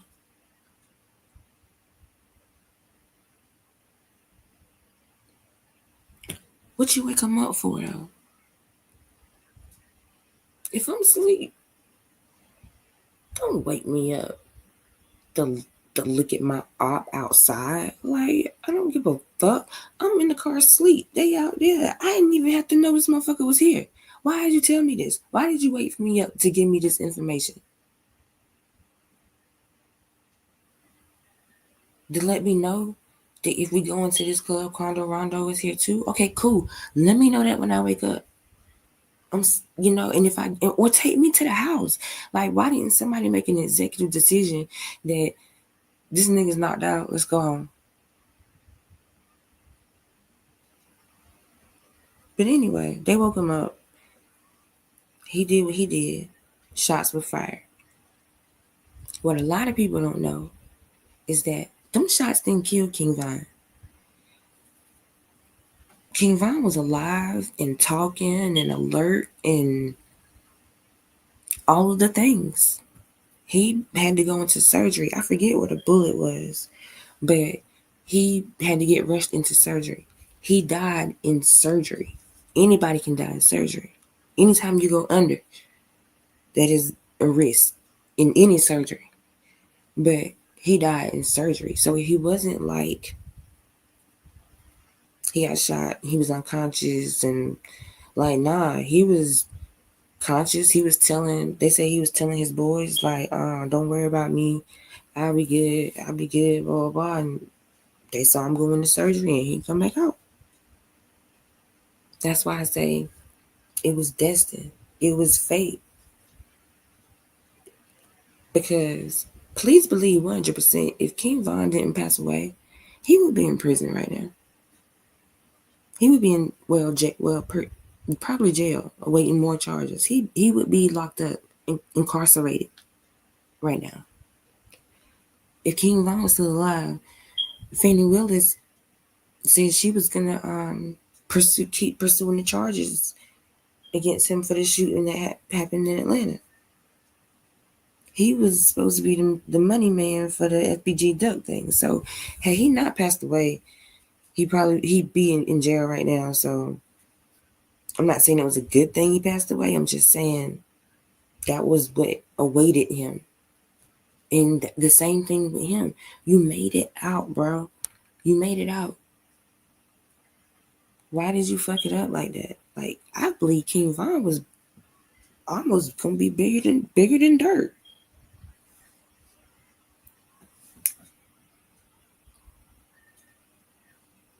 Yes. And you're right, Danny. Because of how many enemies he had, it was either going to be jail or he was going to get shot at another time.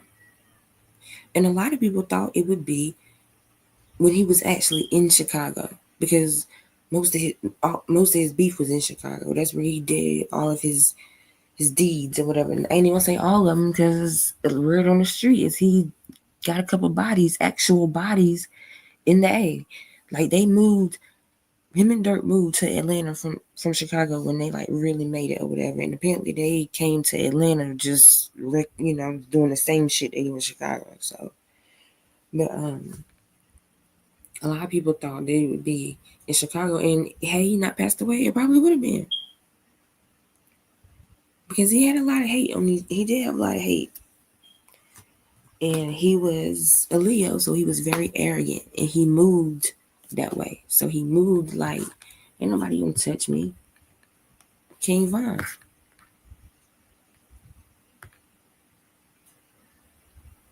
But his music is dope, though. His music is dope as a person who likes music, who loves music. As a parent, though, I guess I'm supposed to put my parent hat on.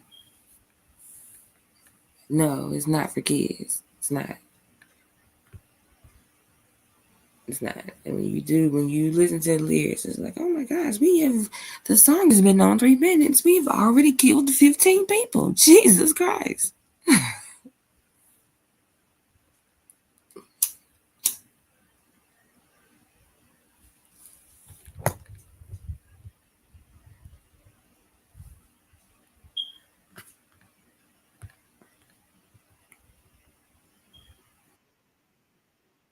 Yeah, that's not the lyrics.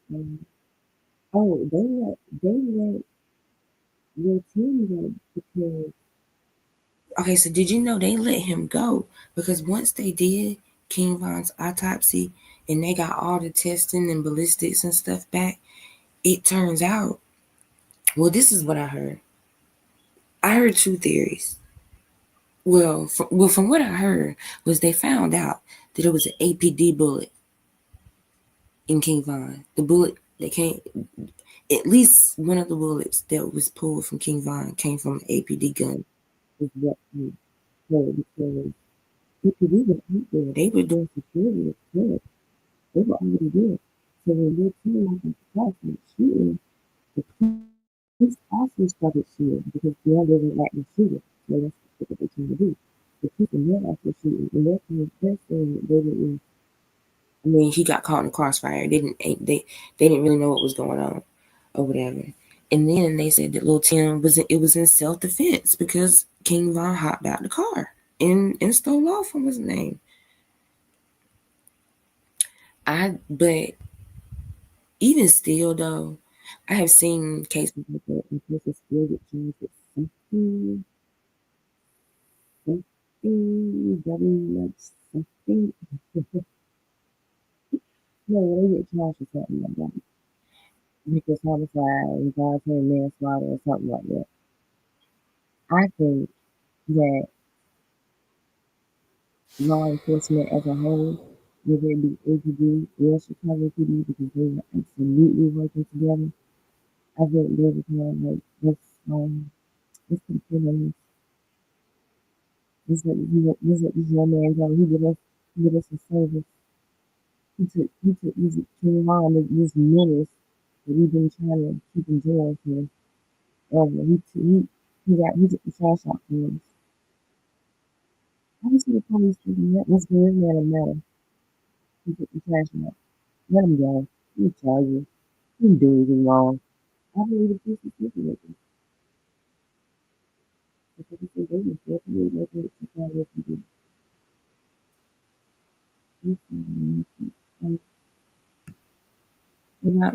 What about now?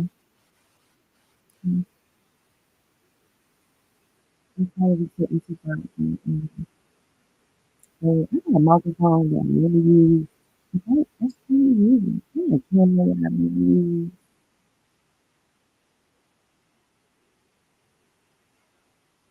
I'm about to put this clip now.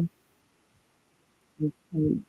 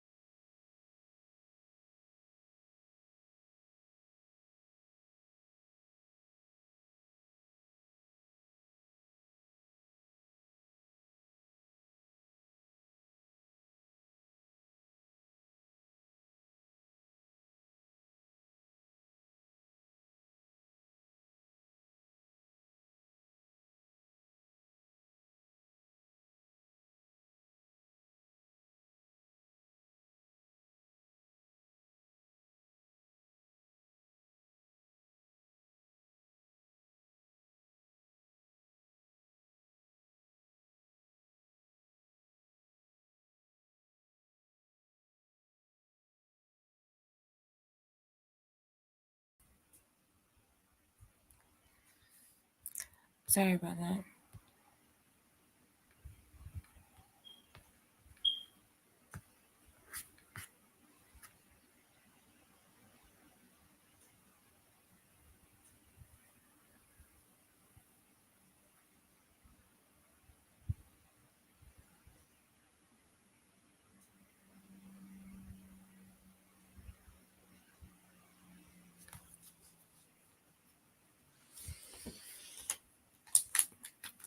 I'm about to drink my, what is it? A freezer Rita, my strawberry margarita freeze pop.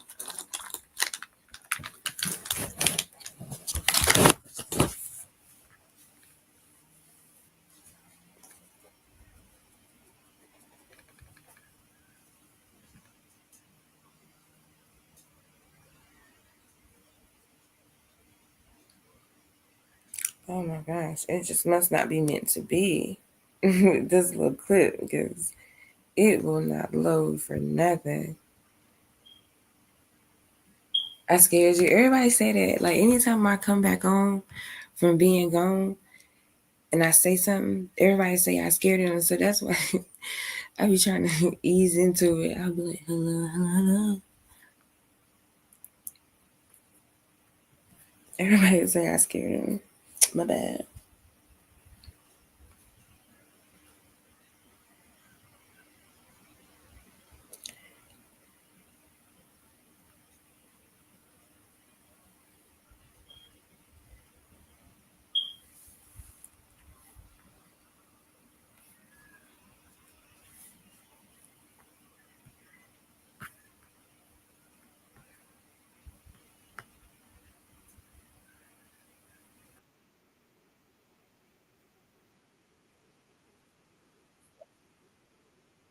Okay.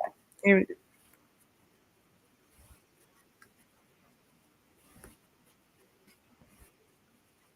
FN with the blue tip.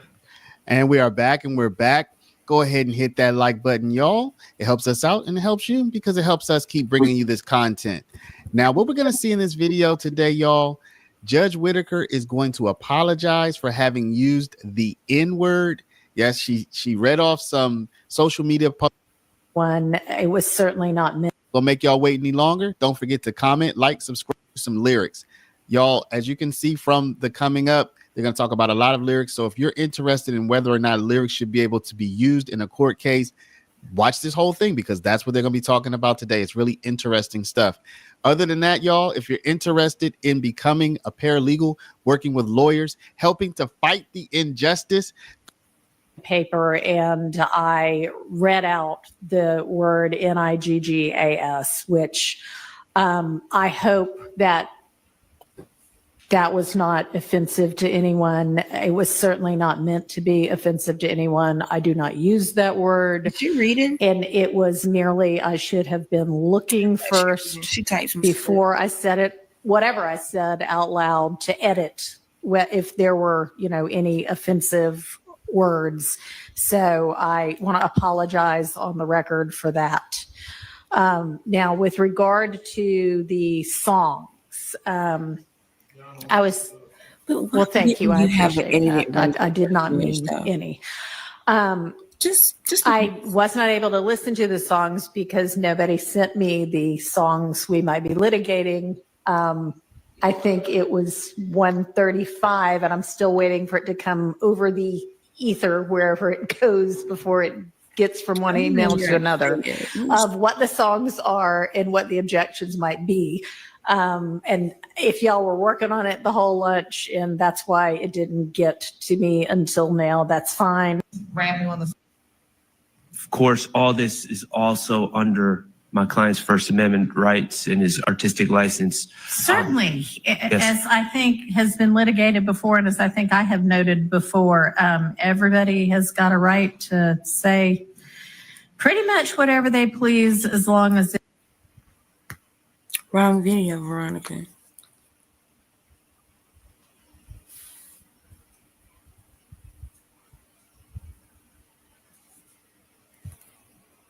we have to do it for Big Boo. These people are lacking, as in they don't have firearms on them, so they're easier to. Well, I mean, they're talking about drinking. Right. Boy, you still drinking? Where you at? I got to do it for Boo. These is lacking. And we are back, and we're back. Y'all go ahead and hit that like button. It only takes a second, and you know it helps us out a lot. So go ahead and hit that like button for us. Y'all, what you're going to see today, a lot of evidentiary images. I'm trying to understand evidentiarily how this gets in. Me too. Your Honor, I'm pulling up the Cellbrite itself. Okay. But the green messages are statement of party opponent, are where he says on the PDF I'm looking at, he's mentioning the death of Christian McMiller and Darius Ford, and then in Cellbrite, defending they did. So and so got killed. Oh wow, let me see. You're right, but I think there is some relevance that there are multiple links to the same shooting, especially after. Oh, this is when. So and what else is going to come into evidence, Your Honor? There are going to be other posts. I believe it's Mr. Stillwell's post about the crime in his phone. After Mr. McMillan, Mr. Ford is murdered. That says we're not going to be the only ones crying tonight. So the fact that after the murder of Mr. Drinks, that there are any searches or any information sent to him about the murder of Mr. Drinks is extremely relevant, given that 3 days later, if it was like 2 hours later, it might be extremely relevant. But 3 days later, it might be relevant because relevance is a low standard. But the argument on the other side is it's overly prejudicial. But it's also after their home was shot up, and after we believe that when police went to the house, when police responded to that location, that very soon after police responded, all of the stuff in that home was gone by the time police did a search warrant on that house on March 17th. So the fact that you are group searching at 2:30 in the morning, or this information is being sent to you at 2:30 in the morning, is relevant. This is still within only 2:30 in the morning, 3 days after Drinks is killed, and over a day after the Waters Road home is shot up, And I right? think that's still information that is relevant and not substantially prejudicial, overly prejudicial, because of what is happening between these two gangs for the days leading up.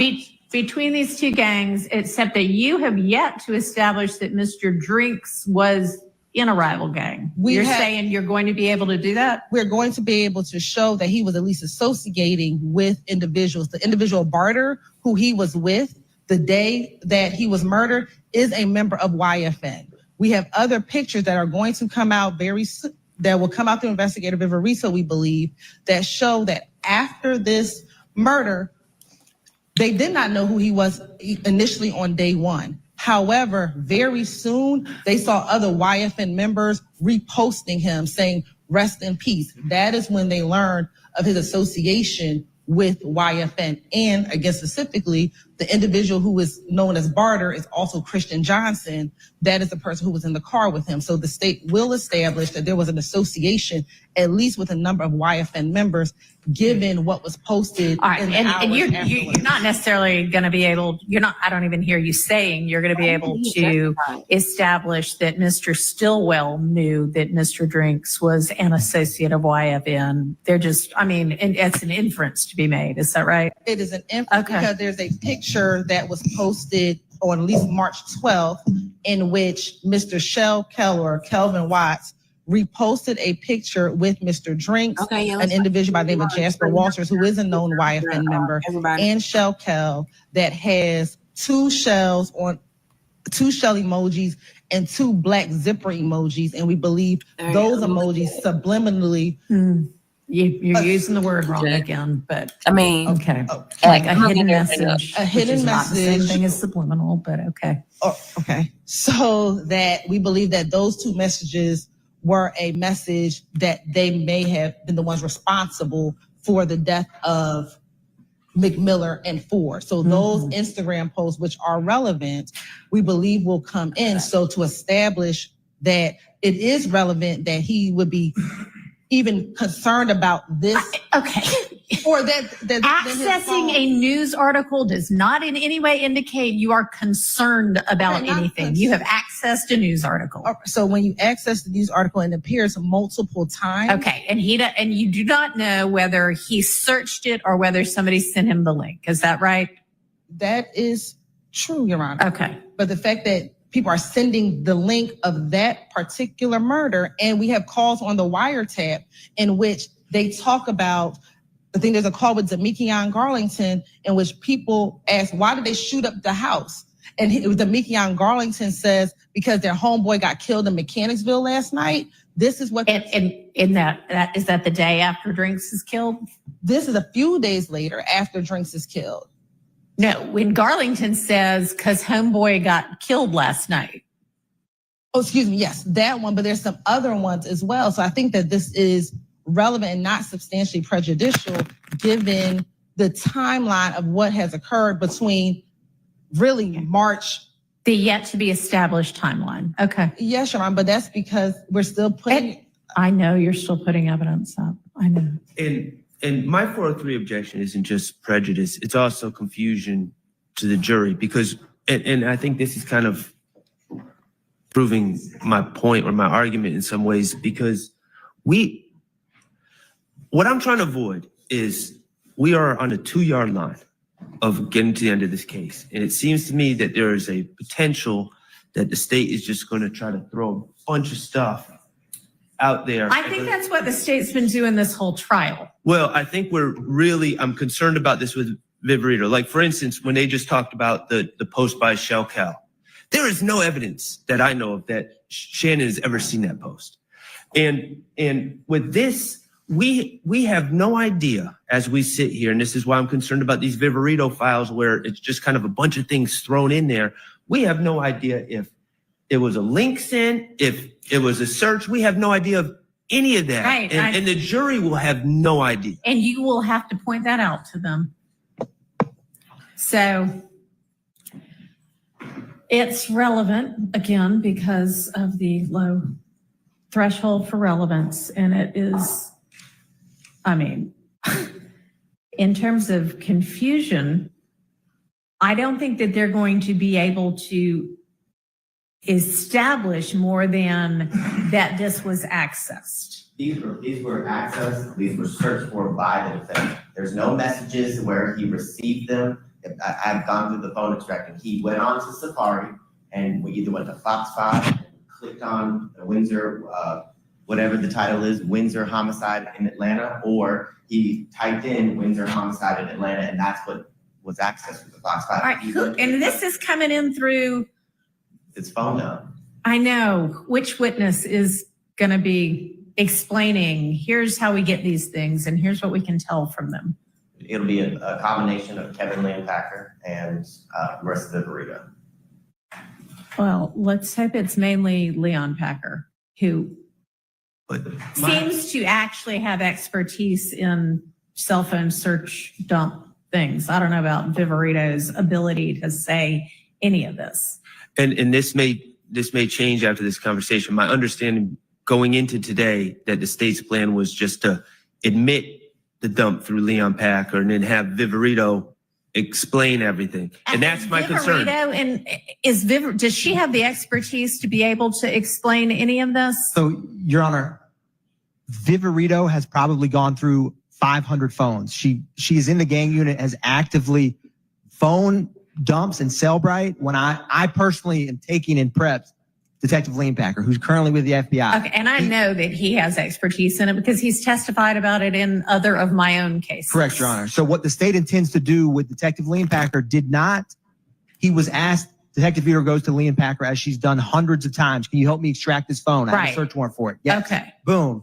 Landpacker will describe for the jury how XRY works, gray key works, all of that. What it means, what does the data come like when you get a message? He's not going to be publishing stuff because he never reviewed the content, but he was going to discuss and talk about how the data is kept. I may use like a I'm not intending on using what we're litigating now with Detective Right. Leanpack because he didn't personally go through this stuff.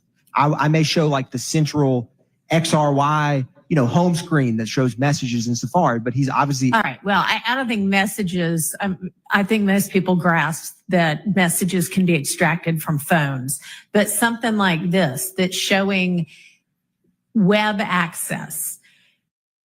And we are all saying, well, okay, can you tell from this whether it was something that was sent or whether it was a search that he generated? Can anybody answer that question? Yes, Your Honor. What we are showing, defendant Stillwell access, search that. That is what we're showing. Accessed it and searched it are not necessarily the same thing. I can access a link that you send me, or I can search for the same thing myself and find that same link. Is there any way to determine from this? Yes, it's a search. You see where it says, there's one, for example, at 3:17, 2:33, 31 a.m.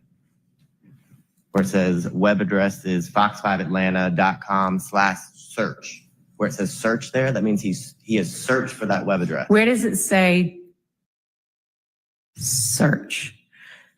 The one that said, sorry, it's about 1, 2, 5 or 6 down. Or you could even go to the second one down where it says it's Okay. similar, where it says fox5atlanta.com. You see where it says search? That means he searched for the specific. Okay, I don't see that. I guess it's cut off. The /SE Yes. is going to ultimately say search.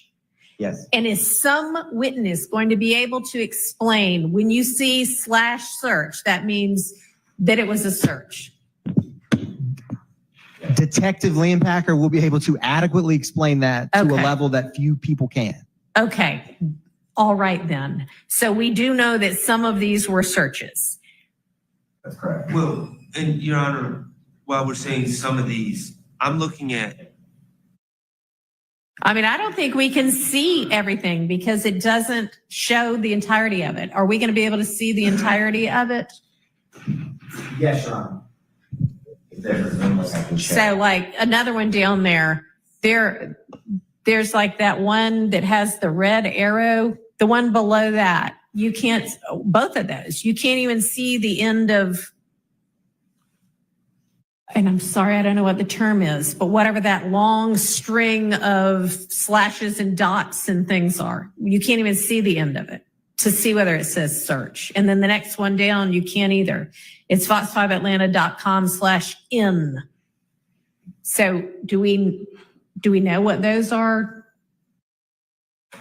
Your Honor, we're double checking, but it's my understanding that this section came from the portion of his phone that says search. So when you look at XRY, it has different categories. When you open up the searches categories, this is what. All right. Well, if he's able to, if there is a witness who is able to explain that, and then somebody can ask, does this include things that are sent to you? And he can say yes or no. I'm going to overrule the objection. My other concern, Your Honor, is the presentation. I'm not an expert in these phones, but I'm just common sense wise. I'm looking at this. If you look at the time accessed, the earliest time that I see is 2:31:56 a.m. It appears page title Fox 5. Okay, so someone goes to Fox 5 at 2:31 a.m. They're there at 2:33 a.m. Okay, that's not a search of anything, that's just being on Fox 5 website. And then, based on what Mr. Abadi's saying, which I'm not saying is incorrect or correct, but it says 2:33:31 a.m., and that's the search. And then it's just Fox 5 again. So while we have this big list that's creating the impression that there's a bunch of searches, it appears that all this really amounts to is one time going on Fox 5 and then doing one search. I don't know whether it does or not. I guess Leon Packer will be able to tell us that. Okay. So that's what both of these pages is, this one thing, essentially this one topic. Okay. And he'll be able to tell us, is this, 8 or 12 different searches, or is this just it refreshes and you're still on the page or something like that? Okay. All right, so.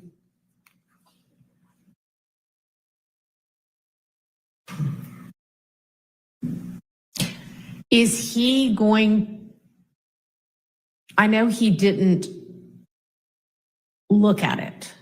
You're saying he just did the dump, sorted it all out, and gave it to Viverito, right? But Viverito is not going to be able to tell us the answer to any of those questions, is she? Your Honor, I do very much believe that she is very much equipped with her training experience to discuss, because she reviews these almost daily. I'm not saying that doesn't mean she knows what they mean. But she's had training on it, and defense can voir dire across. We're not putting her up as a cell phone extraction expert. We have Detective Leonpacher, who was going to describe that. But right, but how about just have him look at that? Yes, Your Honor. Okay, and Yes, then Your Honor. he can explain it to us. Yes, Your Honor. I don't know that. I mean, I haven't heard anything that would make Viverito able to answer those questions.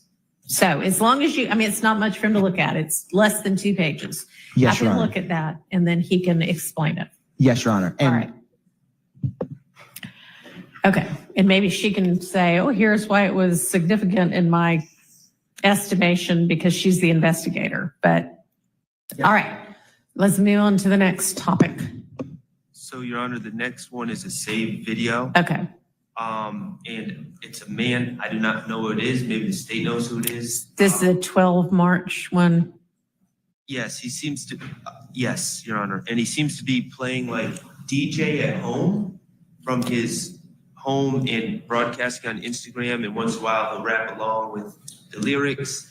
And I will tell you that I'm fully aware that he's playing songs. Well, he mentions Haiti Gang, If Gang in the third song. He does say FUCK YSL in between songs. I don't know who he is. He apparently doesn't like YSL. Don't know why that's relevant. And this is something, where did this come from?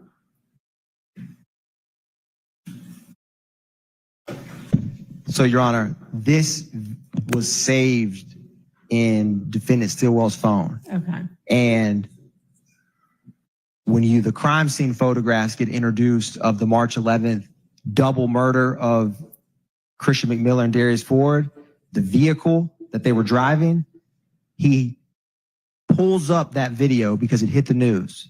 The person who is actively saying FUCKYSL puts the bullet-ridden car of Mr. McMiller and Mr. Ford on his public Instagram and is publicly saying. Okay, that's a part of this video, which for me has not opened. Yes, Your Honor. Okay. And so the state feels that that level of blatant disrespect is highly relevant in the state's gang retaliation murder. I can't think of something more heartless than posting a bullet-ridden car after someone has been murdered on a highway and publicly. I mean, that is. Okay, so this video, in addition to him playing DJ, has him posting on the video the car that McMiller and Ford were killed in. Yes, Your Honor. It's a blurry video. It's about. It's a very blurry video. For whatever reason, Mr. Stillwell has that video saved in his phone. Right. We don't know who this man is. What's your objection? Relevance 403. We don't know who this man is at all, unless the state knows. And he's just disparaging YSL, and it's in my client's phone. All right, that's relevant and not overly prejudicial. Now, given that I have yet to be able to open the video, how long is the video? He goes through 3 songs. It's about 8 minutes, I would say. And Your Honor, I will pull it up. I believe that that's accurate. The state does not intend to play. He's playing music that the state's going to play, and I can get those time hacks. And for to Mr. Shart, it's going to be when he's publishing the bullet-ridden car and when he's saying bad things about Correct. YSL. Correct. Okay. All right. The next thing says location video.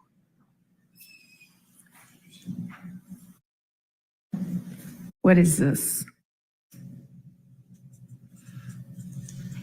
I think that's just the location of in Mr. Stillwell's phone that the video is found. Okay. Were Is they- that just showing this video was found in his phone? All right. Were we nuts and bolts of presenting this evidence? Were you guys seeking to admit this actual photo itself? I assumed you weren't, but if you are, I guess we just got to make sure there's nothing else on the photo. No, I don't think it intends to introduce the photo, but to have a reference of the date and time that the video was saved to the phone. Oh, okay. All right.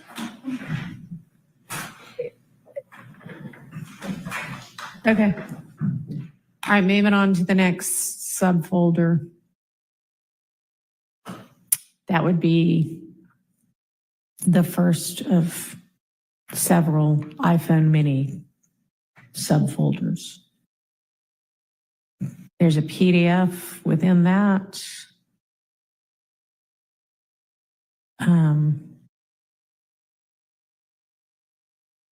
So this is more text from within the phone, is that right? Yes. Okay. Is there objection to any of those? I just want to make sure I'm on the same one. This one says 10/28/24. I'm not sure why, but I think that was the date that they printed this. This one, I believe, I believe the state believes this is Woody Lee. Is that correct? Conversation with Woody Lee. Yes. I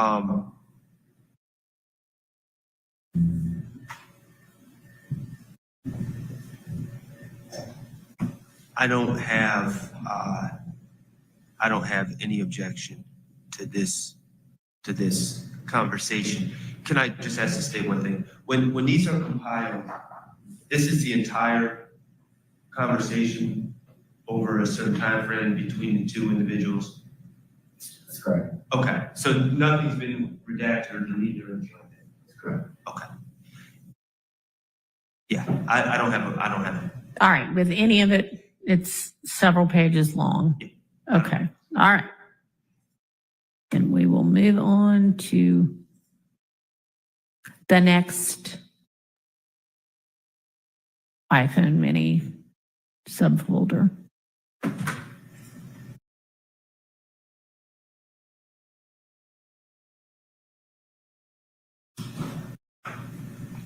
So this is a different text chain.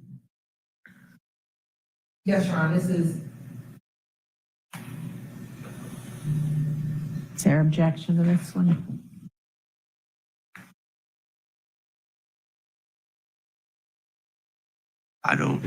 what was the relevance? So there's a relevance objection.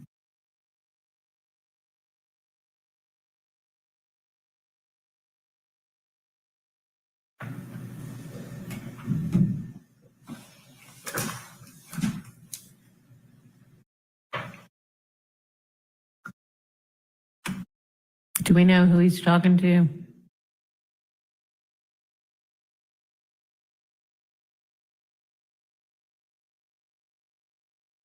We'll withdraw views in this one, but the point of the was to show that around the time Mr. Zillow was using his phone. Okay, well, they're withdrawing that one.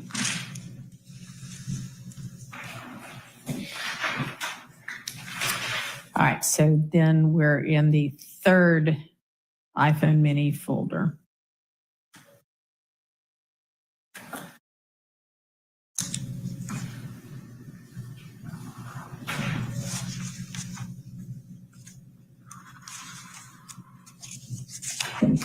So this is Shannon texting Mr. Steele. No, we're not going to use that one. Okay, we're withdrawing that one.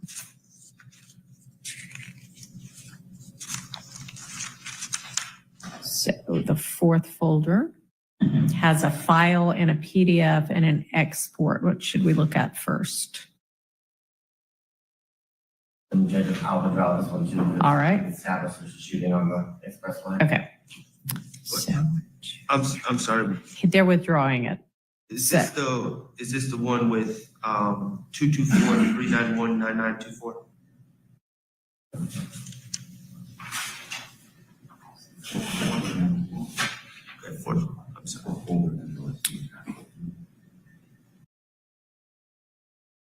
Yes.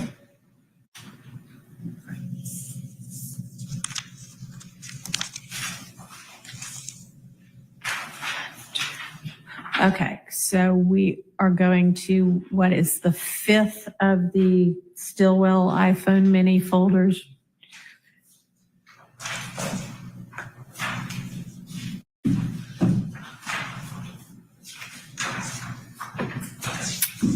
And that one contains a chat with Bottom Boy for Life.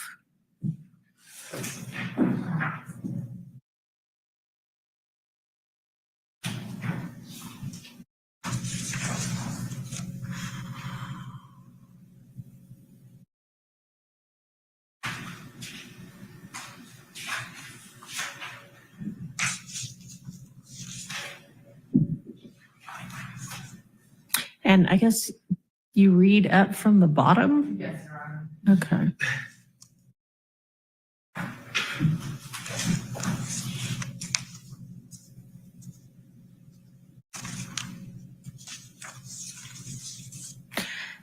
So this text chain starts in the afternoon of March 11th of 2022.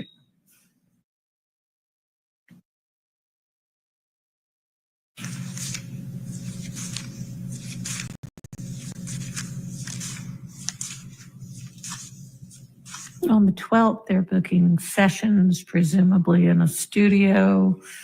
And then Mr. Stillwell asked him to bring some bullets, which I assume is why y'all want this.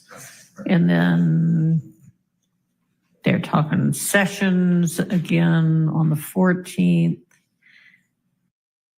Talking about dropping songs and videos. And then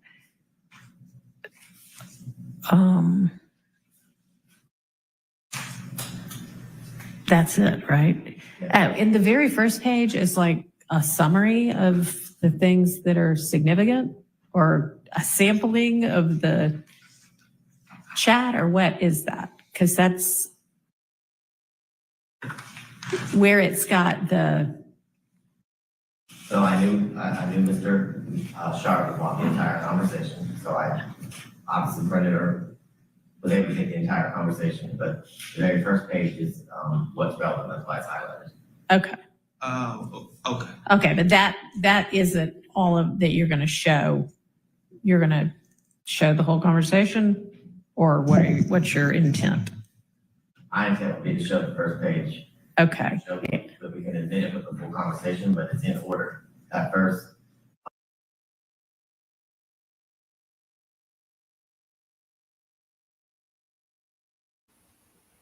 Yeah. Yeah, we're gonna call it a night. But we can do the movie night tomorrow. I guess just let me know. Kiki, you can get my IG from Cavell, or I'll just put she might be gone. But I'll put it in here if you are here.